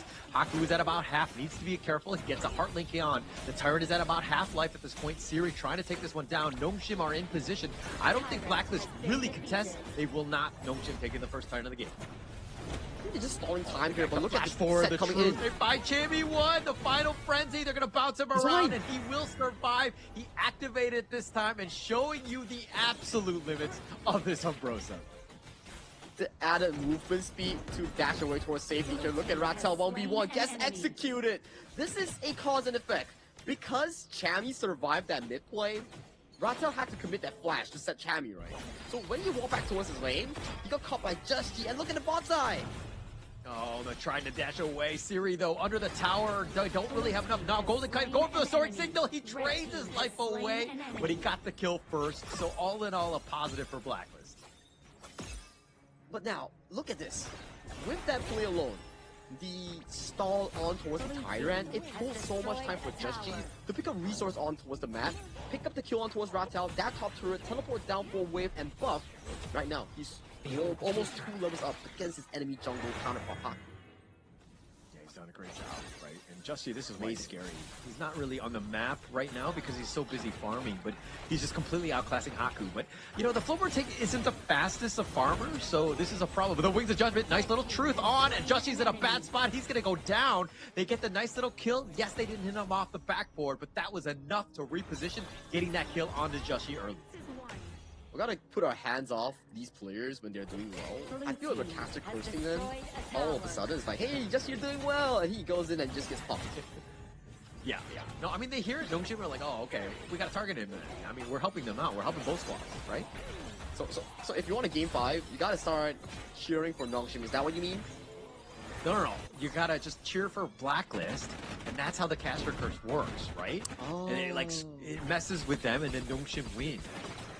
Right? Because every time we speak positively with the team, it just, it doesn't go well, right? Now the question is, does being a newer caster means that your curse is weaker, or do you have to be an older caster? So how does it work? No. That doesn't matter. It's all the same, right? It's at the end of the day. So with the Wings of Judgment, zoning it out, the board has been laid out, and Haku looking to go aggressive, finding Jamie 1, but not really enough to kind of follow up in terms of this damage. The bottom teleport by Golden Kite, he will be there with Justy. Very straightforward build as well coming from Haku. You see a straight up Succubus Cloak to just negate damage coming in from Just G and also Dragon. So for Golden, he plays a pivotal role for Blacklist Draft to be that DPS anchor that they need in the late game. They need that, right? I think that the damage, the anchor that you're talking about, they need that extra support. They need to kind of continue on, ensuring that they're able to close these games out. You cannot do it all by itself. Siri needs help, right? Illusion is that guy. I mean, Haku, yeah, you can be that kind of Flowboard tank that's, you know, tanky as well as doing a little bit of damage, but it's not as much. I think Illusion, there's going to be more pressure on him to really step up. So far, I think he's putting a lot of pressure, right? Those Wings of Judgment in towards the mid lane, putting a lot of these pressure points against Just G, Dragon, also Golden Kite. So definitely a player that we are looking out on aggressively here. Just G playing really aggressive, clearing out the wave. Haku just bumping, and you can see Wings of Judgment just walking through Chaz. Yeah, and Chaz, he's tanky. He's so tanky. He's going to be annoying to deal with at some point, right? Because he's able to kind of take that. But he wants to be that frontliner. Chaz understanding how the Lapu Lapu is played. Like, this is a hero that's very tanky, has a lot of control, and being able to kind of just eat some of those Wings of Judgment is going to help out the team because the rest of the guys are behind you, and they're not going to be taking any damage. With how the game is progressing thus far, I do think that this game will boil into a very pivotal 10-minute shadow objective fight. For both farm lanes, they're slowly but surely hitting that core Trinity item, like you mentioned, critical mass. And for these side lanes, they're trading very aggressively. Bot side though, Just G gets tagged, Raging Sea on 2. Nice. Oh, Raging Sea was on to 2, but now Illusion, he's going to get bursted. The board has been locked in as well, and Justy is doing some serious damage with this point. I mean, they don't really have much of a chance on this one. Golden Kite with a double, but the biggest piece of this one, Blacklist International, have 3 members down from Gnome. They've done everything well in that team fight. It seems like they want to go for the game-winning push here. Minions are approaching towards this bottom side. With 8 seconds on towards the clock, they will take this bottom tier tree and look to get more resources, pick up the buffs, pick up the remaining outer towers, and set themselves up for a crucial 10th-minute team fight. Yeah, T3 before the 10-minute mark, absolutely huge. This push from the bottom lane is going to be annoying for Nongshim to deal with. They're going to be very handicapped in terms of movement, trying to get outside of their own base to kind of defend or even take out another big neutral themselves. This is going to be a tough one. Now they're in a bad spot, and it looks like, you know, Blacklist International have cut off their arm very early in this game. Look at that replay. That was a beautiful board by Dragon, catching 3 different members, allowing Chami and also Golden to just lay down all the damage on towards the likes of Siri. Where did Siri flash go, you may ask? He dodged it by the spell 1, and we see a bit of a re-engage. Once again, board on 3. Oh, Namu, he tried to be aggressive, but Dragon actually baiting him out, Chaz, with the Raging Sea actually finding him. Concert Yui, Siri, that is trying to outfight this one, and he's going to be picked off. The final frenzy is real by Champion 1. Being able to bait that one out. Dragon had been killed already, but they find Rattel and Blacklist International with a bottom lane wide open off the quadra kill of Golden Kite. Will take game number 4, and it was very quick by them. They do it in sub 11 minutes. That's exactly how you want to do it as Blacklist International. The twin synergy in this game 4 is just showing why Golden and Dragon is such a pitiful factor in their composition. We saw back-to-back 3-man boards by the Yixing ultimate here, catching on towards the most crucial member, Siri, and you see the dives coming in, getting the room for Golden, getting the room for the side lanes to enter these fights. 2 fights like that, immediately GG, well done. Blacklist International takes the 3-1 win. Taking that one very easily on that one. I thought that they would be able to bounce back, but it looks like TG after that last game was just like, okay, we got to get serious. We got to just do our thing and close that out. And Blacklist International, this is the Blacklist we know, right? They're very strong when they're very focused and understanding the mission at hand. They were very objective focused, and they took them down in style in game number 4. The first obstacle has been decoded by the Blacklist International squad, where they paid revenge against their nightmares, right? That's why the title was Nightmare, the Red Nightmare. It was their gatekeepers back in the Philippines KIS3. Now they have denied the reverse sweep, they have advanced themselves and got their first victory in the 2026 HOK Esports here. So I'm excited to see how they play themselves more going in towards the playoffs later on. For Nongshim Red Force, it's not over because they still have one more series to play against Nova tomorrow. Yeah, one more series, and that one's also going to be a tough matchup, right? Nova Esports are going to be ready. They're going to want to close this one out. But, of course, they have Bigatron, right, by Vitality. That one's still coming up, and the final one coming up. That one's going to be an interesting series in and of itself. But, you know, I think going back to this one, Nongshim Red Force, this is not where they want it to be. Yes, they got that win, but that one kind of hurts in the end. It does, it does. Small things like this that you see signs of hope coming in from Game 3 where you did extremely well. I think that is the true addition of Nongshim Red Force that we should be expecting, because that was a clean game, good positioning and proper execution coming in from the KML Giants here. So I'm waiting to see them bring out these drafts, these gameplays more going into the knockout stage or potentially the games tomorrow. Yeah, I think going into this one, like the drafts were not the worst. I think it's just a little bit more of execution. Yes, there's some fine tuning that could happen, but even going into this one, you're kind of looking at those KDAs and you're like, ooh, no one really had a good game from Nongshim. It just seemed like Blacklist International, I mean, Golden Kite, an absolute beast, 7-1-1, even getting that quadra kill. Like they were completely just outclassing them, and just the target prioritization was really on point by Blacklist. He's on a roll today, Golden Kite. Multiple triple kills, multiple quadra kills, and 7-1-1 in such a tight game. The only time he faltered in this game number 4 was when he traded himself against Siri in the tower dive. Yeah. I mean, he was just able to just constantly. I mean, he traded his life away. That's not the worst thing. Like, he was getting, like, he's trading his life for a kill, right? And he got it before him. So all in all, not the worst trade in the world. And I think they'll be happy with that if that's your only kill.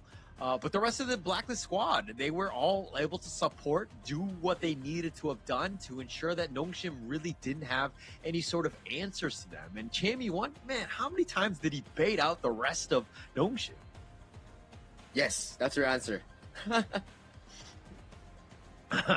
Very true, very true. I mean, he was constantly just using that. Like, and it seemed like Nongshim were kind of caught out, right? It didn't seem like they were like, oh yeah, he does have that. Maybe we shouldn't really bait us out like that. But if you were to see from the overall game stats, Illusion really did a lot of work for the team. Multiple occasions when we are looking into some of these rotations for the side lane, he stopped it single-handedly with the superior range coming in from the Garuda. But, you know, these short games, there are always key moments that really make or break the team. Where 7 minutes we saw how the board was laid down, catching on 3 members coming in for San Nongshim, getting multiple kills in towards the pockets of these key carries, and taking down that pivotal tier 3 in the bot lane, which opened up the game for Blacklist, and the subsequent fight happened immediately prior to that 10th minute mark, which allowed Blacklist to just get the game going and set the tone for this game for easy pickup for them after that win. Yeah, it was a really smart play. I like the way that you highlighted that bottom T3, because you're thinking, they're going for a GG push. It's like, no. We're actually looking to set this up for the end. We win one more team fight, we just win the game, right? And that's exactly what happened. Like, right after that, they just were able to win a team fight to close out the game. So it took 10 minutes to do so, but it's those moments, right, when you're kind of like, why is a team doing something? This is why they're looking to move into some sort of checkmate situation. And this has been checkmate, where out of all 4 games, I do believe that the only perfect game that Nongshim has played was the Direnje and also the Agudo game that they have so much more synergy with. I think it's their mastery of the composition and the communications going on. Potentially, maybe that if we think through the Nongshim Red Force coaching staff side, the change of the roster maybe affected the original shot caller coming in for their roster. That's why you see sometimes there's desync in terms of team fights. Yeah, no, agreed, right? And I think that also, like, Rattel and of course Namu 3, like, these are guys that are the position of the role that they're playing. They need to be that forward frontliner, right? They always have to have that vision, constantly feeding information, and that's why the roamer would generally be the shot caller. But the MVP on this one, I'm going to say it's Golden Kite, not Dragon, even though they're identical twins, but I'm pretty sure I'm right. Yes, it is Golden Kite, again with that pose, right? That 7-1-1 pose. I think it was Chammy, Golden Kite twice, so we see the same pose coming in from the Blacklist boys. So 7-1-1 in terms of KDA, 64,000 damage done with a 9,000 gold. 10 minutes game, so he had about like a 900 GPM running through this pack leader channel. Very consistent stuff that we keep mentioning is that when we observe the game from afar, we're looking at 2 marksmen that's being funnel resource and environment to carry the game. And this game, he definitely outperformed his counterpart, which is Siri. Yeah.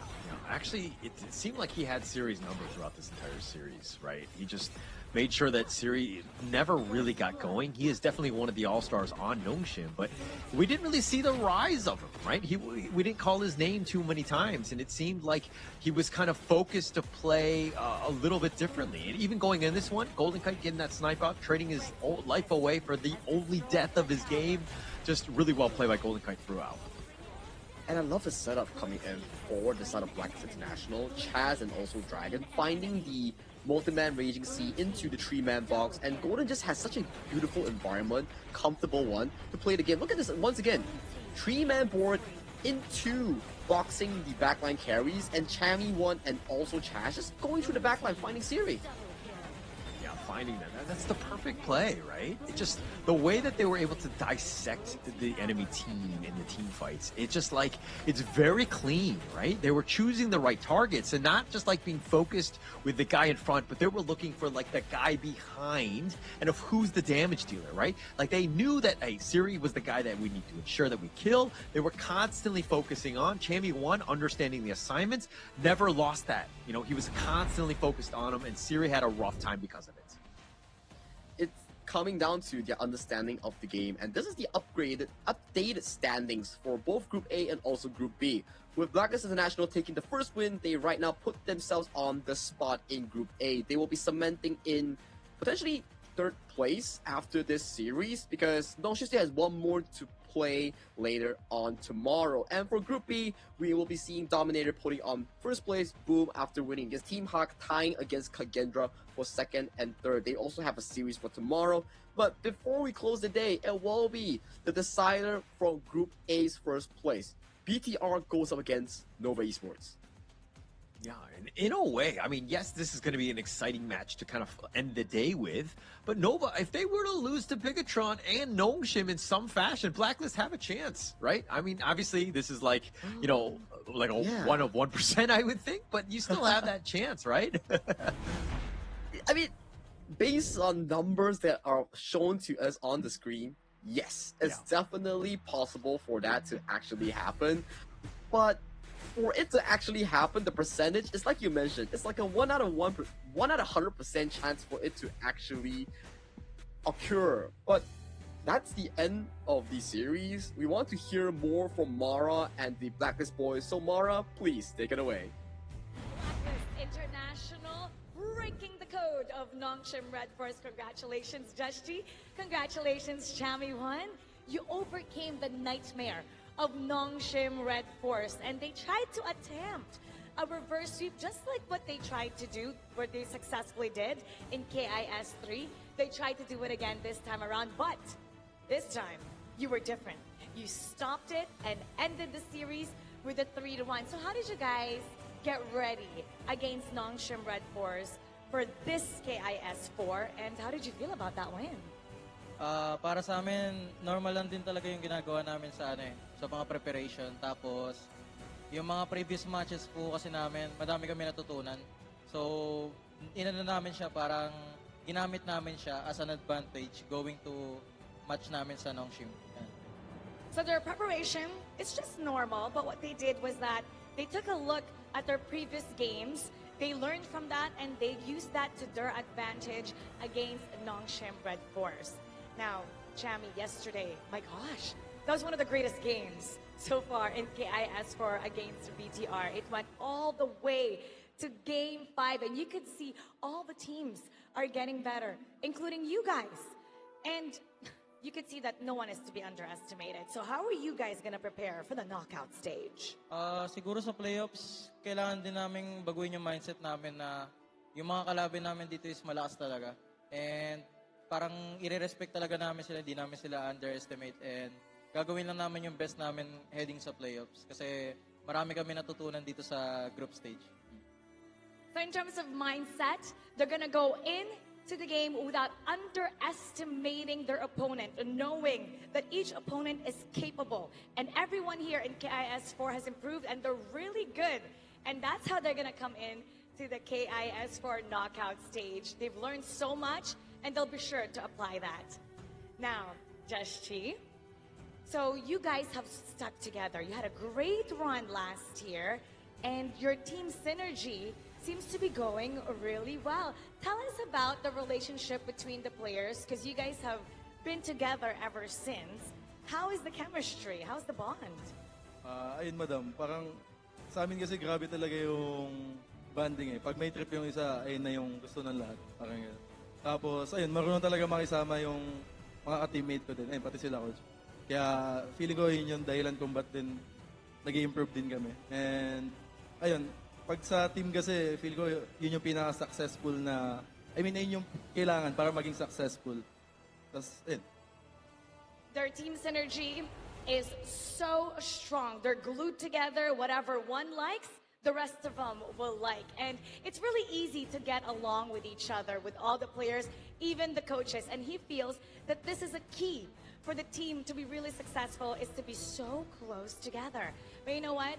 I bet everybody in Naos Esports Arena in the Philippines for the watch party, and the Filipinos watching at home, and all your fans around the world, they're getting closer together, cheering because of this win. What would you like to say to all of them? Ayun, thank you guys sa pag-support sa amin. And ayun, sorry kasi natalo kami. Pero babawi kami sa knockouts. He thanks everybody for supporting them. He's saying sorry because they lost, but they will make it up for the knockout stage.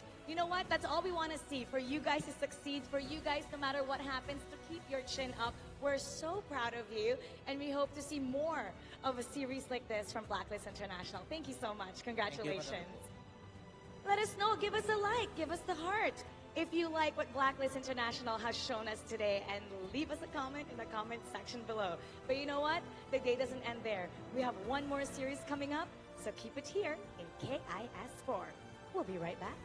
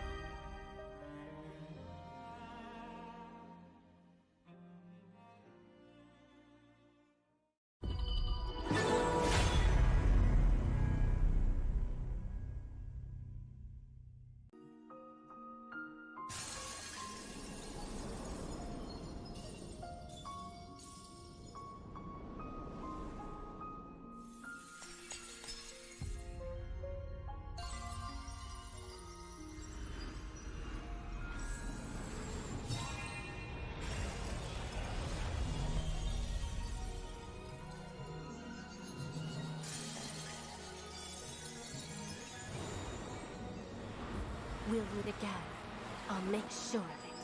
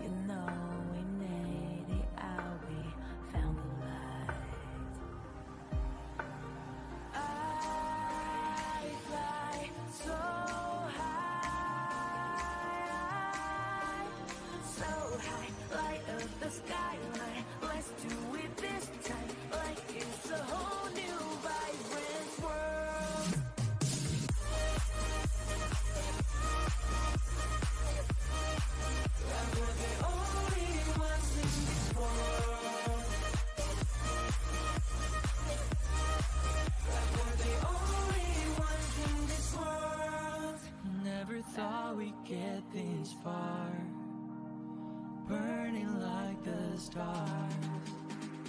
How we get this far? like we're the only ones in this world.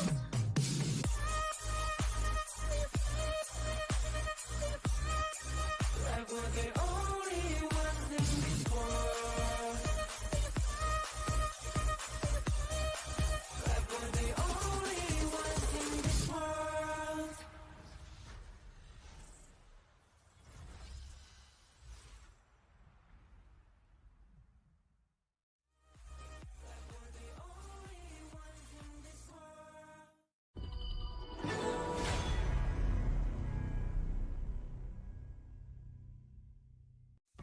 Grandpa, what happened in the monkey story? Anoman.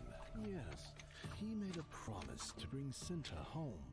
Was he lucky? He got caught, and flames rose. A huge fire.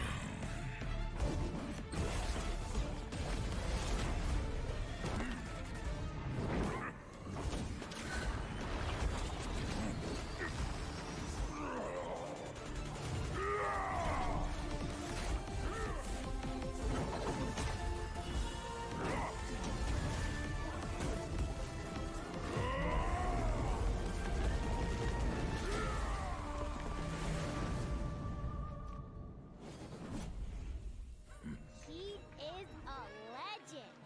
Yes, a man will always admire.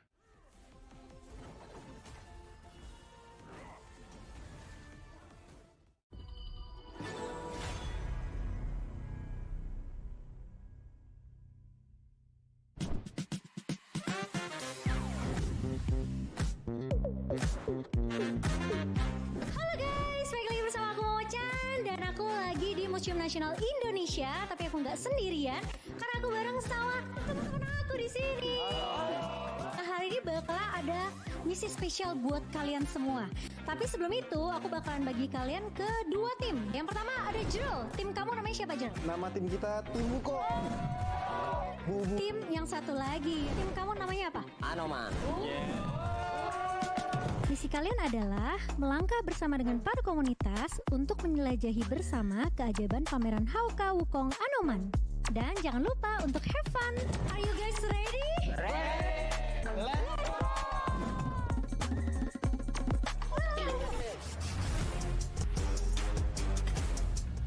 Loh, kok nggak boleh masuk?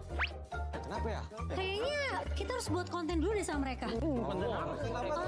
Kontennya kayaknya harusnya gampang sih. Tapi kalian siap gak? Let's go!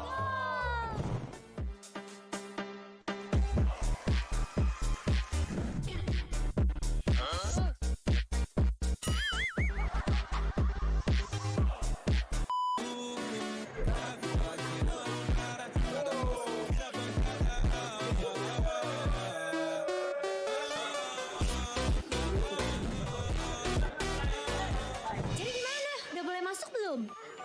Oke guys, let's go!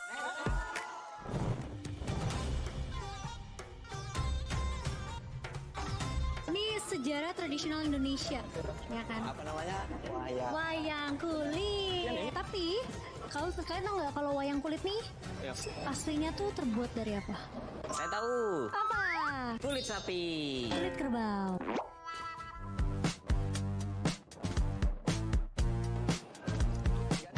Bang toket itu. Izin. Oke guys, jadi karena kita udah selesai nih di exhibition yang keren ini, gimana kalau kita lanjut ke immersive di sebelah sana? Let's go!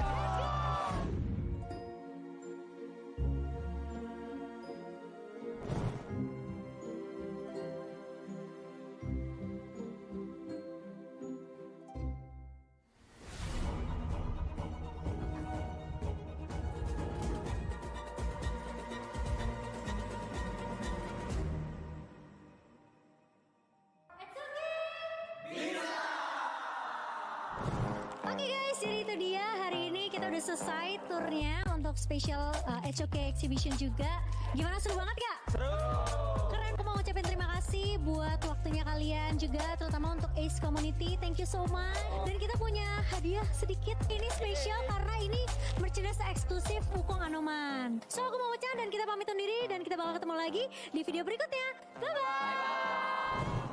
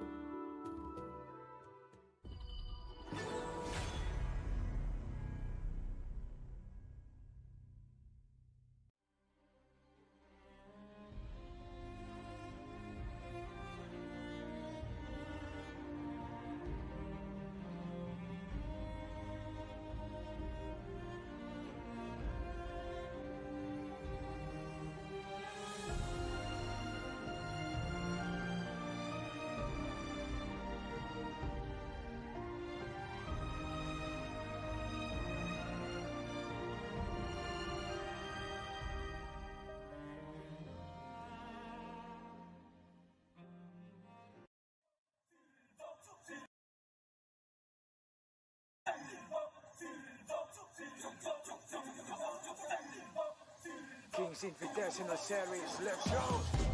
Bertahun-tahun ku ditempa, harap yang karang murka, enemy di setiap langkah, jantan datang mencoba, panggil ku Woman Army, satu orang 1000 nyali, bel spirit dalam nadi, sini maju ku ladeni. Langkah sudah jauh, mereka pikirku mau mundur dan buang sau. Kehormatan yang utama di puncakku pertama, berdiri hantam balik semua yang halangi arah. Pikir-pikir lagi kalau kau mau halangi, genderang perang sebab bunyi sini hadapi. Old school tank mentally dia takkan berhenti, bukan instan limitasi. Coba ku lihat sapu cara bermain agak lain dengan strategi yang saya desain. Aku lah mastermind di balik kekacauan, satu punchline sapu ku mundur semua lawan. Insting tepukku deteksi ancaman, enemy ku libas seperti Anoman. Yo satu pukulan tangan kosong, jatuh runtuh panggil aku Wukong. Power hantam lawan yang menghadap, sapu cakar lebih tajam lebih dari kopong pedang. Yang saya incar turawana bukan tata singgah sana, maka wajar apabila dong bilang sambil sana. Siapa yang berani mendekat kemari, saya yang kesana atau kau yang kesini. Jutaan kalian pun saya terakan lari, seranganku cepat sulit kau hindari. Dominasi, ku kendali, berotasi ke tiap sisi, ku ambil alih. Saatnya kita untuk eksekusi. For my party, push, push, push, push, push, push. Everybody move, move, move, move, move, move, yeah, move, move. Saat datang dengan mode brutal, kendalikan setiap titik vital. Damage magic, serang mental fisik, 1000 taktik, kau kalah cerdik. Mau coba jatuhkan sama mana bisa, siasatmu sudah saya analisa. Terdapat selak, gerak, geriku sulit tu dilabrak. Game over, hancurkan semua tawa. Kombinasi skill dan power, teleportasi ala Enoku yang LOK. Kau tahu ku tak bisa redam, pula tekadku yang takkan padam. Tu kehormatan yang tak bisa dibeli, saat saya genggam jangan harap kembali. Adu mekanik tingkat tinggi, siapa paling berani, aku paling gigi. Pedang raja yang kuhulus, tebasannya bak angin menghembus. Long life the king, akulah raja, dentuman zira, ini mental baja. Akulah hukum dalam wujud nyata, seni tempurku susah tukar baca. Y'all better run, I've already won, nowhere to run, your time is done. Tidak bisa kau atasi, berat untuk kau hadapi, kalah pedangku menari, kau balik kanan dan lari,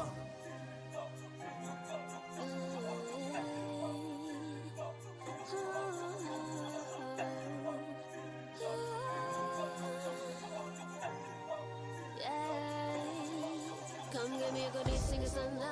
Aku cinta I'm the queen, feel the aura. Orang jajali ternyalain dah. If you want me, profit me mah. Siapa tadi panggil, guess I'm ready. Siapa bilang aku tak punya nyali. Don't try me, ni aku sebut api. Yes, my melody, you can touch me. You ready, you jajali. Lagi coba lagi.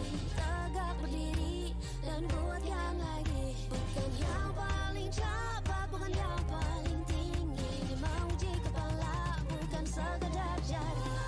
Di tangan kiri murka, kanan kehormatan.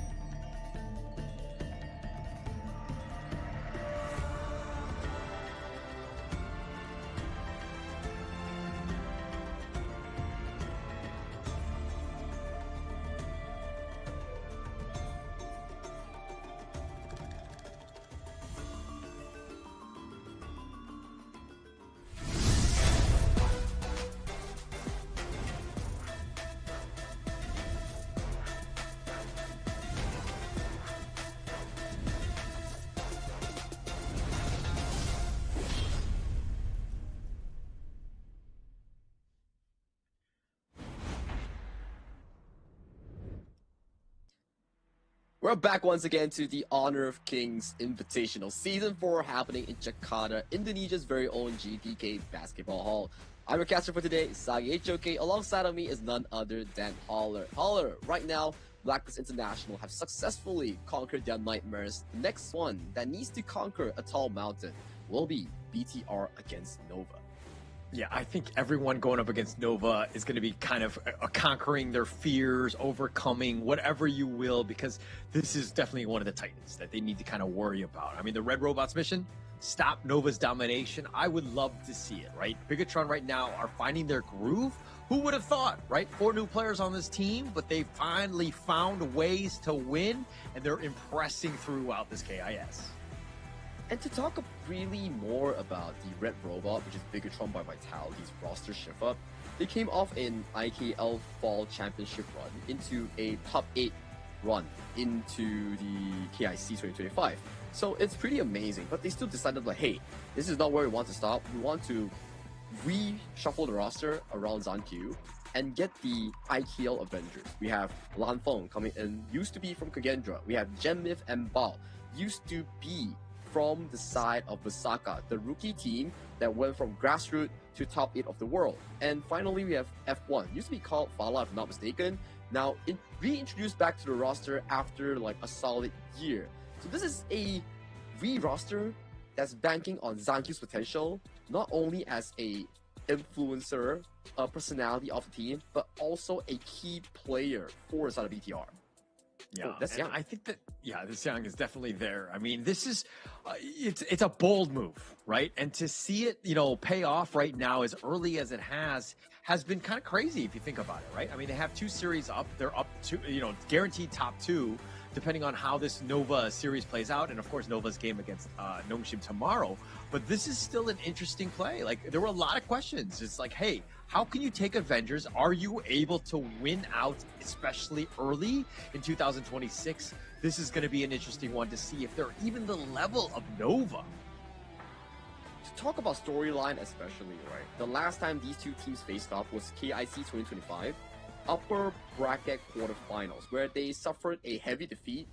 I think it was 4-0, quick games on the hands of Nova Esports, but this time, it's a bit of a roster reshuffle, right? Because in history of HOK Esports of Nova lineup, Zankyu used to play jungle in the first edition of the Nova lineup. Now, with a new jungler, the substitute for Nova Esports, Kong Lane being put up instead of CY, it's a different variety of the jungle fighting a different version of the Nova jungle. So it's a statement match in another terms for the additions of Nova junglers.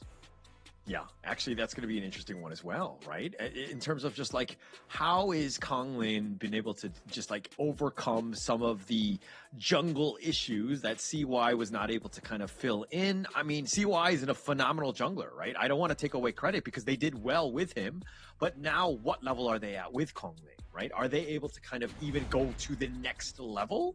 I mean, a lot of people are watching this, and going into the KIS, it was going to be who's going to play. Like, there's a lot of reshuffles, but going into this one, of course, the undefeated Supernovas.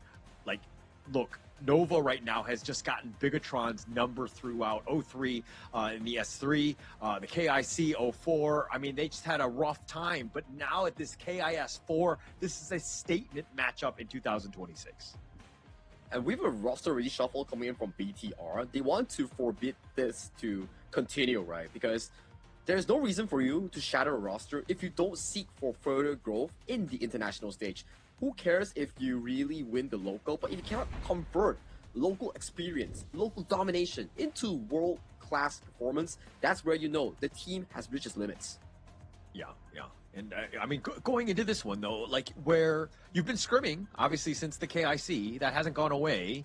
But this is a pressure cooker matchup, right? And going in and playing a Titan that is Nova Esports, are they able to kind of compete on this one? We've seen the rise of Ball. He's got some highlight reels. Please do check out the HOK Global Esports page for those, because he's really stepped up. But he's going up against another giant that is Schwan. This guy is a maestro in the Clash lane in and of itself.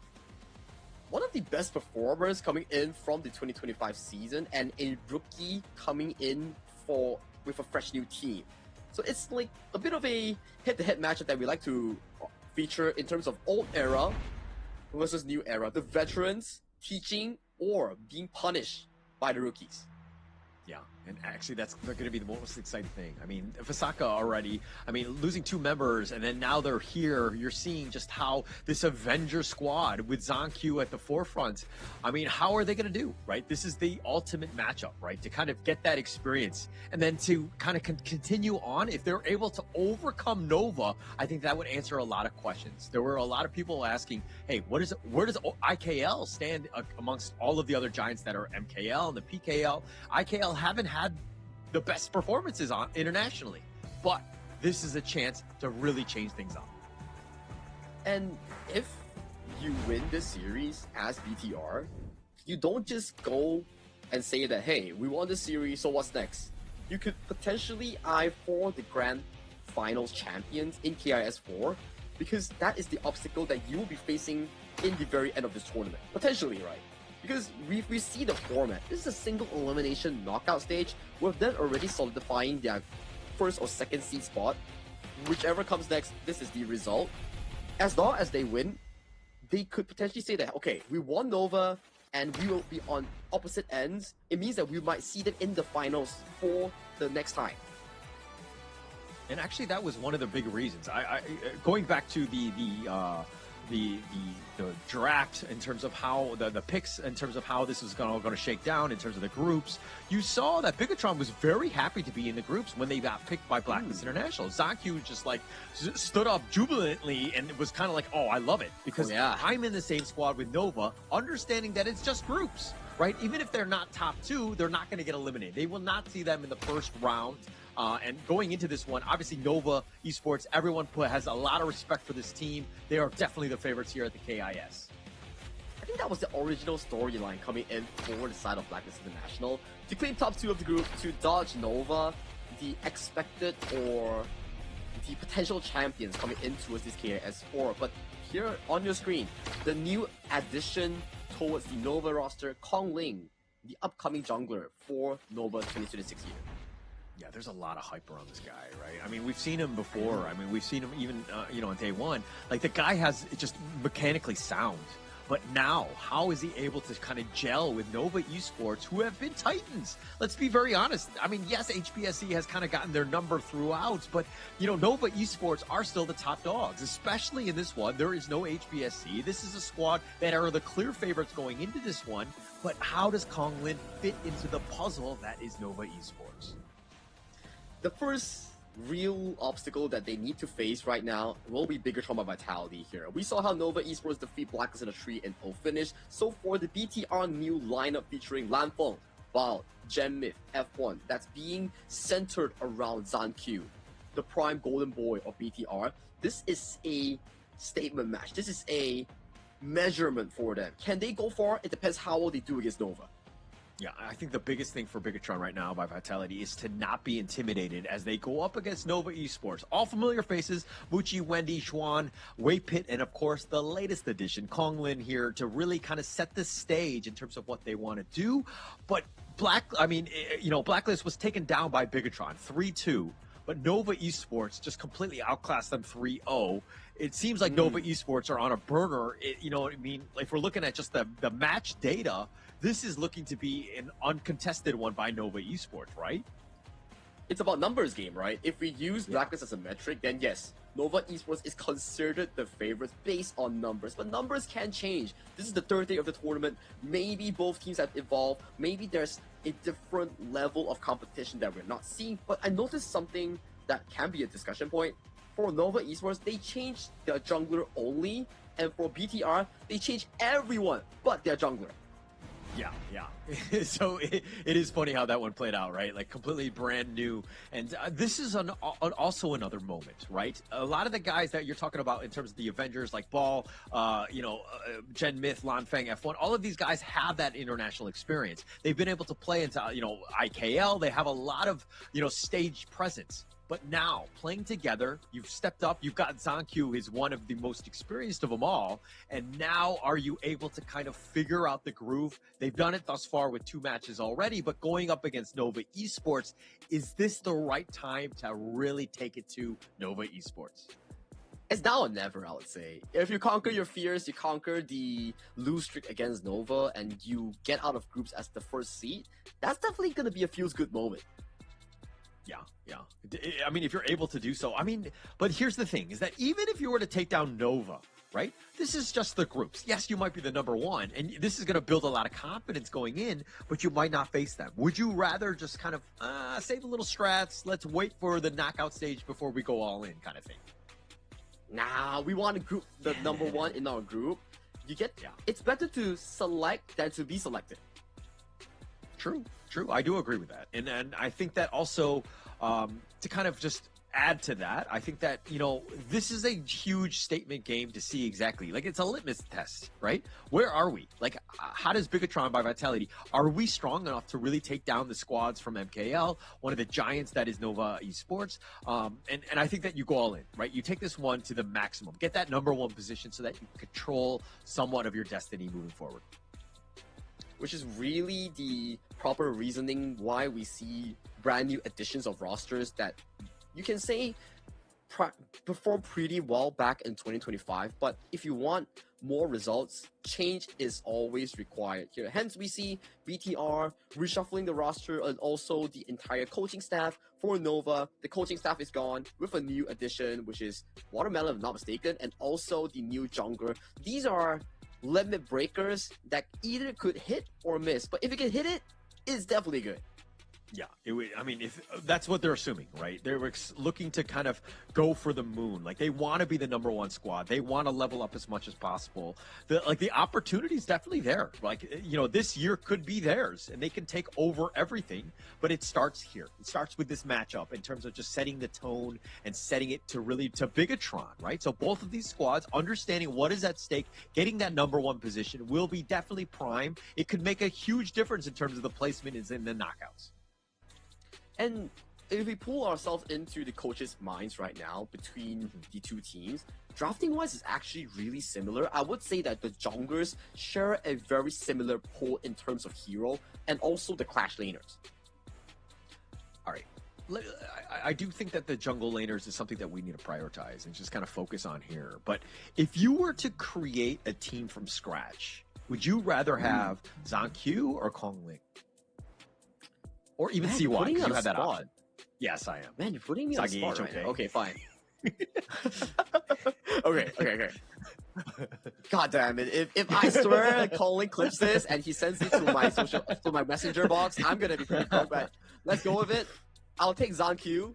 Why? Okay. Because of the comedic effect. Yeah. It's not about a game. It's about a comedic effect. Okay. You kind of definitely maneuver around by answering that question. That's a good answer, though, because, it's more than just being an amazing player, but it's also the social media elements and what he brings to your brand. So I do understand that.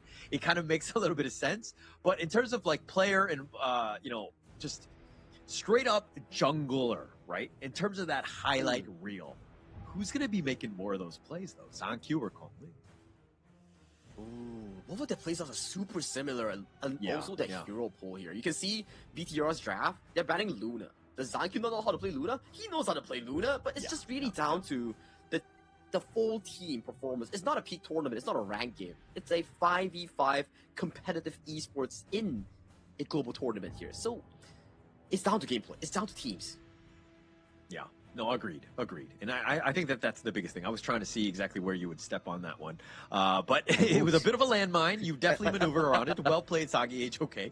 But going into this one, I think that it's going to be key, right? Because, how that jungle matchup is really going to set the tone. I mean, you have a lot of great supporting cast from the rest of them, but it's all about this draft. It's ensuring that you do get Zankyu or Konglin the best possible matchup possible. And I've been talking to some of these players on a day-to-day basis. It seems that on the blue side, Zhangfei's priority has skyrocketed compared to the usual Pei, usual Mai Shunui early. It's because really, there are counters for picks like those. But that's Nova Esports. You know for a fact that they love the Arlie Diadia into the Augmenter pick. Yeah. Just this is like a bread and butter combination that they've got. They love that in the bottom lane. It's very flexible. It's very strong. Both meta picks in terms of their laning, picks that they have. But you're talking about the Zhang Fei, the Beast, always going to make an impact, right? Working around that Umbrella Outburst, going to be huge for them. And it kind of doesn't give away your draft. He kind of fits into almost anything. It doesn't really, yeah. And with BTR, blocking in the Breeze Heart is always welcome to counteract against the Arlie. It's one of the staple counters, right? When you pop the ultimate, Arlie comes in, you cannot dodge it, you just get automatically locked by the Xiao Xiao's ultimate. And with one of the most aggressive junglers being the Tigers being locked in by Zhang Qiu, you know for a fact that the counter will be the Ukyu Tachibana from the hands of Nova Esports, or potentially the Ogren. It depends on what they actually need. And we knew that this matchup was going to be about picks and the counter picks, and you're seeing it instantly, right? Just everything that they're doing. All of the heroes, why you pick the Arlie, you pick the Zaqiao or the Breeze Heart. I mean, these are heroes that are looking to kind of counter this, and this is why the draft is so key. Having these sorts of chess matches, even before the game even starts, setting yourself up for success is going to be key, and of course, it starts with this draft. And coming into the second phase, we'll see more of these Arlie counters being removed by the side of Nova Esports. Channel will be removed. Expect something like an Aaron or like a DRJ to be within the next upcoming bans. And an interesting one coming in from BTR, they banned the ultimate weapon Bai Chi. We've seen it once on the hands of Soleh, and it had pretty good effect. Pretty good effect for sure. And I think that, Bigatron, I mean, this is something that they've kind of seen throughout, something that they could potentially even flex into later, but it looks like they have another idea in mind, because again, they're just kind of banning that out. It seems like the War Saints, the Xuan special, the Guan Yu is going to be a bit of a problem for Bigatron. This opens up some counters for the side of Ball in the Clash lane here. Something like the Mayin, something like the Charlotte. These are potential 1v1 specialists that handles the War Saint really well in lane, and let alone you're adding a Lung into your draft that has built-in self-peel. The right to win, when the War Saint comes in, pop the spell tree, immediately pushes them away. Yeah, a lot of options, which is great, and that's the biggest thing. It's about winning that lane up matchup. But Xuan is kind of like, he's no slouch, right, on the Guan Yu. Yes, he might lose the lane, but he will always be there come team fights. That's the biggest one. They're going to pick up the Celestial or the Nua to kind of round out this draft. Really, we've talked about it, already today, but it does the long range in terms of just sniping out the Loom infinite fastness. Plus, it gives you those creation blocks, which could be a bit of an issue, especially if Zhang Qiu wants to bounce in forward. And after looking this entirety of both drafts, I want to give props to BTR. I think they draft magnificently, winning out the side lanes and also having a decent counter in against the Arlie. My question is, how can they maximize their value in lane and make sure that Nova Esports doesn't utilize Xuan as the tank that they need to push on for more of these team fights? Because if you look from a tank standpoint, Nova doesn't have someone that's standing in front for Mushi to aggressively go in for those damages. Yeah. So again, very glass cannon style. They have to play everything is, on a knife's edge, right? In terms of that positioning, ensuring that they stay alive. But, we see Guan Yu, he sometimes struggles when they get focused, right? And he's not able to kind of get that value, that ambush, the Razor Cavalry from the back. Most teams are generally pretty good with this, but Xuan, we've seen this time and time again. You can never count him out. He is an absolute maestro on this hero. He always finds the perfect initiation. Excited to see what both of these Clash lanes will put in this game itself. As both of the coaches shake their hands, this is their game to see who cements the first game of this BO5. Yeah, they're looking, of course, this is Group A. They're looking for number one. Bigatron already with 2-0, and they want to go for the sweep on this one in terms of all the teams in Group A. This would be a huge statement match if they were able to take this one out. But starting off strong, if we're looking at these drafts, Agi, who are you giving the edge to? Honestly speaking, I think BTR drafted perfectly in this game one, not utilizing too much heroes, building around specific team compositions. I do believe that Lamfeng will go for the Frostguard Embrace semi-tank long build because they have so much damage in store in this composition. If this game doesn't end well in like what 14 to 16 minutes, you best believe BTR is going to outskill Nova. Enemy minions will arrive in I think that will be very interesting. And they do have a lot of options in terms of just kind of giving themselves a bit of an edge. The pay is always there. Zaku, you could never count him out. Plus, he's pretty much just a damage dealer in and of itself. He's just like another farm laner at the end of the day because he's going to be able to kind of carry when required. So Lanfeng and Zaku, a lot of eyes on them. Everybody else is there to kind of just help support and control and create the stuns and that space for Nova to make it tough for them. And a very smart game plan coming in from Nova Esports, avoiding the laning phase against Lanfeng, utilizing the fast wave clear on Muchi, lane swapping his Wendy, because the Celestial level 1 doesn't really have that much of a wave clear compared to an Arlie. Hence, you move the Arlie to guarantee that mid lane push for Kong Ling, securing the ease of jungling. Yeah, look at how Muchi's kind of, just babysitting Kong Lin, helping out, expediting that farm as much as possible. So Nova Esports right now ensuring that Kong Lin gets a good game, creates that space, and as well as getting all that farm. Yep, very smooth and sailing stuff here coming in from Nova Esports, playing to their composition's reach, I would say. And Ball being chunked out in the clash lane by both Whippet and also Sean. Not going to be an easy laning phase coming in from the BTR rookies here. Calling already finishing up all his camps here, coming in not level 4 yet, but will be level 4 after this phase break. Yeah, and it looks like Nova Esports doing a great job. The rotations are on point in terms of the timing, so that they're getting all the sprites, pushing people away. They have the numbers advantage, and they've rotated. They didn't lose anything in the mid lane. Bucci is already there. He'll happily eat this one up and wait for it for Kong Lin. Perfectly played. These are the minor things where you just get maximum value. It's like really systematic, right? Everything is planned, everything is calculated from their movement. But a very good answer of the side of BTR to force Shen to back away from a potential Razor cavalry. So at the very least in this early game, it's pretty equal coming in from both sides, looking for those handshake exchanges. Yeah, and just trying to get those small little edges, right? Even in the small exchange that you're talking about, just trying to just kind of go in. Look at how Konglin, like always there with that farm. Yes, he's a little bit behind Zaku, but Zaku's just like an amazing farmer. And it looks like Zaku taking a lot of damage here. Needs to be a bit careful. The Azure Golem is the big piece. And now with that Umbrella Outburst, he just hit level 4. So Waypit is now, he's only level 3. Zaku is running the wrong way, but he's just kind of looked to use his mobility. But the creation is going to be there, and he gives up first blood. Wendy will take that. They do get Schwan in return, though. But this is the disadvantage of fighting in towards the enemy jungle. The Guardian Spray gives you a 15% damage reduction, which that Unbridled Outburst coming in from F1 was actually already really beautiful and really spot on. But due to the fact that there's a debuff, it makes you so weak fighting the enemy jungle.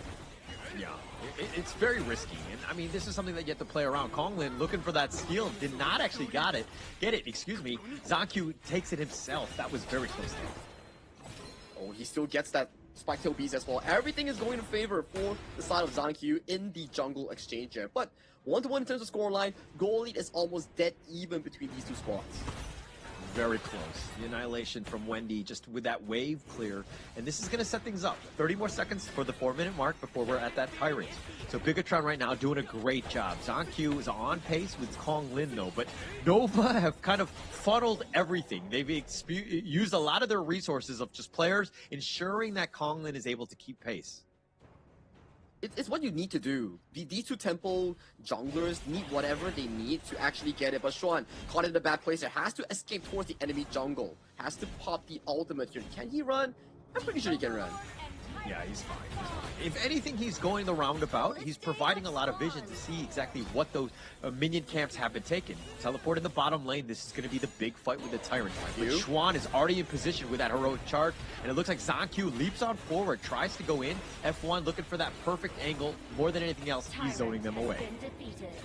Clean pickup coming in for the side of BTR by Vitality. They're knowing for the fact that in the early game, they are way stronger and they have the Unbridled Outburst coming in from the side of F1, forcing the positioning coming in from Nova to just give up the Tyrant. Yeah, and this is why it's hard for Nova Esports, right? Yeah, they go for the potential steal, but F1 is waiting. He has that all queued up, ready to go, and there's a reason why this is, of course, their first pick. They understand the power of this Zhang Fei, the Beast. And an interesting itemization as well coming in from Ball. That's a Frostguard Embrace Magin that's being locked in as the first item. So you are foregoing the potential of the burst for more sustained damage to make sure that you can actually get the full burst in. Yeah. Actually, sustained damage I think is going to be key for here. But Nova Esports using that top lane, pushing ZonQ away, and that creation block, just kind of zoning. And now ZonQ was thinking about going aggressive. They're looking to turn. Nova's on a full-out retreat. It's good. They managed to defend the tower. It's a positive trade that's in favor for the side of BTR. But check out the fight that's happening right now. They find it, nice little two-man stun, but it zones it away. And it looks like ZonQ actually gets the steal. Really well played by Bigatron. The F1 really set it up. So green. It's just to deny the entry, and look at Ball here, might be caught out. Oh, the flash away. He's so fast. Wow. He cartwheels to safety. This Mayin is a problem. The mobility is real, and Nova not really with a whole lot of catch. And again, the spider senses from Ball just being able to get out. Perfect time. They're expending so much resources, spell CDs from the side of Nova Esports. And back to the topic of F1, he played that so well. He used the Unbridled Outburst, pushes out all the potential spike potential from the side of Kong Lane. When you are knocked up or pushed away, you can't smite. That's how ZonQ got a guaranteed one on top of Kong Lane. Yeah, it's the small things, right? Being all of these guys just understanding their assignments, when to do things. The timing is on, perfect point. Nova Esports are looking to kind of, they were looking to just kind of defend, but they were pushed away. Just really well played by Bigatron. They are matching the level of play of Nova Esports right now. The way they play the half map is so beautiful. You can see both teams just trading and respecting for the fact that, okay, the enemy is controlling the mid and top side. I'm controlling the mid and bot side, so we forego it and we trade turrets here. This is very clean stuff from both teams to always make sure that there is turrets trading on towards the cross map, and if Nova goes for this, we might see ZonQ and also Lanfeng go for the top side. Yeah, very smart, right? Nobody was there to kind of, the top T1, Nova was willing to give up because Kong Lin was already in the bottom, just put pressure on. So this is the way you want to go. You don't have to fight all the time. And it's all about understanding where space is given to you. And Nova Esports are a great team in terms of being able to take up space when they required. Both teams playing really masterful HOK in terms of the macro. Both the teams, I would say, the way they control the map is very similar. They don't take fights that are not guaranteed, but they take resources based on the half map that they're playing. That's why mid top side was controlled by BTR, mid bot side was controlled by Nova. Hence the tier 2s going down on each end. Yeah, and the outside lanes, they're going to trade blow for blow in that sense in terms of those T2s, but the mid lane is going to be the key, right? Once one of these squads win out in a team fight, they're going to be looking to just push that down, but right now they have both of those strategic T1s mid still standing, and it will extend the game. Ball here, cartwheels towards safety here, runs away from Xuan. Beautiful stuff here coming in from the BTR Clash lane. Currently at 8 minutes of the game, 1,000 gold each on Bright Outburst. Oh, nice Kong Lin. The stuns are real stampede. They have a lot. Kong Lin is actually looking to fight this one, but now he's turning this around, understanding that he's in a precarious situation. They find Xuan. They get the pick off. Lanfeng went in, and he gets on his dragon, and he gets back to safety. Bigatron hitting on all cylinders. They've got 2 members down, and now they want to look to go for this mid T1.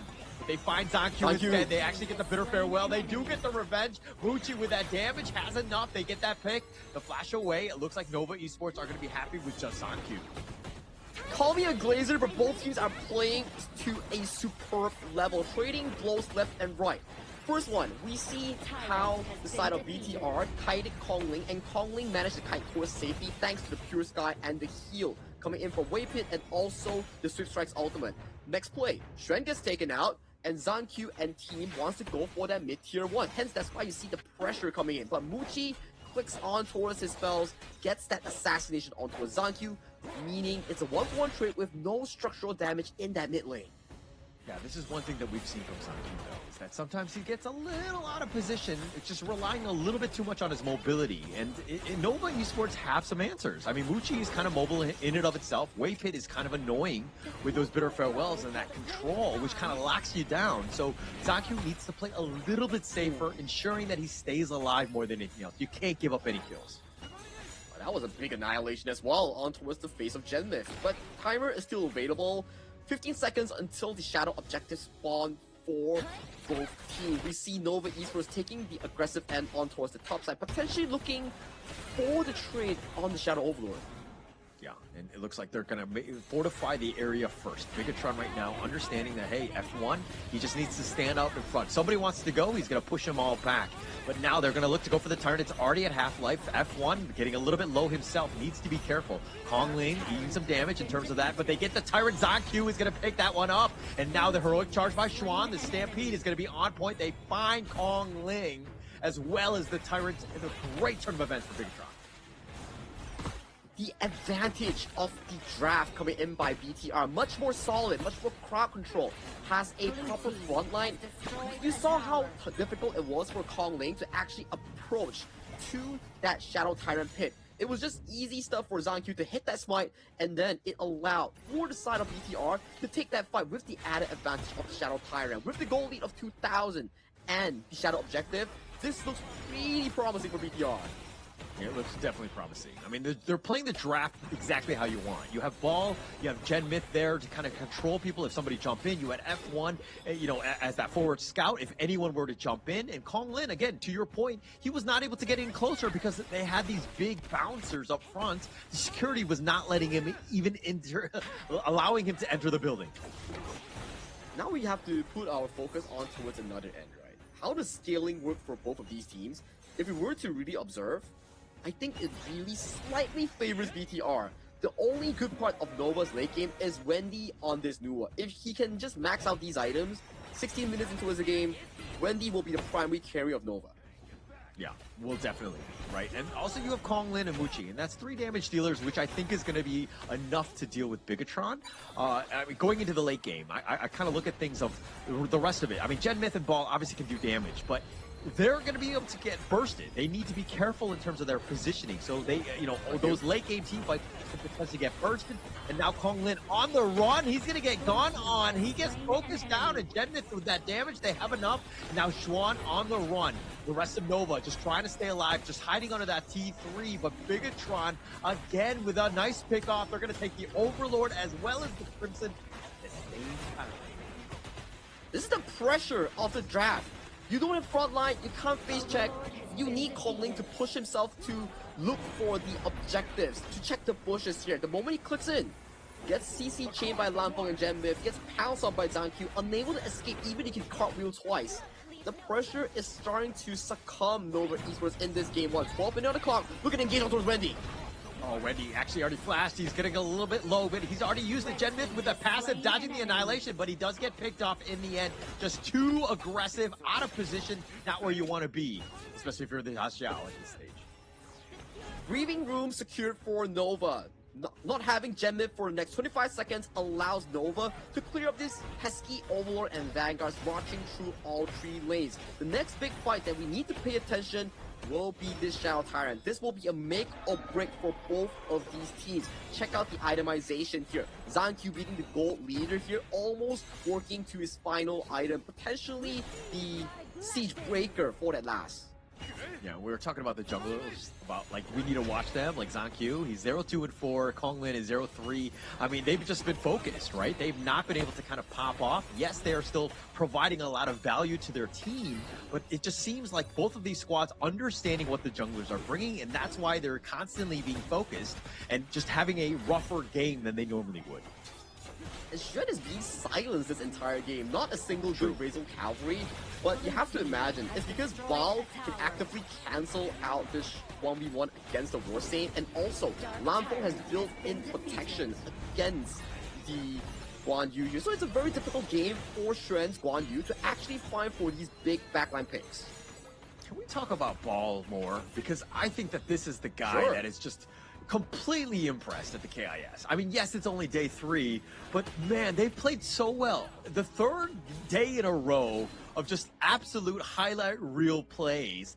Ball has stepped up more to the task than ever expected. He's just done so well, and why Bigatron are doing what they're doing and fighting Nova Esports to the T. They're actually winning at this stage. a 3,000 goal lead in favor, and Ball has a really smart build on towards the Mayin. He's not going for the traditional Axe of Torment into the full burst build. He's going for the tank build. You see the Frigid Charge, you see the Succubus Cloak, you see the Frostfire Embrace. He makes it so that his Mayin, the sole purpose is to zone off and CC lock some of these hyper mobility like Muchi, like Xuan. Yeah. And Xuan has not been able to get away, right? The pullback, just constantly just slowing him down. He's been struggling, right? And this is like the perfect counter pick. And Ball has played this one phenomenally. He has not been tunnel vision with other heroes. He understands, again, his assignment of what he needs to do. And Xuan, Konglin, these are guys that he's been constantly focused on. This is not going to be easy, right? If we do see BTR, this is the prime time for him to at least put some structural damage. Ball goes in, gets the kick on, but has to burn the flash. Doesn't find on towards anybody as of this point. Yeah, I mean, just more of the zoning more than anything else. But the bottom T3, this is the target that they were wanting. And Bigatron taking that. And Nova Esports, all they could do is watch. No real way to get any sort of initiation off. Oh, you see Zankyu just toying with his prey. Baiting Muji to use the Parasol to actually go in for the catch, but he has the added mobility to actually escape towards safety here. And with the Shadow Overlord spawn, we see more members being committed towards this Overlord pit here. A fight is about to break out. Yeah, they're about to, I mean, they pushed them away. Nova Esports were like, okay, maybe we go for the steal, but even that is not even possible. The lanes have been pushing, they've been zoned away, but this is exactly how you want to win out games. But you have an advantage. You have heroes that are in the perfect spot to provide that vision. If somebody were to jump in, it's a suicide mission. Bigatron playing this one perfectly.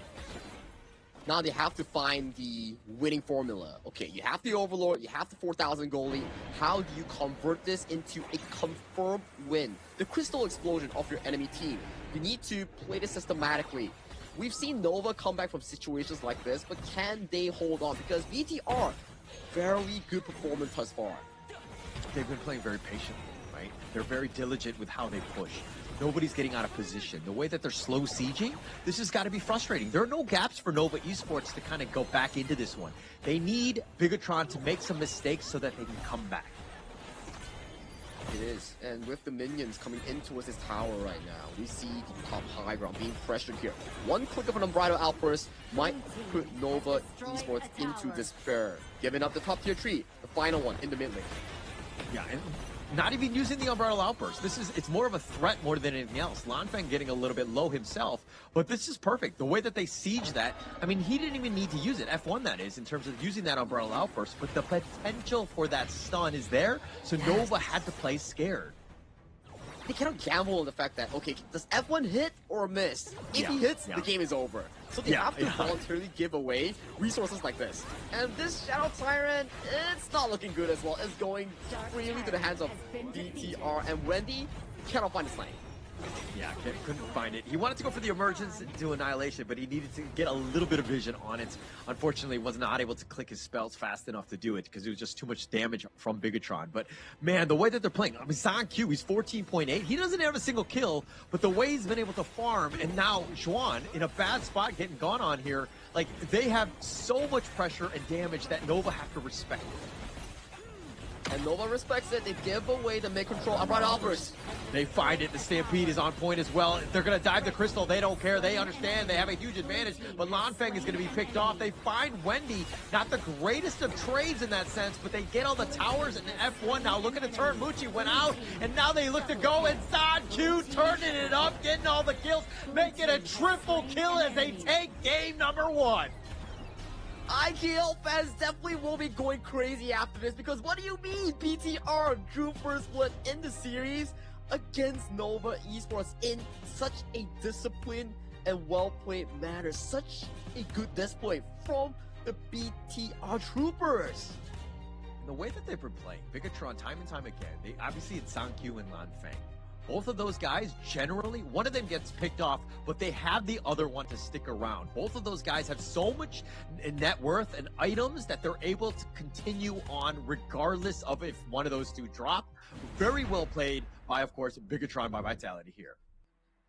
We also have to give props towards the coaching staff that finalized this draft for the side of BTR by Vitality, because it was so beautiful, and every single red side counter pick that has been proposed from the side of Nova has been systematically debunked by the BTR roster, the draft, right? We see, okay, good Guan Yu 4th pick coming in from the side of Nova, but the problem is, you don't have a single good target, and you don't have a good environment to actually provide value. Because what do we mean that the enemy has a Lung, the enemy has things like a Mayin? But when you go in, you're gonna be broken down and you can't find a perfect charge on towards the backline because your bar below is gonna be silenced by those two heroes. And then we see on towards the front end, you don't have a solid front line to allow Muji to actively auto-attack the enemy here. Hence, the moment F1 walks up with the Zhangfei, who's gonna fetch the ultimate? No one's gonna fetch the ultimate because Hongling, once the tempo is over between that 1v1, the Pei travels around the map much faster compared to the Ukyo Tachibana. Yeah, they were able to choose their moments. I think that that's the biggest thing by Bigatron, right? Being able to just kind of, you know, if Juan were to go in, he gets caught out, then, like, again, to your point, who's going to step up front? Who's going to be that tanky frontliner? They don't have anyone. And it seems like Bigatron, if more than anything else, this was an outdraft, right? They knew how Nova Esports were going to want to play this, and they had the perfect counter for almost every single lane. It is, where we saw from the draft, props to the coach for finalizing this, and even in the game, the execution coming in from the players was pretty top-notch. Gemif was always consistent aside from that one mid-lane death, while in F1 was always finding the opportunities in setting up the carries for the DPS to fall into the correct targets here. Hence, Xuan and also Kongling heavily silenced this game because they were forced to be the front line to consistently walk up for vision. But once they walk up, they realize, like, no one's going to be assisting them because they can't. Yeah, no one can. There's no way, right? They're just so squishy. I mean, you're thinking that, hey, with Wendy's long range and all that, but none of them could fight. Like, Hong Lin was struggling to really find his footing in terms of just kind of getting out in front to do some of that damage. Wei Pit was there. I mean, very minimal, right? Because he's very squishy in and of itself. Muchi was never, I mean, complete glass cannon. You look at Muchi and he dies, right? So this is a lineup that was really struggling to kind of, like, to have any sort of frontliner. Yeah, I mean, this is still game one. There is many more games to come. I do believe. Or are we going to go for a storyline that BTR is going to 3-0 Nova? Is that too crazy? After what we just saw, it's not crazy, right? I think that Bigatron right now, they've completely leveled up, completely impressed me. And, you know, like, this is the squad. This is what they wanted to do. This is something that they really have struggled to do to face an MKL team and to do it as dominantly as they did. My only concern right now is the fact that it took them 18 minutes and not 12 minutes. I think it makes sense because every single objective they have took and plucked out of Nova's base comes in the form of the Shadow Overlord and Shadow Tyrant. That's why you see there's 3 Shadow Tyrants secured and 2 Shadow Overlord secured by the side of BTR. They are playing the game in a systematic way that it doesn't allow Shren or anyone to find a potential pickoff on their players here. They are not forcing things, they are not confirmed. Yeah. Actually, that's the biggest thing, right? They were very patient, very disciplined. All of the approaches, all of the sieges, they were constantly keeping everybody at arm's reach, understanding the limits. And if somebody were to get out of position, they made them pay. And again, you know, Zhang Q, Lan Feng, both of these guys had enough damage to burst those guys down. And they're squishy enough where Nova really could not find their footing in this one. Now, it comes to the question, how would they repeat the same success in Game 2? Game 1, very beautiful drafting coming in from the coaching staff and also players' execution. But Nova is one of those teams that comes back strong as well. So I'm wanting to see what is in store for Game 2's draft because this game is really nail-biting. Every single moment that both of these teams come into the team fights, you don't know what's going to happen next. But this time, BTR, they stood up tall. Yeah, definitely stood tall. And they got to be very proud with this, right? I mean, if they were able to kind of take the series, I think that would speak even more in terms of their confidence and the way that they should be playing. But that was a phenomenal game, right? A very impressive one. Bigatron, we knew that they had leveled up, but to this level, I mean, like, it seemed like Nova Esports were not able to do typical Nova Esports things, and they were on the defensive. It seemed like, again, maybe the lack of a tanky jungler has kind of thrown things in a bit of a loop, right? I mean, like you had CY Ogren, maybe it could have been better because they didn't have that frontliner. Instead, the frontliner was on the other end, and it was F1, the beast. His impact was definitely felt. Tanking 143,000 damage from the enemy team and not suffering even a single death. The consistency coming in from the BTR roamer just spells numbers. Yeah, and actually F1 didn't die, Ball didn't die. Like, this is incredibly smart. It's tough to do. Both of those guys understanding their assignments. Ball has to be aggressive, has to be forcing things, getting those controls, but doing it in a way where he always stays alive. Ball, man, this is a guy we gotta be watching out for at the KIS. Look at this. They're just limiting Shen's approach, getting kills on towards Kongling, and just bailing towards safety here, even though Muchi gets a return kill on towards here. But these are the moments that's why that F1 deserves the MVP. There is no smite contention when the enemy cannot enter the smite pit. Yeah, like all of these highlights just set up that perfect two-man stun, slowing them down for the rest of Bigatron to be there. Like, everything that they're doing right now, all of the guys, yeah, Sankyu and Lanfeng, yeah, they're going to do their damage, but every Ball, Genmid, F1, these guys, look at how much control they had for the rest of the team. Look at their diving, understanding that, hey, F1 is still alive. Let's turn this around. We're still strong. And the perfect play for Zanku to clean up and stay alive, do it under the crystal, and to close out the game. That's exactly how you want to do it as Bigatron. The bigger troopers, the BTR fans are definitely running wild right now. You can see the flags in the stadium itself. You just know how much this means to them, because if we watch back the poster just now, it was like what? 0-3 and 0-4 that is always in the favor of Nova, and this is the sign and change of something new. Breaking the curse, breaking the consistency that's been set by Nova, and right now, they are leading the series 1-0 against their long rivals. Yeah. We're still not out of the woods yet. We have a long way to go. This is a marathon, not a sprint in that sense. And we can say all the cliche things, but man, that game one must have felt good for Bigatron, right? They have been struggling against MKL teams. They finally have broken the code that is Nova Esports on this one and finally gotten in that win column, but they need to continue on. How does now Nova Esports respond to that one? Drafting. It has to be drafting here. I don't think Nova actually made a lot of mistakes in that game. They were forced to commit those plays that didn't really seem to make sense because of the heroes that they were drafted with. So with this in mind, the coaching staff needs to provide a much equal draft against their opponents for the Nova players to come up online even harder. And with that, Nova defaults towards the red side once again in this game too. Yeah, they're looking more for the counter picks. I think it's going to help them out. After that last one, where they were kind of dictating or showing all their cards in terms of what sort of picks they were looking to go, it seemed like Bigatron had a lot of the answers, right? So, you know, when teams are very close mechanically and how their teams are playing, it really comes back to the draft. And getting any sort of edge, it's going to be key, especially at this level of, you know, of course, Honor of Kings Esports. The global ban pick rule that we always love.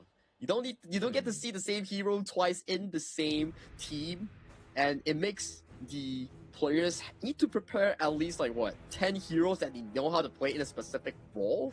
So that just adds the difficulty for you to be a pro player in Honor of Kings Esports and also at the top level. Yeah, that's the hardest thing, right? I mean, just being like, and why you need hero players that are very flexible in terms of what they can play, right? If they have a deep hero pool, and I'm talking like you're mechanically sound with all of them, you're going to have a much better time. You have a higher chance. I know that there are people that are, you know, playing their ranked games that just kind of like spam one single hero throughout. I'm guilty of one of those types of players, but you need to be, again, very flexible, able to play whatever you can to kind of fit the team.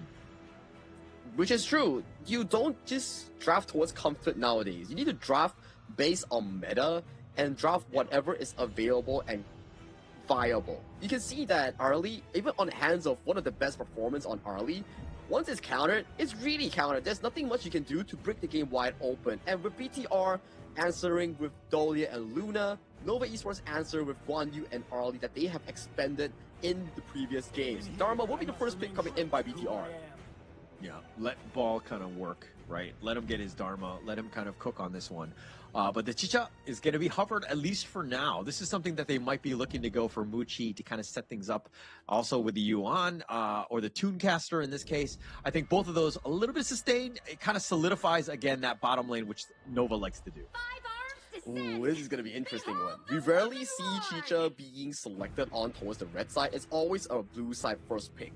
And this Forge Maiden can be flexed 3 ways. You play the jungle, farm, and also the Clash lane. We have yet to see a Clash lane Chicha, but I've watched some of Xuan's stream. He loves the Clash lane Chicha. Yeah, I mean, it'd be interesting to see. But, I mean, would you pick it against the Dharma? I mean, what are your thoughts on that matchup? I think it's okay. Dharma's laning phase is not that strong, and Chicha does pretty well into these weaker laners, but this is the benefit of the red side draft coming from Nova, right? You get to observe until the very end, hence this Chicha gets to be flexed between Clash and farm lane if they want to do so. Yeah, I like that flexibility. Definitely going to add on. I mean, even the Yuan has flexibility of its own, so it could be very interesting, and it could be kind of like, you know, a little bit of bait, maybe, for Bigatron right here, but they're going a little bit more stock standard with the Lapu Lapu or the Refart Datu, as well as Celestial. These are 2 heroes that they kind of like. Again, just solidifying the roam as well as the mid lane here. Finalizing the draft with that, we have Zhang Fei revealing as the roamer here, which means this Tooncaster will be defaulting towards the mid lane pool for the side of build for esports.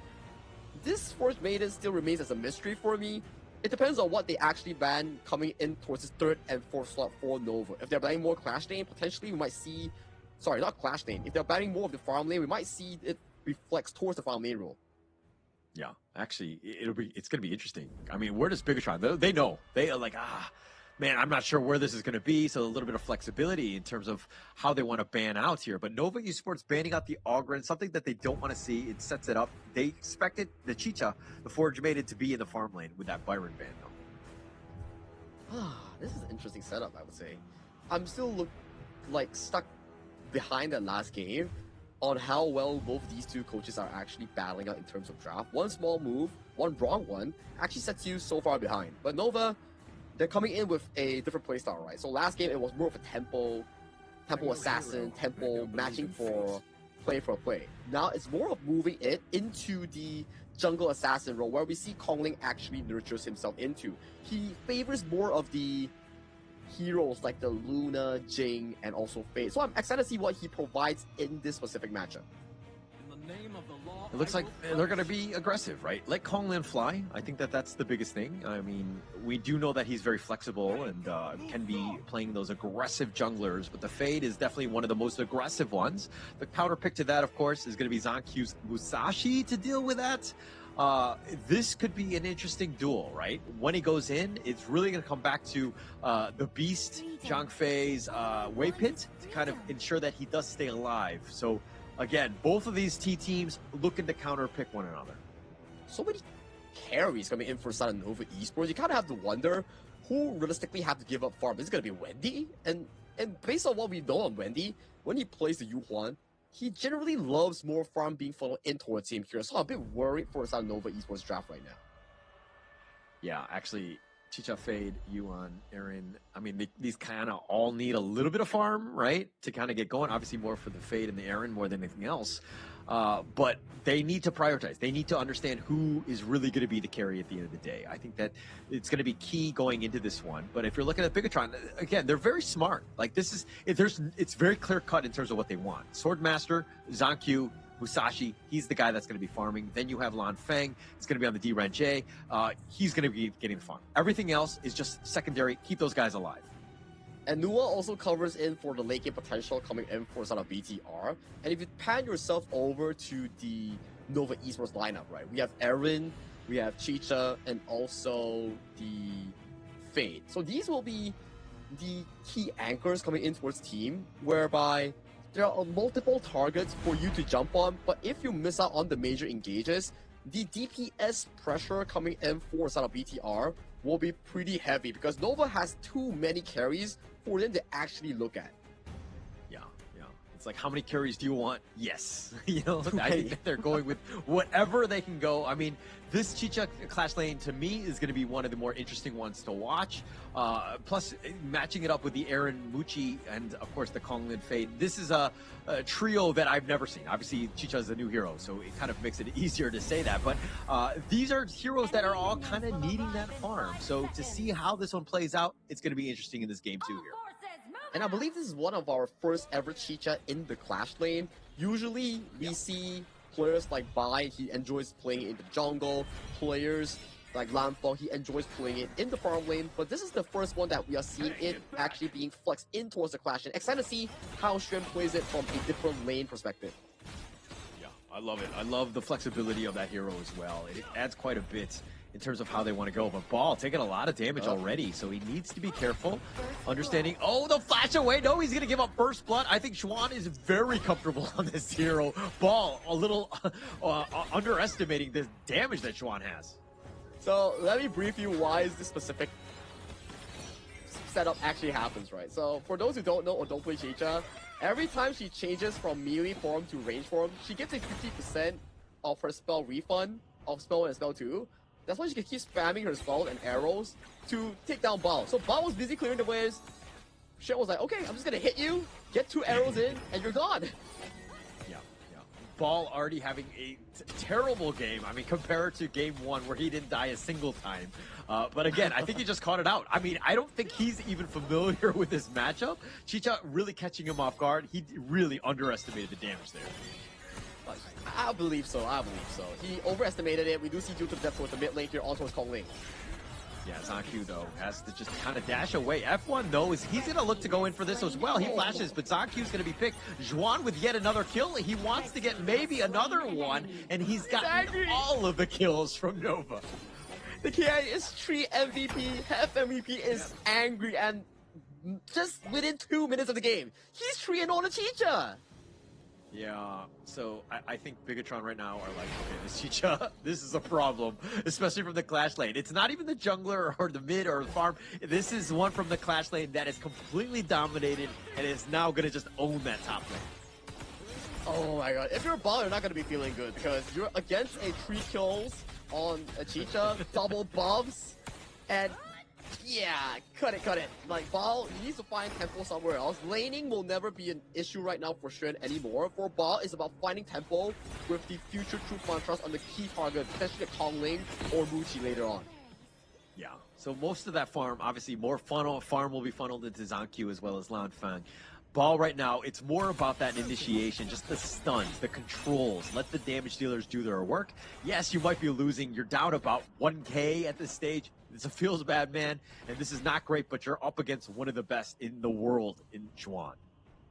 Perfectly agree. And check out the gold right now for both the Clash Lane and jungle coming in from Nova Esports. Kong Ling has already completed his tier 3 jungle item, which gives him direct access towards minion sharing here. And we see Ball going in. Oh, Konglin taking a lot, though. The Duel of Death is going to be on point. They find him. They get that kill, and Xuan being bounced around as well. Here's the Umbrella Upper. Xuan looking to turn this around, and he does it go down. Zancu making him pay. And finally, the great demon that is Xuan goes down. Perfect timing coming in from the side of Bigatron by Vitality here. Getting the catch on towards Kong Ling, making sure that he doesn't get to move even a single bit. And Xuan, based on the play on the Riverside just that he had committed, he did not have flash in that specific fight, hence getting 2 back-to-back kills and getting that shutdown goal on towards the key Chicha. Yeah, huge for Zancu right there. Huge for Bigatron in terms of just turning this game, right? Things were looking to get a little out of hand, but Bigatron are like, okay, let's focus on that top lane. He becomes a main target. I mean, yeah, he had 3 of those kills, but he had that farm. Now we've taken that away. It's only 4 minutes into the game, and now they're looking to turn, but now Ball looking to decide to go in with that Raging Sea. It looks like they've been pushed away. They've already taken the Tyrants, which is what they've wanted, and Nova Esports not able to make them pay. But they do have to give a bit of a tax here because you do burn the flash both on Bao and Lanfeng. That's going to be 2 minutes of unknown danger that may be coming in towards you later on. So maybe, just maybe, Nova won in terms of the long con here if they can make something happen in the next 2 minutes. Whoa, that is a very positive outlook on things. I would not have gone that far, but yeah, okay. If we're thinking of that, yeah, okay, yes, I can see it. I mean, definitely that is the way to go, but they have a long way. I think right now, Bigatron right now, definitely finding now those avenues of attack. They're down about 800 gold, so Nova Esports, it's still their game to lose, but this is very close at this stage. Jungle control as well coming from Nova Esports, just treating this jungle like their own base. Oh, but bot side. Yeah, looks like they've gotten the flash away, the annihilation, but they find ZonQ. It looks like he went too far ahead, and Kong Lin with a hardened Jade Seal ensures that they get the kill, but here comes Ball finding him. Stampede away. Wait, he's somehow alive? Oh my gosh, he's so tanky. And this is a 4v5! While all this is happening, Shin is just having a field day in towards the top side, picking up all the farm he requires, and bot side is still continuing, and they're still putting a strong hold in for trying to protect this tower here. More kills, more resources in towards the pockets of Nova. Red team right now, it looks like F1's in a bad spot. Kong Lin looking for the chase, the flash away. F1 will be fine. But Xuan, man, he's been left alone. He's just like, he might be the new Terry now. Hey man, if you're playing a Chicha, you want all the gold to be in your pockets here. It's really different compared to the usual Byron, the usual Guan sort of playstyle. You are actually playing like a core player. So for Xuan, the moment he hits that 2-item power spike, the Doomsday and also Spark Scorch, he's gonna be going really aggressive on targets like Lanfeng and Genmith. Red team has destroyed if he's able to find that target, right? If he's able to get on top. So it really comes back to Bigatron of just ensuring that they stay alive, right? If ZonQ were to jump in, understanding that, hey, this could be a suicide mission, he needs to be very careful because Xuan is a problem. Kong Lin is there as well. Look at the gold lead that they have. Ooh, 5,000 on towards Kong Lin. Shen comes in pretty close in second place, and the other PPR members all colliding on that bottom half of the map. So for now, it's still okay. Only a 1.8 goal lead for the side of Nova Esports. There's still room for BTR to find those big engages in making a potential swing in terms of the momentum. Yeah, it's all about that momentum, and it looks like Nova Esports have all of it right now. I mean, Muchi right now, he's not actually farming. I mean, he doesn't have the highest of net worth because he's kind of like okay, if we go super late game, I will be ready. I will be able to get that farm because right now it's the Xuan Kong Ling show. I think it goes back to a conversation here, but hang on a moment though. Oh, it looks like they're going to kind of just poke and prod a little bit. Waypit still kind of going in for that. Might want to use that Umbrella Outburst. And now Xuan is showing up. Needs to be a little bit careful. The minion wave has been dealt with. But now they want the Crimson Golem before they head on out. The Umbrella Outburst just the zone. Really well played by Nova Esports. They get off with that red buff. Huh, feels like something that F1 did back in last game. Umbrella Outburst just to push off the enemy sprite and then give it a easy access for Colin to secure that. So rinse and repeat. Getting the wins that don't need any potential repercussions, I would say. Yeah. I mean, but Waypit did use the ult, and that is a bit of a gap in terms of when that's available again.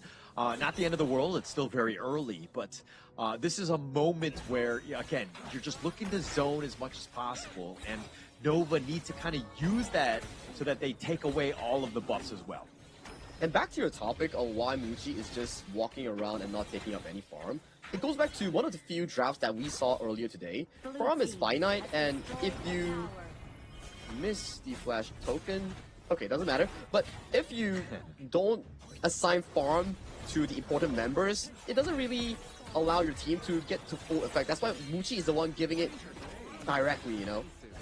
Yeah. I think that, I mean, it's not the end of the world for Nova. They understand again, just who needs it. Xuan and Kong Lin have been very, grateful and blessed in the sense that they've been getting all that farm, but Muchi will be there. Like, he's, again, another win condition. He just needs a little bit more time. As long as he stays alive and just kind of ensures that he's getting some sort of farm, because right now he's not doing the most amount of damage. And Nova, positioning themselves towards the bottom side here, wants to take more attention towards this upcoming Crimson Golem. Yeah, this is looking to go for another steal. The Annihilation's going to be on point, but the Hardened Jade Seal, yet another steal taken away. Nova Esports, it's on a timer, and now they actually look to find ZonQ, who's looking to go for this one. Duel of Death is going to be used defensively. The flash on forward, Xuan looking to just trade with ZonQ, and now the push away with that Truth Ball, buying a little bit of space. Everybody from Bigatron right now looking to just at least stay alive. Slight damage input coming in from the side of BTR, not the most that we would expect. We need more damage, hence this game needs to go longer for BTR to swing the momentum. I do believe that Gem Myth is a key factor that can contribute towards this, but at the very least right now, the members of Nova are pretty damn tanky. Yeah, super tanky and annoying to deal with. They have not been able to burst. I mean, both squads right now, it's coming back to just like they've been able to outmaneuver one another, just staying alive. And at 10 minutes, only 6 kills. Yeah, this is like last game, but it flips the script and it's more favoring towards the side of Nova Esports right now with a 2,000 gold lead and I would say pure control over this Tyrant because you have to fade. Oh, it looks like it's been leashed. It's going to go back in. This buys a little bit more time, but now F1 in a bad spot. The Jade Seal's going to be on point, killing him. Ball looking for the back line. He's not able to do too much. He gets picked off as well. Konglin with a double, and now Nova Esports have turned this game on its head as they find Lan Feng. Konglin, an absolute sniper. Team Ace. Give the man a quadra. You know he's definitely not happy after that performance in game number 1. He's biting back hard with some of his signature assassins here. Quadra kill over to the side of Nova's jungle. They are going for all 3 outer turrets off the side of BTR plus the Shadow Tyrant here. From a 2,000 gold lead now, broken apart into almost a 7 to 8,000 gold lead in favor for the side of Nova. This is the Konglin that we were expecting. Give the man his fade. Let the man work because he's able to just go in at his own will and just taking people out. They've had a really tough time dealing with him because Konglin has just been so aggressive and the amount of damage and finding the weak backline. Konglin, again, an absolute sniper in terms of this fade. I wonder if we get a replay here because there was so much happening in that team fight just now. Shrem was solo diving against Zanku. Konglin was jumping in, getting multiple fights happening around. Waypit found a beautiful unbridled outburst. Those are key moments that you can see why team fighting is so important. For the side of Nova, they isolated every battle to a 1v1 or 1v2 scenario that's in favor for them. Yeah, and with this net worth advantage, I mean, you're going to have that edge. I mean, it really helps, obviously, when Chuan is 4-1-0, Konglin is 5-1-3. Like, those are money bags at this point in terms of what they bring to these team fights. But they're taking down the Overlord. They're basically just imparting their will on Bigotur right now. Yeah, this is gonna be a very difficult stronghold if BTR wants to delay this into Gem Myth's power spike because right now Waypit has the go button here. One unbridled outburst and they can start the fight off immediately, but Zanku due to the death. All duel to death. He tried to go in for this, but now he's in a bad spot. It looks like Muji will be killed, but that's not really the target, especially since Konglin is still alive. A sliver of life. He's looking to go for a ball. He's just going for that 1 versus 1. F1 has been killed, and Konglin just continuing on with Ball there, and Ball is not able to do the damage because Lan Feng wasn't in the fight. It's a good defense nonetheless because you took down 2 key targets, managed to clear all the waves, and make sure that this potential high ground doesn't fall that easily. It doesn't look like they have much. I mean, the Vanguard will be taking out the Annihilation, ensuring that they get this. But my gosh, the mid T3, the bottom one is gone as well. The Shadow Vanguard pushing in. Bigatron right now need to play defensively. At the very least, okay, check out this instant replay. This could have been an absolute disaster if Bigatron never won the engager. Good engage coming in from Zanku and Ball to isolate targets like Muji, and then Gem Myth single-handedly eliminating strength from the equation. As of this point, no marksman is left alive to continue any structural damage. If it was a normal 5v5, Overlord reaching over to the high ground, it could be a potential end, or at the very least, the final tier 3 in favor of Nova. But because Ball and Zanku found strength, that made all the difference. Oh, the unending sorrow, dodging most of this, and he's right back to full, and here comes Konglin on the revenge tour. He wants to go for Zanku. He's just barely alive. The truth is on point by Ball, but Zanku falls in the end, and now they turn their attention. They want to just continue to dive. They are sending a message as Gem Myth is going to be picked off in the fountain, and Nova will take game 2, equalizing in the series. 14 minutes with 15 kills, Nova Esports with superior team fighting and individual prowess, they bite back strong in this game number 2. Game 1 was draft, was proper gameplay coming in by BTR. Game 2, absolute slaughter in team fight. Very different styles of winning, but now, series has been equalized between these two teams. Yeah, very impressive. Both squads, right? Being able to just kind of understand how to get back into this one. Kong Lin, an absolute beast on this fade. That's how you want to do it. But it really started with Xuan, his Chicha, right? Being able to just kind of set the tone with those first 3 kills to set up the game, really set themselves up where Bigatron were playing defensive, trying to just get back into the game somehow. First solo kill on towards Bao level 1 in. Second one, you jump towards mid lane and get 2 more kills for yourself.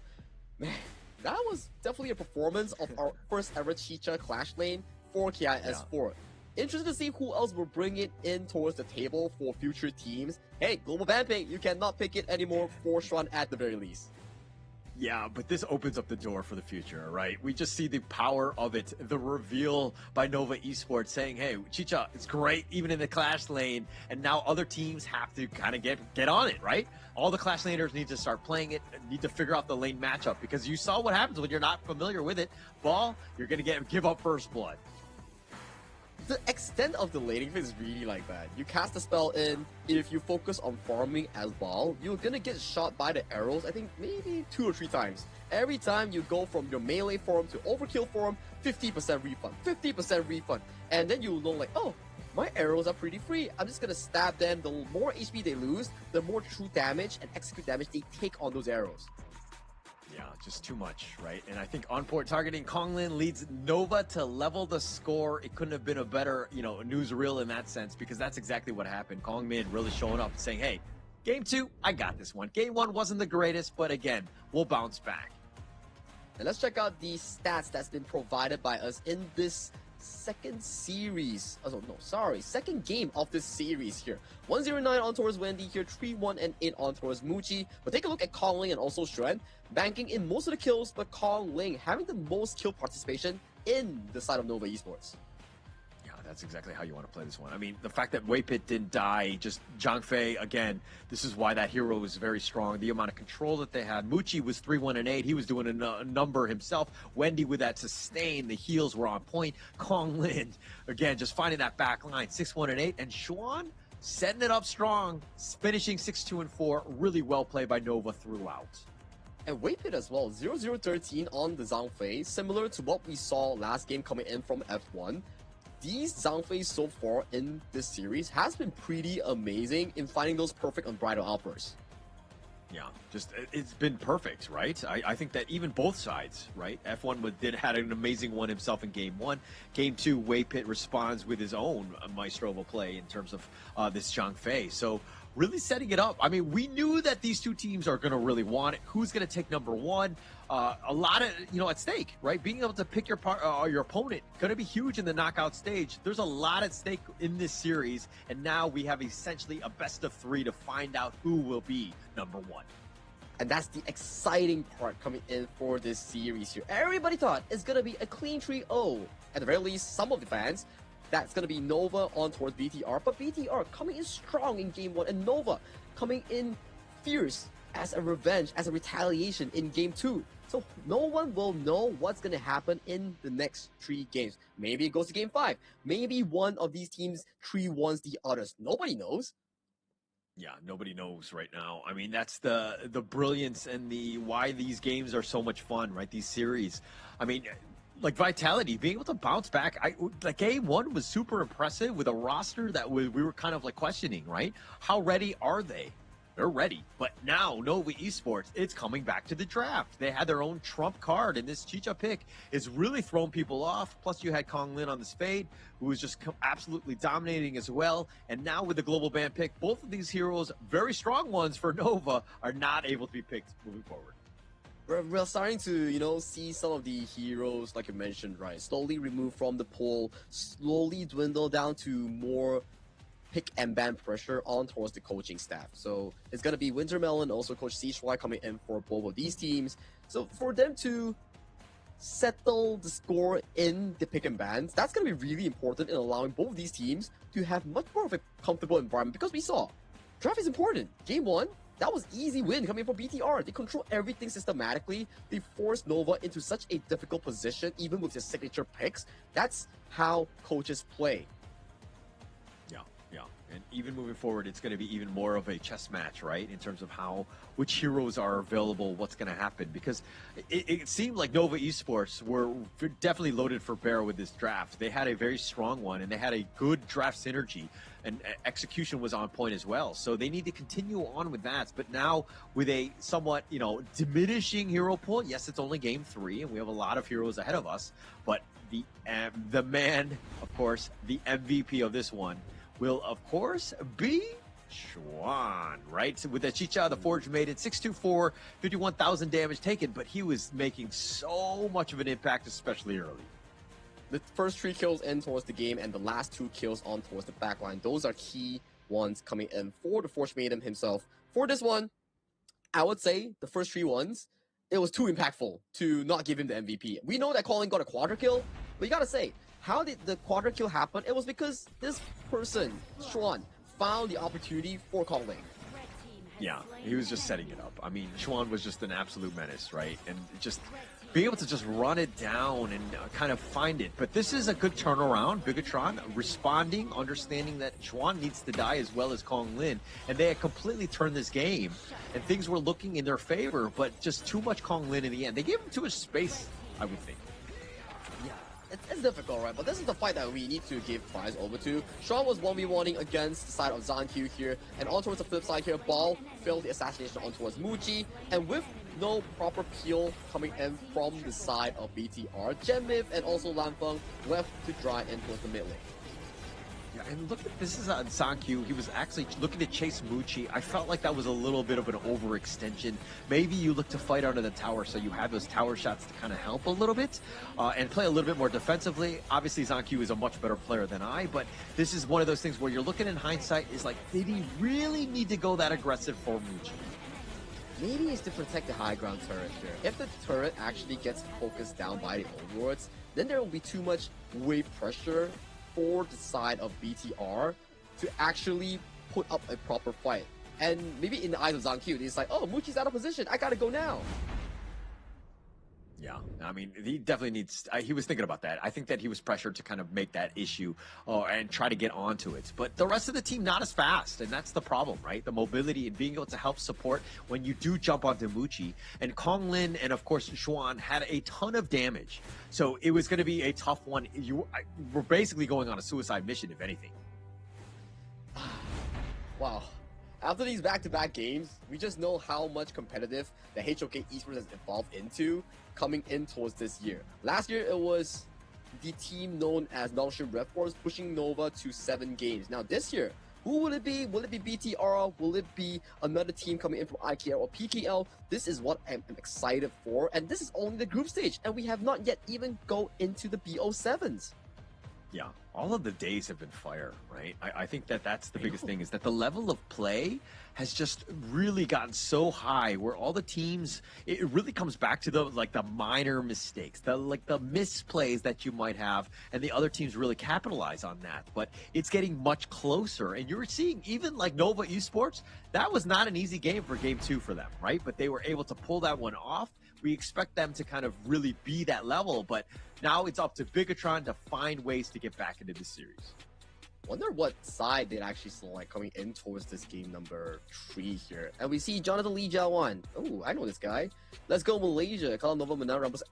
What he said, he will make his hair purple if Nova is champion. Okay, all right. We have the evidence of that. I think we need to screenshot that, ensure that he does go purple on this one. So, yeah, I think that's one way of doing it. At least it's not a tattoo, right? Hair can kind of be grown out or be cut off, so I think that you're fine. Yeah, I mean, the tattoo is a big commitment here. Maybe if Nova wins, like, big, like, maybe, like, KIC or, like, EWC, maybe someone gets a tattoo or some way, but talk about selections, talking about life decisions. In the game 3 of the series, VTR selects the red side for the first time, and Nova goes on towards the blue side. Seems like for these two teams, red side seems to be the prior side coming in for the series. Yeah, I think it is important. Draft, again, just being key on this one. But going into this one, look, they need to stop Konglin. Easier said than done. In the same way that Zankyu has kind of been largely mitigated, it seemed like Konglin had his number throughout that entire game. Zankyu really didn't get going. I think this is the repeat of game 1 and game 2, right? Game 1, Konglin was Kongli and Struan was stopped really harshly. Game 2, it was Zankyu and also Bao being limited in the laning phase and in the team fights here. So it's coming down to whoever is able to bring the tempo for the team. If they're stopped, if they are silenced, then it becomes extremely hard for either BTR or Nova to get those advantages they are looking for in the mid game. Yeah. I think that mid game is going to be huge, right? I think that we kind of saw that where once one of the teams has control in that mid game, they just like take over, right? There's just no sort of gaps that they give. I mean, if you're looking at some of the other squads where they kind of stumble a bit, it's in that mid game where they're not able to transition it properly and close out games. So these are two high level teams. They're ready to go. They're not going to make those sort of elementary mistakes, dare I say. And with the bans coming in, we see Arlie, we see Chicha, some of the picks that Nova Esports have expanded, including the Long and also Dharma that has been used by BTR. What kind of first pick are we seeing here? Is it going to be the Byron, the Dolia? Because the Dolia and also Yang Jian is still available for BTR. But with that in mind as well, there's still the Haya as the potential counter for that as well. So it's down to what we see so far on our screen here, the selection by the coaches. Yeah, Byron's going to be picked up here. Also, it's a great pick for Xuan, but at the same time, you're also taking it away from Ball, who's an absolute maestro on that himself. But they're going to the Yangjin, or the Trilights, and Tooncaster, the Yuan. This is a nice little combination. Sustain, has damage. This is a nice 1-2 punch. It is. And this really limits the side of Nova Esports to potentially take away the Dolia, unless they're going for the Dolia-Nerza combination that we see back in KIC. But is it still strong? I'm not really too sure about myself here. We haven't been seeing it for quite a while. Yeah, it's been some time when we've seen it. But, I mean, what are you looking to pick to counter the Yangjian? Well, that's an answer here. Moonblade seems to be pretty fine considering there's not a lot of crowd control. But if you want something that really counters the Yangjian, it has to be the Haya. Moment Yangjian comes in, you immediately remove him and box him up for 1v1. Although we saw how Blacklist systematically removed the Haya, but I want to see another player, which is Wendy, to show us why the Haya is strong. I don't think Haya has a pretty good win rate thus far at KIS4. Yeah, it hasn't had the greatest one, I mean, to kind of start things off. But it's been more of like, I mean, it's 3-2. I don't think it's been updated with that loss earlier today. So I think it's 3-3. It hasn't been the greatest. But, I mean, it still has that impact when it's able to take somebody out. But, you know, one thing they need to do better than Illusion's, Haya is to kind of ensure that you have some sort of farm, right? Yeah, sufficient farm, right? Sufficient farm, getting yourself going, make sure that you at least win the 1v1 or stall enough time for your team to jump in towards you. So for Nova, potentially thinking about more of these counters that could break the formation or threaten the Moonblade or Evernight aspiration will be quite sought after in their second phase ban here. Yep, and it looks like the second phase, I mean, they've picked up the Aaron themselves. This is a hero that, I mean, we saw bits and pieces of it towards the end, I would say, of 2025. What about this Laurel Princess has really, you know, helped, and why it's kind of turning into a bit of a meta pick now? It is due to the fact that the itemization revamp coming in for the Honor of Kings item builds, that Erin right now, her ultimate can actually apply on hit items like the Sparks Forge Doomsday, which allows her to play very well towards the meta. She's flexible in two ways. Like, if your team has less magic damage, she can potentially guild the magic damage build that gives her a lot of defensive stats. The Ardent Dominant that gives you a free bailout, the Splendor that gives you lifesteal. These are potential itemization, right? And she's also pretty good of a laner against popular picks like the Arlie. So she's rising in popularity as the meta goes by, especially in 2026. Okay.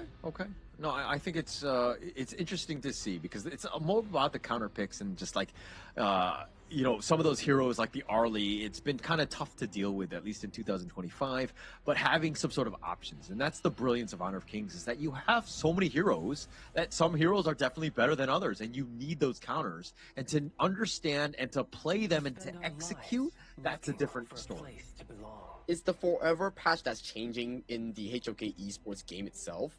I mean, Honor of Kings itself, right? Where every patch introduces new heroes that are buff and also nerf, and also new addition to the hero pool, right? For this new patch, we had Haya. For the previous patch, during off-season, we have Chicha. So teams have to really adapt and learn more patches and also debunk what's good and what's bad going in towards specific games itself. Okay. Oh, I like it. I like it. Nice breakdown. But now with this final 2 picks, I mean, it looks like the Flowborn tank is there to kind of to deal with the Luna jump in and things. Need to be aggressive, right? Need to steal away those blue buffs from Konglin and make his life a little bit difficult. I think there's going to be a lot of pressure on Bigatron, especially ZonQ, to really kind of shake up this game here. And the Flowborn tank is also an interesting one. I've seen one time that ZonQ also picked the Flowborn tank into the Haya. The moment you get boxed into the Moonskate Mirage 1v1, the Flowborn tank is interesting, whereby you can CC lock the Haya with your combos and stall enough time to come out of the Moonskate Mirage. So, for me, it's a good pick by the side of BTR to simultaneously match against the Haya as a tank, and also match against the Luna if he comes in aggressively. Yeah. Has a lot of options, and I do like that, right? Just staying alive is the biggest thing. And you're going to make his life a little bit difficult. Now he has to really choose who he wants to kind of mirage away, right? So this is one where, again, if we're looking at, Yixing Gen Myth as well as Lan Feng on this errand, just kind of keeping that distance so that Wendy doesn't get that jump. Jungle matchup is important, right? And to your point, setup is also very important. As we see for the Nova side, setup comes in the form of either Wendy or Wave Pit here, isolating 1v1 or the Cannon Blast to start off the fight. For BTR, it's looking for more of Bao flanking or ZonQ finding the perfect initiation and allowing Gen Myth to find the perfect board. If they can find Muji, that's going to be pretty big. Muji is the sole prime carry of Nova going into the late game here. If they shut down Muji, they have it in the back for BTR. Yeah, I mean, if they're able to find him, right? I think that Muchi is going to be, all eyes are going to be on him in terms of that damage. I mean, the Luna is going to do some work, right? Let's give Konglin a little bit of credit, right? Especially after that last game. I think that he's going to be able to keep on pace with that and ensuring that the team has a lot of success from this jungle lane. But if he's able to, if we get to that late game, how much damage is it going to really do? Yeah, that's the thing about a Luna, right? Where it actually scales off after the mid game. And if it doesn't flourish itself in the early to mid game, it's gonna be pretty bad. But with the early game priority coming in, that was almost a steal. That was very close. And he just barely took that one out. But Nova Esports, this is what you want to do. You want to be aggressive and make sure that ZonQ doesn't have the free farming and that space. Ooh, he's camping. He's finding an angle towards Wendy. Oh, they find him, and it looks like they're going to look to turn this. Gen Myth isn't actually in a bad spot. He needs to be a bit careful. He plants his flag. He's got that Sprite lane just to keep himself alive. But it looks like Bigatron to kind of weather that storm. They will be fine. They will be fine. Strength here being a bit of a bully against Bao here, trading blows back and forth, calling, already unlocking level 4, pacing himself to that space right in towards the top side. At the very least, this early game exchange in terms of objective seems to be going pretty fine for both sides. Still very close. We weren't going to see a huge win without some kills sort of happening. But they will fish. I mean, this is one where they're going to use that gold sharing to ensure that ZonQ gets most of things. Everybody else will just kind of stick around and ensure that they get a little bit of it. But in the end, this is a little bit of an edge for Bigatron right now. Slow and steady. Level 4 already unlocked for the side of Wendy here. Will he go for the aggressive play here is the question here. He's playing aggressive in holding the river control. This is the strong part of a Haya. When she finds her targets, it's very difficult for you to actually enter the river. Yeah, you cannot be there. I mean, if you, once he's level 4, which he is right now, this is a moment, right? If Wendy were to able to just go, I mean, you got to choose your moments, and you got to ensure that, hey, you don't pick up like ZonQ, for instance, and give him a free kill. Laning phase as well right now, it's a key essence, right? Like 3-4 minutes, freezing is so important. If you can freeze the enemy and force him to overextend in towards the laning phase, that is key. And look at the top side, 2v2 might be breaking out here, but it's just a bit of a tip and tat. Make sure that Shred is in good hands. Yeah, Muchi though getting a little bit low. Bigatron forcing the bottom lane a bit. They have 3 members, gonna do a little bit of chip damage onto it, and Muchi just trying to deal with the minions more than anything else. But they'll just kind of hold and like leading up to that 4-minute tyrant, in 1 minute.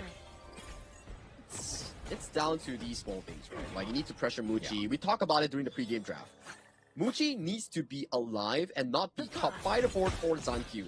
Then Nova has sufficient late game damage to scale well. But if Muchi gets caught, it looks pretty bad, right? It's definitely not going to be great for him, right? So, Muchi just needs to stay alive, right? Get his farm, ensure that he's just kind of just biding his time. Let Konglin, Wendy, Xuan, let those guys work. Let them kind of dictate the pace of the early game. Set yourselves up for success into that mid to late by giving you that space. And you talk about Konglin on the Luna. He's actually piecing himself pretty well. Already one level above Zankyu due to the superior mobility here. So with this final wave before we unlock the Shadow Tyrant, that's a lot of poke damage already on towards F1 prior to this objective. Yeah, a lot of damage. But, I mean, he's got that sustain. He has the heals. It's just going to take a little bit of time so that he just kind of gets back to full. It's not the end of the world, but the Tyrant, this is the target that they're looking for. Nova doing a great job of just kind of standing out in front, ensuring that it makes it very difficult to go in. They take the Tyrant, and it looks like they're going to get away. Zankyu wants something. They're not able to find anything. No actual use of the ultimate, but that is the thing that we want to emphasize, right? As long as Wendy stands there, Zankyu doesn't dare to come in because he knows for a fact if he gets caught in, 4 members of Nova Esports will stand by and wait for it, and Ball has to burn the flash already. Yeah, he has to burn it. I mean, he was potentially going for that Hound, but Xuan, this is why he's a tough one, right, to deal with. This Byron is a bit of an issue. Bigatron right now, putting the pressure on, taking the bottom T1. But on the top side, Konglin managed to successfully steal away this Crimson Golem away from the hands of Zankyu. And Bao does not have flash. It means this entire top side is the playground of Nova Esports taking here. Konglin is farming super duper well against everybody on this map. Yeah, Konglin has a 2-level advantage, and now Waypit just gets over the wall with that flash. Bigatron were almost able to get it, but they have all 5 members in the mid lane now, and with that top lane pushing, Bigatron right now reeling, they have to find a way just to defensively hold. Defensively hold, find proper markers here. Zankyu jumping in to find a bit of a pressure on towards Konglin. That is the ultimate here being expended by F1 already.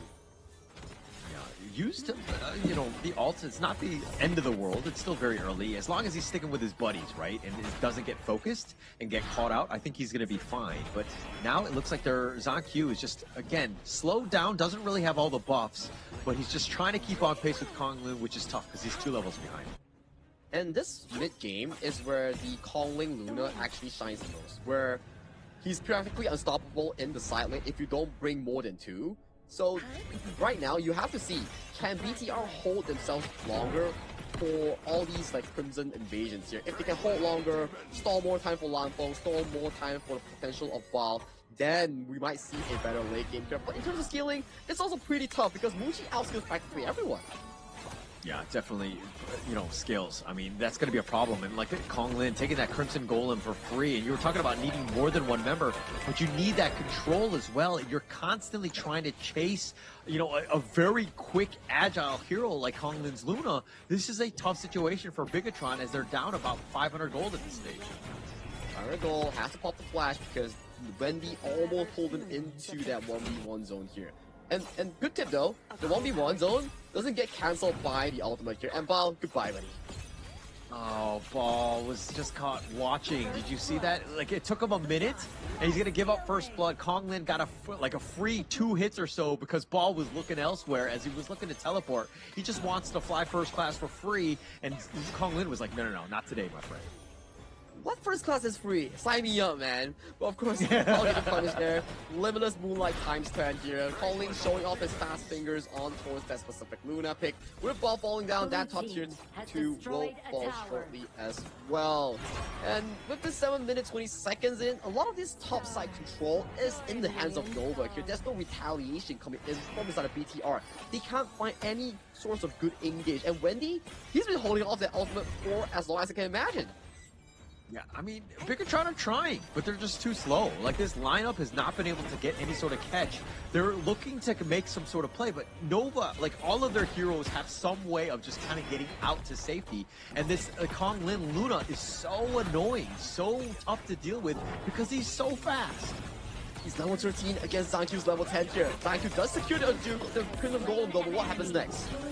Yeah, but Zankyu, it looks like he's going to be killed on this one. And they have the Mirage, and Wendy is just chasing them down, and they find Gen Myth as well. F1 is the only one. No, he's going to be killed as well. And a Team Ace going the way of Nova Esports as they're able to take the top T3. They will take game number 3 in a matter of time. And Bigatron right now absolutely reeling as they did not get a single kill in this game. Wow, that was a fast one coming in from the side of Nova Esports. Like, you can see Conley just showing hands like, hey, this is how it's meant to be played. This is Luna. This is his Luna. The first time we saw his Luna was back in Weibo Gaming when he played for the mid-seasons back at EWC, and it was pretty much of a showdown like this. And right now, he's bringing it back once again into international stage, this time against BTR by Vitality here. And in a 8 minutes fashion? That's crazy. Absolutely crazy, right? That was one of the quicker ones. I mean, we're gonna have to get the exact timer. I think the fastest game thus far is like 8 minutes and like 3 seconds. I don't know if it beat that one, but that one was complete domination there by Nova Esports. They were able to play that one out, and again, it kind of comes back to Kong Lin. Just why this guy's been such a valuable addition to the team. His Luna has just been fire. Do you think his Luna is better than CY's? Or how do you rate it? Because we've been casting for the entire year and we've been seeing a lot of CY's Luna. How would you rate it? I mean, when you dominate a game like that, it looks amazing, right? I think that we need to see more games to really make it fair, because CY had a lot of games and the competition that they went up against was very different, right? You can kind of see exactly how the player is going to be on that hero when they play across different, teams, right? But that one looked amazing, and Kong Lin looks like the real deal. So you're saying the competition is subpar when CY is playing? His words, not mine. Find him at Holler TV. You can find me at Kindofu. Yeah, and no, I look. I know a gaslighter when I see one because I'm one myself, and that was a very good attempt there. But I do agree. I think that Kong Lin right now, like, look, playing on that Luna and ending a game in 8 minutes or so, I think that hey. That I don't know if CY did that in 8 minutes, right, with his Luna. I mean, like you mentioned, right? If we compare to the Game 1 performance of what we expected from Nova Esports and Game 3, that was an entirely different Nova Esports in Game 1 and in Game 3. Yeah, very different, very different. And this is a fired up Nova Esports that took things personally in Game 1. They're like, how dare we draw blood, right? That was unacceptable. And I think that this is a team that came out angry, and you're seeing just how they're doing it because they're playing really like a well-oiled machine at this stage. 2-0 and 3 on towards Calling, 2-0 and 3 on towards Waypit. Kills are very across and scattered for the side of Nova Esports because it's like what? A 6 kills game in 8 minutes? And that game already exploded with one single team fight. Yeah. Actually, look at Bigatron's KDAs, all 0, 1, and 0 except for Ball. I think Ball was the LVP of that team, considering everybody else is just 0, 1, 0. But I mean, just all in all, they were not able to find their footing, not able to get a single kill. That's a tough game when you're not able to get a single kill. And it just goes to show when you draft yourself into a slower team comp against a Luna, yes, strategically speaking, Zankyu can man-mark the Luna, but the Luna never gets into the face of Zankyu, and he's just dashing around rent-free in Zankyu's head. Yeah, I mean, Zankyu didn't have 10,000 damage, right? He took a lot. He was unable to farm. He wasn't able to do his thing. And I think that in the same way where you kind of saw Kong Lin, like, he needs to get an assassin-style jungler, right? Let him do his thing, right? And I think that needs to change going into Game 4 here. I mean, it's too early to talk about Game 4, right? We still have a small break later on, some of these stats to break down. For me, I think both junglers have essentially the same playstyle. It's really down to how you allow them space to perform. Like this game, Calling was given all the farm. Everybody was holding waves for him, waiting him to arrive, getting him proper resources here, making sure that he plays comfortably and with the most resource. And the moment, like, 6 minutes hits, Shen is like, okay, side lane is yours. I'm a dip. I'm a play with the team and be the frontline open vision. You handle Ball. And he really made it work. He solo killed Ball and made Ball's life terrible. Yeah. I think after game one, they were like smiling too much as they were going in because they just won. And then, that smile, I think Nova Esports all saw it and they were like, oh, it's like that Michael Jordan meme. It's like, and I took that personally, right? Because they have not given Bigatron anything to smile about since that moment. They've taken 2 quick games that have just completely dominated them and have just kind of, dare I say, like taken away some of their confidence.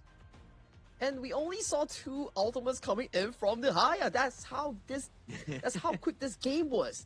Okay, we saw one attempt towards mid lane that forced the flash away from F1's Yuan, and 2 more which isolates into a 1v1, and that's about it. The game is over. Yeah, it was over. It was very quick. I mean, 8 minutes is one of the faster ones that we're talking about. I'm sorry, I don't know the exact timing of this one, but my gosh, that was so minutes, quick because 23 seconds, I think. 23. Yeah. Okay. Yeah. I mean, 8:03 was the fastest. That was Kagendra over Team Hawk. But this one was just almost as quick. But, I mean, the MVP has got to be, of course, none other than the latest edition. It will be Kong Ling. I mean, 203, though, Luna, just the amount of impact he had throughout this entire game. I mean, just completely high-flying 8-minute game. He was styling. That was a limitless Moonlight X10. It means that within a short duration of that fight, he managed to refresh his ulti 10 times. That's how crazy it was. I could never. Yeah, no, I could never either. I mean, let's be very honest. And this highlight reel is going to be a lot of him. I mean, Ball right now giving up first blood, and that was kind of the beginning where he was just able to take them down. He was obviously just always so aggressive, looking to push in, and just how he's able to take it. Sanky was not able to take his Crimson. Or he does on that one, but he gives it up because he dies.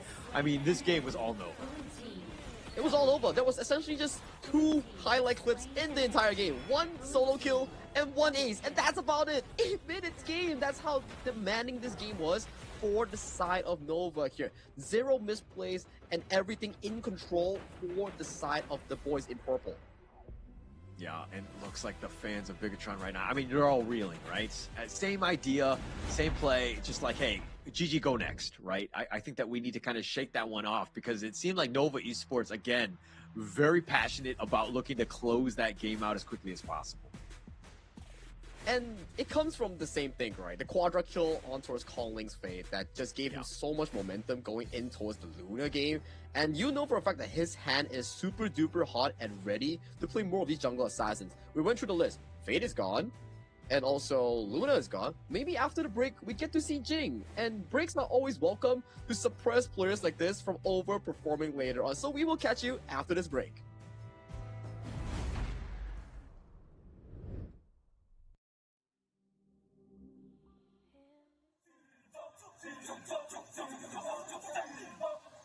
Kings Invitational Series, let's go. Bertahun-tahun ku ditempa, harap yang karang murka, enemy di setiap langkah, jantan datang mencoba, panggil ku Woman Army, satu orang 1000 nyali, Bell spirit dalam nadi, sini maju ku ladeni.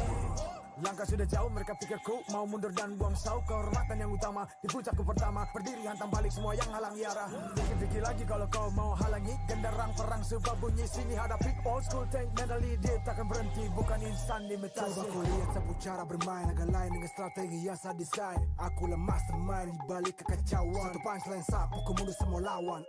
Insting tepuku deteksi ancaman, enemiku libas seperti Anoman. Yo satu pukulan tangan kosong, musuh jatuh runtuh panggil aku Wukong. Power hantam lawan yang menghadap. Sapu cakar lebih tajam lebih dari kopong pedang. Yang saya incar turawana bukan tata singgah sana. Maka wajar apabila dong bilang saya bijaksana. Siapa yang berani mendekat kemari? Saya yang kesana atau kau yang kesini? Jutaan kalian pun saya terakan lari. Seranganku cepat sulit kau hindari. Dominasi ku kendali, berotasi ke tiap sisi ku ambil alih. Saatnya kita untuk eksekusi for my party. Push, push, push, push, push, push. Everybody move, move, move, move, move, move, move, move. Saat datang dengan mode brutal, kendalikan setiap titik vital. Damage magic, serang mental fisik, 1000 taktik kau kalah cerdik. Mau coba jatuhkan sama mana bisa, siasatmu sudah saya analisa. Terdapat selak, gerak, geriku sulit tu dilabrak. Wah, game over, hancurkan semua tawa. Kombinasi skill dan power, teleportasi ala Enoku yang LOK. Kau tahu ku tak bisa redam, bulat ceketku yang takkan padam, tuk kehormatan yang tak bisa dibeli, saat genggam dan harap kembali. Adu mekanik tingkat tinggi, siapa paling berani, aku paling gigi. Pedang raja yang kuhulus, tebasannya bak angin menghembus. Long life the king, akulah raja, dentuman zira, ini mental baja. Akulah hukum dalam wujud nyata, seni tempurku susah tuh kau baca. Y'all better run, I've already won, nowhere to run, your time is done.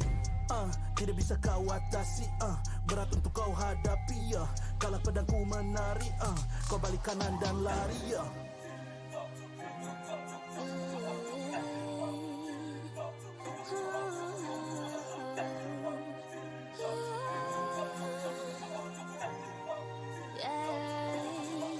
Come get me, go this sing sana. Aku cinta I'm the queen, feel the aura. Menjajali terjalai dah. If you want me, profit me way mas. Siapa tadi panggil, cause I'm ready. Siapa bilang aku tak punya nyali. Don't try me, ni aku sebut api. Yes, my melody, you can touch me. You ready, you jaja. Back at it again to the Game 4 between Bigatron by Vitality and Nova Esports. Currently, Nova leading the series 2-1 against one of Indonesia's premier teams, and this is the updated global banner picks. Yeah, and going into this one, I mean, the first game went the way of Bigatron by Vitality, just dominating, right? But then game 2 and 3, Nova Esports, this has been the rise of Kong Lin. He's been on fire throughout. If anything, Bigatron need to find a way to stop him and get Zankyu going again. Zankyu needs to get going. I think he's been silenced pretty hard this entire series. Like, yes, the game 1, hey, was pretty splendid, but the game 2 and 3, I gotta say, pretty lackluster. It's not Zankyu's fault, I gotta say. It's really a collaborative team effort in allowing all your teams to be on sync and play on sync. And with this is something that needs to be looking into. BTR needs to finalize a better draft. At the very least, allow Zankyu to flourish more. Okay. But you're saying that it's not Zankyu's fault, but whose fault would you say, or somebody who needs to step up a little bit more then on the side of It's my fault. It's my fault. Come on, man. Just name a player. Don't Is you it dare. Paul, Jedman? Come on, who needs to step up? Come on, just give me at least like the first letter of the name. Paul. Okay, boom. BTR Holler. Okay. Well played. You have navigated that conundrum, and now we're into this game. But I feel like the rest of Bigatron really needs to kind of. He's in your head rent free, huh? He's in my head too, right? No, the way he's been playing, but the last 2 games he hasn't had the same amount of success because it seems like Xuan has figured him out and gotten up the better of him with these lane matchups. Oh, this I have to agree. In game 1, the lane matchup was really favored into the side of Balls Mayin into the Xuan Guanyu. And in the team fights, it's also very difficult for Nova to play in game 1. That's why Bigatron has such a strong force in terms of these objective controls, in terms of these high ground invades. These are things that allow you to push forward when you have a superior draft. And back in game 2 and game 3, things were much more easier for Nova because drafts were more equal and less one-sided. Yeah. It's definitely been that case, right? I think that's something to take kind of note of, right? I mean, if we're going into these series that are kind of going to go a little bit more of the distance, this is something where the draft and the execution, I mean, you might have that perfect draft in mind if we're talking like game 1, where everything is set up perfectly because you kind of know where Nova Esports likes to go in that game 1 draft. You have the perfect counter pick. But now, game 2 and 3 and on beyond, we got to figure this out, right? And you need to be prepared. And this is why Nova Esports, that experience, those guys that have been together for so long, you're kind of seeing that synergy play out. It is. What you say practically makes full sense because it goes back to the opening of the show. Nova Esports only changed one player, which is Kong. BTR changed the entire roster except Zankyu.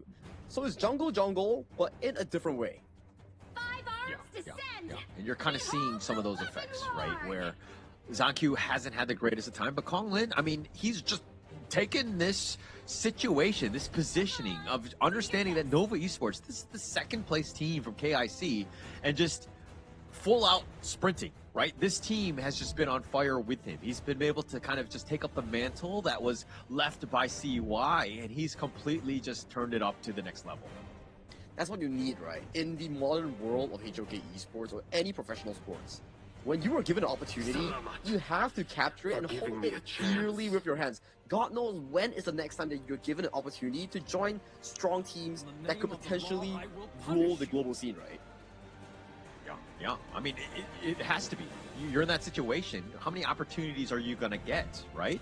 And if you were to fail here, what does that put you, right? Yeah, you might not have had the greatest of times, but when you are given those moments, and there are few and far in between in terms of this life, you got to take advantage of it. Yep. These are the moments that's like, what are you training for? I'm training for that opportunity to make sure that when it comes, I grab it. The opportunities, you know, you don't wait for them. You grab them when it's here. But talking about the draft that we have on hand right now, we have a spicy one, brother. Look at the Jing into the Pei matchup. Yeah, actually, this is going to be an interesting one, right? I mean, the Jing, and then you have the Chicha as well, the Mai, you know it's going to be high flying. So they're, Bigatron are like, hey, let's be aggressive. Let's play our game and make sure that they were able to kind of, you know, react to us. But Nova Esports, again, Kong Lin on the Pei, it's going to be dangerous. Sun Lin? Where did this number come from? He's locked in! He's locked in? Yeah. Okay, I mean, you know where the Pei is going to potentially going, right? The stun from the Lapu Lapu, the time lapse is going to be a bit of an issue, and when you have that silence, it could be a bit of an issue for them. But the white anchor, and wow, Kong Min as well, so a lot more damage. And we're definitely going to be seeing a Bai Chi ultimate weapon coming in from the final pick of BTR by Vitality. Hence, you see the preemptive pick of the white anchor coming in from the side of Tron. This is a staple, because the reason why you pick the Sun Bin is you want to have an unstoppable big raid boss tank with the spell time flux of the Time Bender, which allows Bao to be a pseudo carry, an unstoppable raid boss.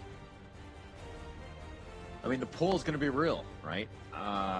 Ball definitely likes this hero. This is something that they're going to go back to, and the amount of control that they have, but at the same time, if you're looking at what, like, the pull away, maybe you get Kong Lin's Pei, you know, Wendy's Kong Min, you're able to kind of pull them. But they have some mobility, right? They have their own ways of getting out.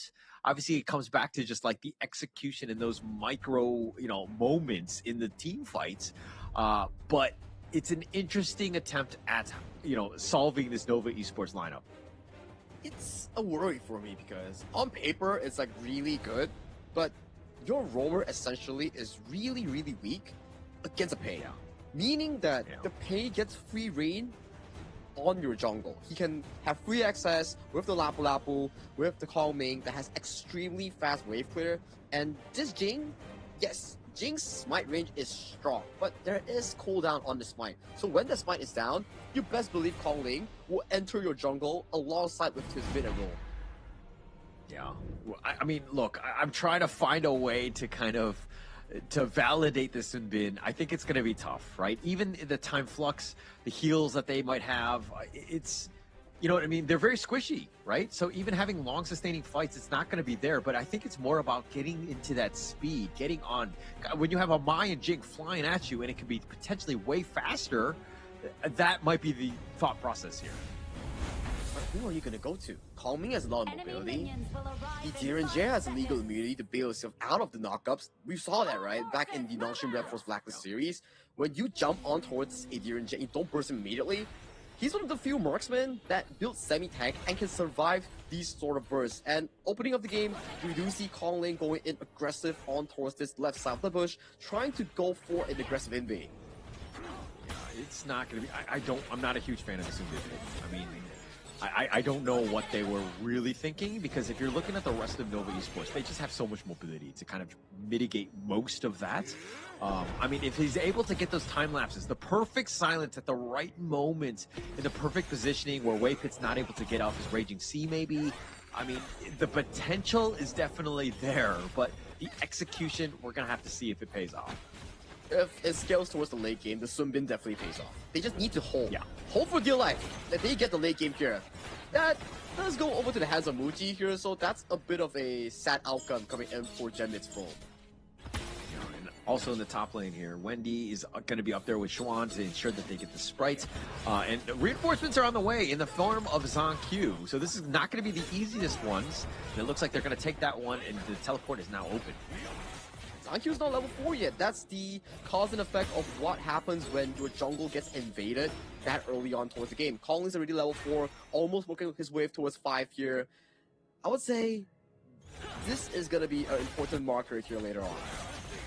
Yeah, for sure. I mean, Zonq, like, getting any sort of slowdown and being able to keep on pace. He has not gotten Konglin's number aside from game 1. So this is a game, if Bigatron are to have any sort of chance, he needs to pop off. He needs to get going. And so Nova Esports in the same way, you got to limit what Zonq brings. Myth getting called out here, has to use the Rue Engine to escape towards safety here. Going in with the Mirror Domain, catches onto multiple members here. Conley getting beat up to a pulp here, has to back away towards safety. Yeah, backing off. I mean, the Mirror Domain was not in the greatest of spots to really kind of do enough. I mean, Konglin might just go for the steal. No, it looks like Zonq did take it in the end. That was actually pretty close, though. It was pretty close. There was no smite on the hands of Zonq, and in any moment, if he does miss the spell 1 reset, that could have been going over to the hands of Wendy or Weipit. Yeah, that would have been a disaster. But it looks like the winning strategy, connecting on a Gen Myth. He has to recall, do the Walk of Shame. But he's been zoned away, but he should be back in time for this mid-wave. Okay, Zonq here looking for a potential jump on towards Wendy here. Wendy has to respect the fact that Zonq has the full health bar here. So, taking a recall. Have to do the Walk of Shame. Yeah, E2 will just walk slowly in that one. So Gen Myth right now and Zonq, those are the guys to help speed up some of this farm here. Zonq has kind of been falling behind. He's a level behind Konglin, who's just been, again, everywhere. They're just putting so much pressure on towards Baal here. I think they have decoded Baal's playstyle and making sure that if Baal doesn't do well, he isn't able to do some of these big engages on towards the map like what he did just now with the McGee. And now, true limiting Baal, I do think that there has been lesser moments of Baal. Baal side though. Flash away, they find Muchi. They have a nice little knockup with that Rue Engine, and that should be enough. They get first blood, but here come the reinforcements. Weipit looking for the Raging Sea, actually finds Lan Feng, so they do get the return. The Ghost Ship lock it into F1, but he flashes over the wall, and he should be fine, but Ball is still there dueling. He gets pushed on back. The charge is going to be real, but Ball continuing to fight, and here comes Gen Myth. They want the revenge on this, and Ball getting a little bit low, needs to be careful. He will survive, though. Look at Konglingo going for the aggressive take that does steal away Zonq's Zero Golem. That's going to hurt for a mana-heavy user like a Jing. No smite was used there, and they take it away, but Konglin taking the Tyrant as well. He's gotten the number of Zonq, and now with this Mirror Domain, Zonq looking to just kind of deal with him, but he needs to be careful because he's in a bad spot, and then now it looks like Schwan, he's going to be there with that Ghost Ship, but Gen Myth is going to die first. Weipit is so low himself, and it looks like Ball is going to be killed as well. Lanfeng not able to find Wendy. They don't get anyone from Nova. Oh, look at the plays, I mean, from Sean. So confident on the white anchor as well, but like you mentioned here, blinking health bars on towards Weipit and also Muji, but it doesn't matter. They survive the fight and they allow more resources to go in towards pockets of Kongling. Look at the first item. That is a Pure Sky. Checking out the instant replay to break down what exactly happened here. Kongling wins the Smite War against Zonq, pops the Mirror Domain, plays around in the middle of the fight. Weipit comes in, looks for a good Raging Sea on towards the side of Ball. Just so close. Gen Myth was able to find Weipit, but the damage just wasn't enough in towards the backline. Even though Lanfeng used the fatal arrow for the final shot, it doesn't catch onto Wendy. 2 blinking health bars, just didn't find the final blows. And one thing to take note of is that Schwan, with his Ghost Ship, was able to kind of separate the team into 2, where Bigatron were fighting like very spread out, and they weren't able to kind of congregate together because of that divide, that ship just kind of making it so difficult for them to fight. So again, just a little bit of an impact. I mean, he didn't really get any of those kills, but he was able to separate them. But they do end up finding Gen Myth. The Raging Sea is going to be on point. The Ghost Ship says nay, at least to F1, stuck on this wall. He's going to be dove on and rowed down. And Lanfeng trying to do the damage onto Konglin, not able to find that pick, but 2 members down from Bigatron yet again. It's just a field day coming in for Nova Esports. Free access towards the Azure Golem, picking up 2 quick kills and the Azure Golem free into the hands of the Nova members here. And Ball, having to commit the flash, gets hit by the golden token, jumps away with the ultimate here, but that is all your mobility being expended, and you will still go down to the grave. All right, good news for Bigatron. It took a village to take him down, right? Ball, but he did eventually fall. But what value did, or what sort of, space usage is Bigatron doing in that time, right? They needed to have farmed and to constantly push out the other lanes, put a little bit of pressure elsewhere because they're playing a defensive game. They are behind, and they need to find some sort of gap to get themselves back into this one. But Wendy getting a little bit low. He was silenced, and time lapse was on point, and now it looks like they've gotten the single kill onto their name in that sense, because Bigatron right now are reeling. They need to find a couple more kills just to get back in this one.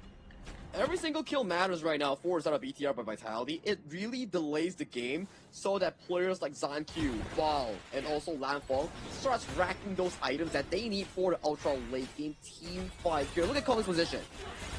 Oh, they find him. They dive in. They try to go for Konglin. This is the great target, but he's got the shield. Oh, he's just way too much. He's under the tower. He turns it around, and he says, you want to go for me? Has the other shield, and Konglin with the outplay as he stays alive. And now Ball's in a bad spot. He dashes over the ghost ship. He's going to be chased. Wendy with that damage. The winning strategy's on. It's not enough to kill, but Nova Esports firing on all cylinders in this game. Haze S2, Spriteling troops, Pure Sky, he's too tanky, you can't take him down. That is a disaster coming in for the side of BTR. If they could kill, get the shutdown on towards Konglin, that could be their momentum for Zanq to get back in towards the game. But that is such a tanky pay that you're fighting against. Another one! At this point, and now Zanq is a little bit low himself. He needs to be careful. Xuan with that ghost ship separating him. And Lanfeng finally gets Konglin. He went all in to ensure he gets it, but he trades his life away. 2 members down from Bigatron. The winning strategy is going to be taken by their brothers in that sense. The bottom T3 is under siege, but Nova Esports, they have the power play. They're up a man. They're up a man, they're up 5,000 gold, and they are looking hungry for this bottom high ground here. Golden token landing all towards the face of Gen Myth here. Wendy playing super aggressive here, does not have the winning strategy, but forces the members to back away from this high ground. 8 minutes, 40 seconds, first high ground of the game, down for the side of BTR. Yeah, space created there, right? I mean, Wendy was going aggressive to kind of just push them back, and then that created space for that mid T3. That is a gaping wound in the defense of Bigatron right now, and now they need to find a way, and it looks like Ball, Ghost Ship, oh, he just barely gets over that one. That could have been disaster for him, but now he's going to stay alive, get back into that fountain. Look at Landfall's position here. He's trying to go for a Hail Mary play, but gets spotted immediately by the side of Shren. He has the flash, potentially can run away, has to use the Grandmaster's Forge to escape for a safety. I mean, they're going to continue to just farm and just stay alive. I think that's the biggest thing. I mean, they're down about 5K. It's not insurmountable, but this is going to be a tough one for Bigatron to find a way to come back in, because Konglin, he's 4-1-4. You're seeing Xuan with his play. I mean, that ghost ship is very disruptive in terms of those team fights. I mean, Nova Esports right now, if they want to take those fights, it's going to be very tough for Bigatron to really crack that nut. I like this meta here, Caller. We don't really usually get to see picks like the Baichi or picks like the White Anchor. It's really a rare phenomenon. Zanq does get spotted at the 10th minute mark here, has to back away from that bush here. Looks like Wendy over the wall. He's going to be chased by Zanq. Xuan is now going to be there. He actually has a nice little charge. 2-man stun. The F1 has to flash. Lanfeng is going to be picked off, and it looks like they're going to run them down. Bigatron running, just trying to stay alive. Ball decides to turn it around to just go in, maybe deal with the minions, but he will be killed. Muchi with the double, and Nova Esports yet again with another good team fight. Fortunately enough, BTR's jungler Zanq does clean up the wave in towards the mid side here. So as long as BTR manages to clear this upcoming wave in this tower, maybe, just maybe, they can stall the game even further slightly here. That's 2 minions in the final zone behind it. Yeah, they got to deal with those 2 minions before then anything else. But the Raging Sea is on point. They find Gen Myth. That's the pickup that they wanted. Now Lanfeng just trying to deal with Xuan, who's just out-taking him. And now with the Fountain, they're going to heal back up. Ball, maybe he's able to get some sort of catch. He's not able to find it onto Schwan. He gets stuck on the wall. Schwan is going to be chased, and he will get back with that dash. It looks like Nova Esports are looking to take the Crimson, taking the Boars, but here's the Mirror Domain. Nice taunt there. That's the one that they needed from Ball, but can they get any sort of catch? There's no damage, and Ball will fall. Lanfang is a little bit low. Mucci doing some serious work. Zanq gets picked off, and now Waypit is getting in on the action, and they trade away Mucci, but they've gotten 4 members. Nova Esports looking to close this game out, but here we go. Gen Myth, him versus the world versus all 4, and Nova says, I will take that to the bank. That's a team ace, and more importantly, they will take the crystal, and they will take game number 4. Closing out today with a 3-1 victory for the side of Nova Esports. Yeah, with that victory, they cement themselves as the first seed coming in for their groups. That was just an amazing performance coming in by both teams here. Game 1, it was Big Strong Vitality shocking the world by taking a convincing win over Nova Esports. But in the quick fashion, 3 back-to-back games, Nova Esports struck back hard with jungle assassin picks coming in from the hands of Kong Ling, the new jungler coming in for Nova Esports. What a way to end the series.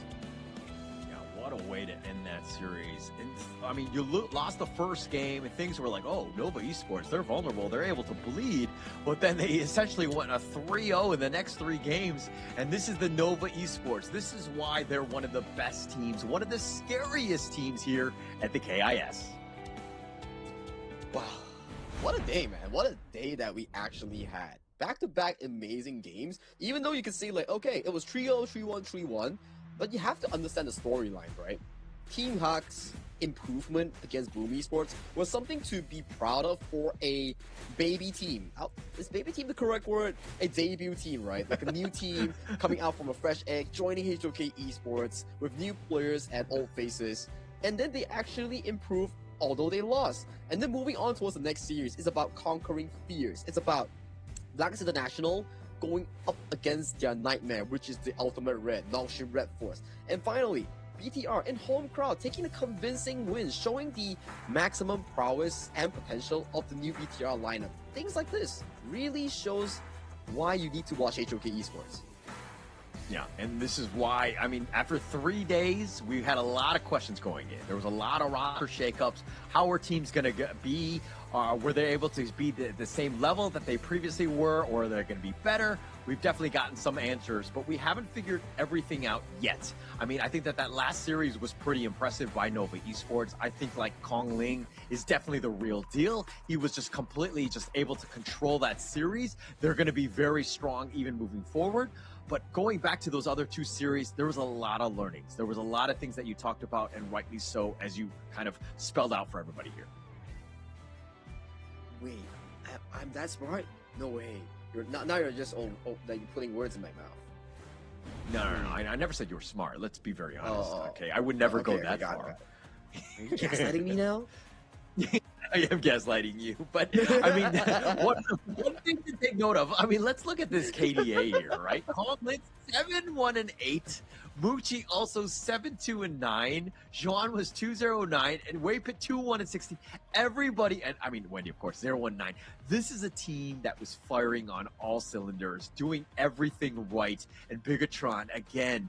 They went to the drawing board. They tried to throw out this Bai Chi. It wasn't good enough. Jing completely shut down. They had a tough time playing against this Nova Esports lineup, and they were possessed. I think they read the draft very well coming in for Sun Nova Esports. The moment that they picked Sunbin, you're like, oh, they're probably going to do the Sunbin and also Baichi combination. So what really does well in towards it is probably something that is equally tanky, has a ton of sustain, and can mark the Baichi and also the enemy backline. So what does this spell? White Anchor, the Ata that's being selected by Nova Swan. Look at the amount of damage that he has tanked. 76,000 damage against the enemy team while also dealing sufficient damage up to a 58,000. You can say that 91,000 was dealt by Kong Ling. Mushi dealt a collective 106,000. That's because there is a Bai Chi plus a Sunbin to amp up the tankiness coming in from the BTR lineup. Yeah, and I mean, going into this one, I was kind of like, oh, Ball's there. Like, he's been very impressive, all these things. How is he going to do against Schwan? And Schwan made him look very pedestrian, right? I think that they focused him. They ensured that he didn't have a really good game, as well as on cue. This has got to be a little bit worrying, because once Nova is like locked in with this strategy, now Bigatron had to find a way to kind of counter that strategy. They need to kind of step up or change things up in a different way, and it didn't seem like they didn't really have any answers after that game one.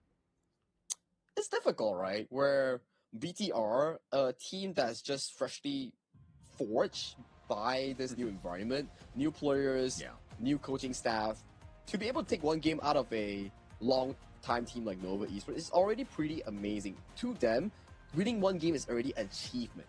So moving forward is how they can maintain their game one form going into the playoffs against potential enemies like DMT, Kagendra, or even the likes of Blacklist International, right? Get that revenge story in, and then meet Nova again in the grand finals with a solid performance and a solid form. Yeah, I think we're going to see, I mean, Nova, this is a team that's just like really finding their footing, right? They're going to be very high flying. They're very strong. I mean, they're just going to get better and better, right? Once they kind of completely gel with Kong Lin. I think that if anything, they can go to game one, do a little bit of research and figure out, like, look at the tape and see exactly what they did wrong and how Bigatron were able to kind of solve some of those issues and shore those weaknesses up, right? Because that's what this is all about, finding those losses and turning them into lessons, and then going in and just becoming out much, much stronger. And if Nova were to get stronger, it's going to be scary for the other teams. I have a sudden realization. What if Nova losing game one was the coach saying that, hey, I'm going to draft this, you got to play it, and if you lose, I don't want you to tilt for the upcoming 3 games. If not, you can't conquer your fear, which is HBSC. I think that it's something that they could consider, right? I mean, it's definitely like, I think also game one is like a classic Nova Esports lineup, right? I think that they will always play this lineup. Yeah, like game one, and then just be like, oh, can anyone beat us? Let's go. Like, just constantly just putting it out there. You're not showing any of your strategy, all the cards and the things that you might have, and then let them beat you. And Bigatron did. They were prepared, right, for that game one. But Waypit, on the other hand, he's going to be the MVP of this one. He had some serious impact on this Refart Datu with the Lapu Lapu. 2-1-16, the amount of control he had really set things up for this game. I think he put on a show on this Lapu Lapu here. Multiple engages on towards multiple members with the Raging Sea Flash. And a lot of times, he was like blinking low with the health bar, but he still managed to survive and shock the world with his engager. Take a look at this early game team fight with an equal goal lead here. We see the fact that Gem Myth came in with a beautiful root engine on towards Waypit and also Tong Ling, but see how Waypit managed to survive and still provide value in the team fight. These are moments of why roamers actually matter. Yeah. I mean, as a former roamer myself, I wish, you know, people were a little bit more appreciative then. But this is that highlight reel. Kongley just barely staying alive. His skill 2, just enough to just be there. I mean, he had everything. And diving onto that tower, Bigatron threw everything in the kitchen sink to kind of deal with him. And they finally do end up getting that kill, but at what cost, especially since Lanfeng had gone down? It's okay. You need to do whatever it takes to get back kills in desperate situations like this. And for me, to be able to fight and to be able to consistently try your best to find a lead towards back the game, it's honorable. Is it the best decision? Maybe not the best decision, but you're forced into a position by Nova because of how much gold they have on towards you. Okay. Yeah. I think going into this one, I think that that's something that they'll have to look into, right? Just kind of how they want to play this one out. But an impressive game. I mean, Bigatron really brought it. I think that, you know, if you're a fan of Bigatron by Vitality, you're going to be happy with their performance. Nova is a Titan, right? And it wasn't going to be easy to kind of deal with. And they stuck to them in terms of game one, but the other games are the ones that they really need to look into. And they'll use those losses as lessons, especially moving forward. And it is not the end of the world, right? Where this is only the group stage. In KIS4's group stage format, you don't get eliminated even if you're a dead last or like 3rd or 4th place. You still advance to the knockout stage, just like everyone else, but you may lose the privilege of being able to select your opponents. But let's pass it over to Mara to check out the interview with Nova Esports. Oh, with it's hard to beat a supernova. Nova showing us how it's done. And here with us, congratulations, Weipit, Xuan. Oh, you guys are so fantastic. So good. Weipit, let's talk about what everyone's talking about. Game 1, we were shocked by what happened. It was a huge difference because BTR, for everything that you guys made, BTR had an answer to it and they were punishing you. Huge difference to game number 3, where the game finished a little bit over 8 minutes and you did not allow BTR to get even 1 kill. Let's talk about the difference between the two. What happened? Game 1, BTR play very well. Their rumor Changfei play very good. Very good. Yeah. Game 3, our Luna play very good, so we win. So it's the Roamer, the Luna. Were you guys surprised with BTR? Is that what happened? I think no surprise because they are very strong. Oh, very strong. I love the respect that you guys are giving. Now, speaking of very strong, if we think of the word strong, we think of Nova. Xuan, let's just pretend that you guys are going to go to the grand finals because you guys are showing dominance. It's very likely that it's going to happen. So let's say we get there. Which team would you like to face the most, and tell us why? Boom Esports. Boom Esports, okay. Why is that? Because I want to fight to Carl. You want to fight Carl. Carl, get ready. He's got his eyes on you. Now, speaking of the grand finals, Weipit, you have one more opponent for tomorrow to seal the deal for the group stage to get that first place benefit. And that's going to be Nongshim Red Force. Last year, Nongshim Red Force gave you a hard time and almost stopped you from getting the trophy. What would you like to say to Nongshim Red Force now? We will beat you tomorrow. You will beat them tomorrow? Okay, I'm going to put you on the spot, all right? Prediction. Let's do a prediction. Prediction 3-2, 3-2. 3-2. Oh, okay. 3-2. Okay, so you're giving Nongshim Red Force a lot of credit with 3-2. Now, Xuan, you got people clapping over there. You got people online cheering because of the win that you had today. What would you like to say to all your fans? Keep support us. Kita akan buy and buy. And for sure, they're going to keep on supporting you. And you seem to be the tournament favorites, and you have the whole world cheering for your win. Once again, congratulations to both of you. Congratulations to Nova Esports. We got a lot more to talk about, so we're going to head back to our casters. Lead the gorge.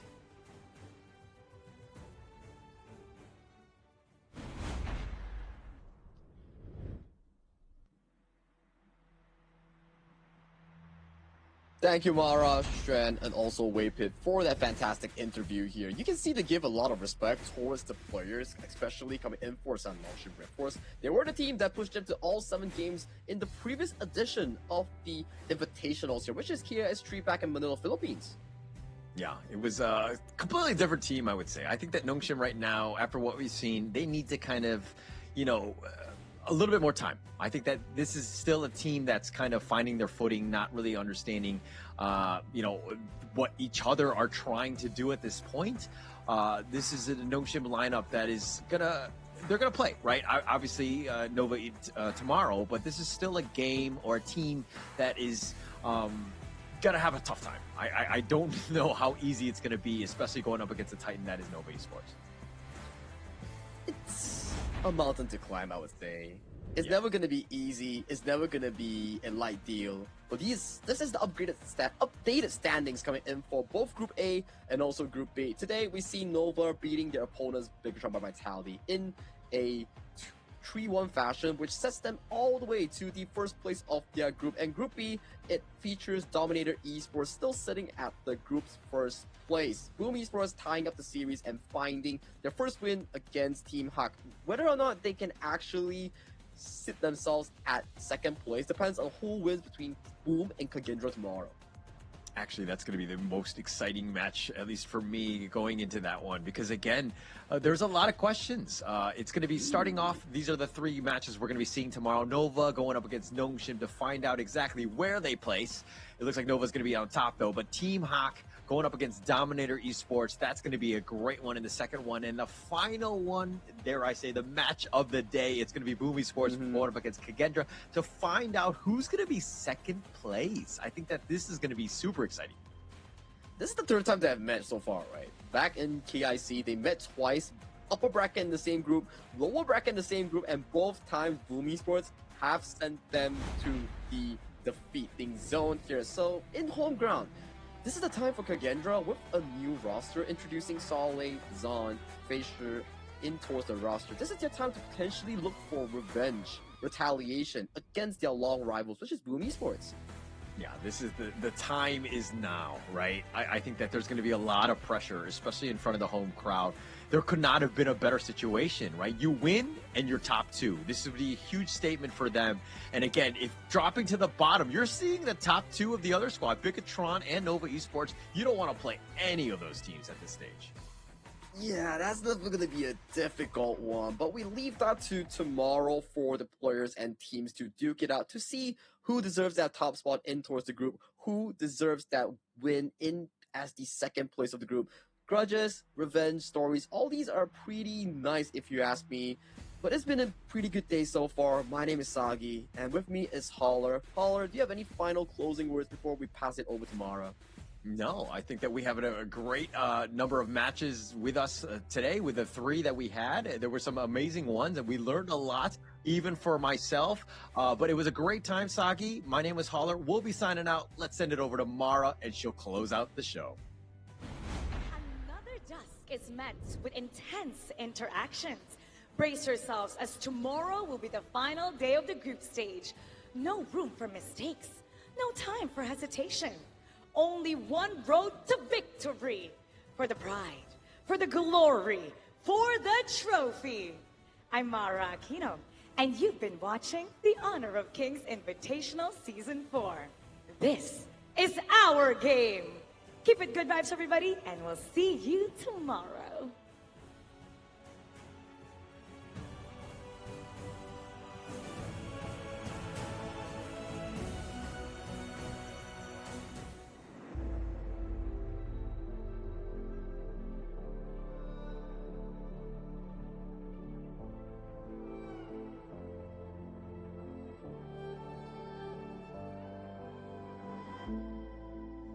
Stranger to the fallout, it's what got us here. Ever changing, some chameleon, blood, sweat, and tears.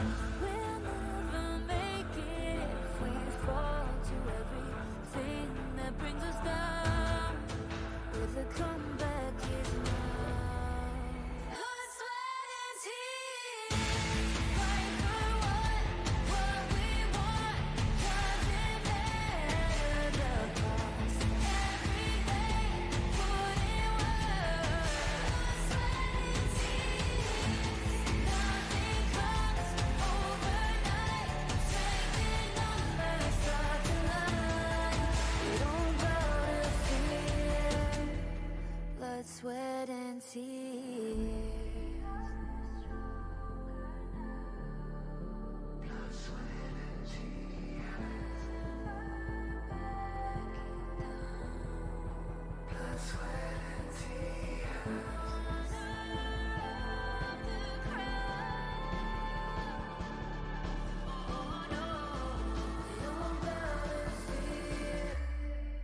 Blood, sweat, and tears. Fight for what we want. Doesn't matter the cost.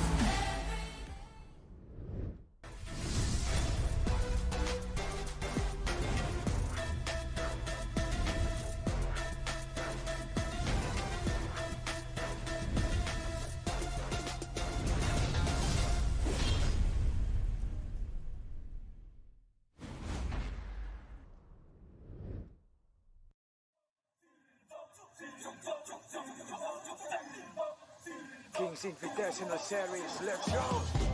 Bertahun-tahun ku ditempa, harap yang karang murka, enemy di setiap langkah, jantan datang mencoba, panggil ku one man army, satu orang 1000 nyali, bela spirit dalam nadi, sini maju ku ladeni. Langkah sudah jauh, mereka pikirku mau mundur dan buang sau. Kehormatan yang utama di puncakku pertama, berdiri hantam balik semua yang halangi arah. Fikir lagi kalau kau mau halangi, genderang perang sebab bunyi sini hadapi. Old school tank mentally, dia takkan berhenti, bukan instan imitasi. Coba ku lihat sapu cara bermain agak lain dengan strategi yang saya desain. Aku lemah mastermind di balik kekacauan. Satu punchline sapu ku mundur semua lawan. Insting tepuku deteksi ancaman, enemy ku libas seperti anoman. Yo satu pukulan tangan kosong, musuh jatuh runtuh panggil aku Wukong. Di power hantam lawan yang menghadap, sapu cakar lebih tajam lebih dari kau pun pedang. Yang saya incar turawana bukan tata singgah sana, maka wajar apabila dong bilang sampai jasana.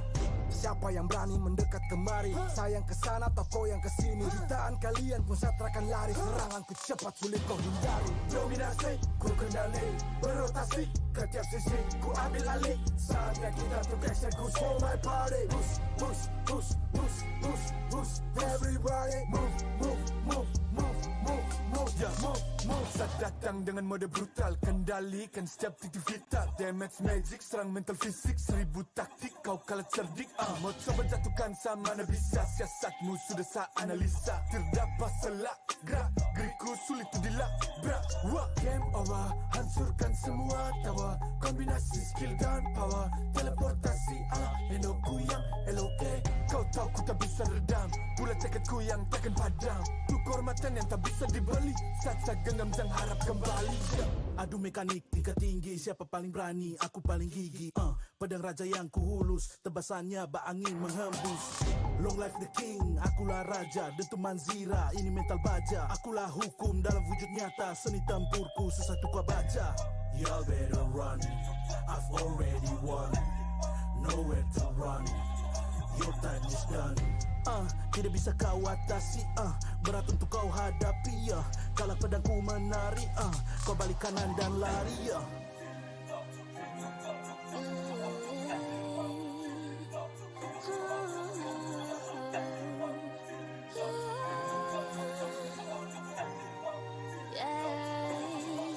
Come get me, go this thing is aku cinta I'm the queen, feel the aura. Orang jajali ternyalain dah. If you want me, provide me way mas. Siapa tadi panggil, cause I'm ready. Siapa bilang aku tak punya nyali. Don't try me, ni yang kusebut api. Yes, my melody, you can touch me. You ready, you jajali. Lagi coba lagi. Tegak berdiri dan kuatkan lagi. Bukan yang paling cepat, bukan yang paling tinggi. Dia mau uji kepala, bukan sekadar jadi. Di tangan kiri murka, kanan kehormatan. Aku datang sebagai bentuk perlawanan. Bujuk rayu nafsu ego aku kalahkan. Biarkanlah aku menjemput kemenangan. Di tangan kiri murka, kanan kehormatan. Aku datang sebagai bentuk perlawanan. Bujuk rayu nafsu ego aku kalahkan. Biarkanlah aku menjemput kemenangan.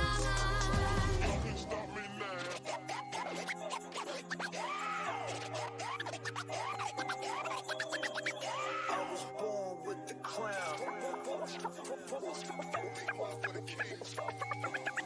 Fortune on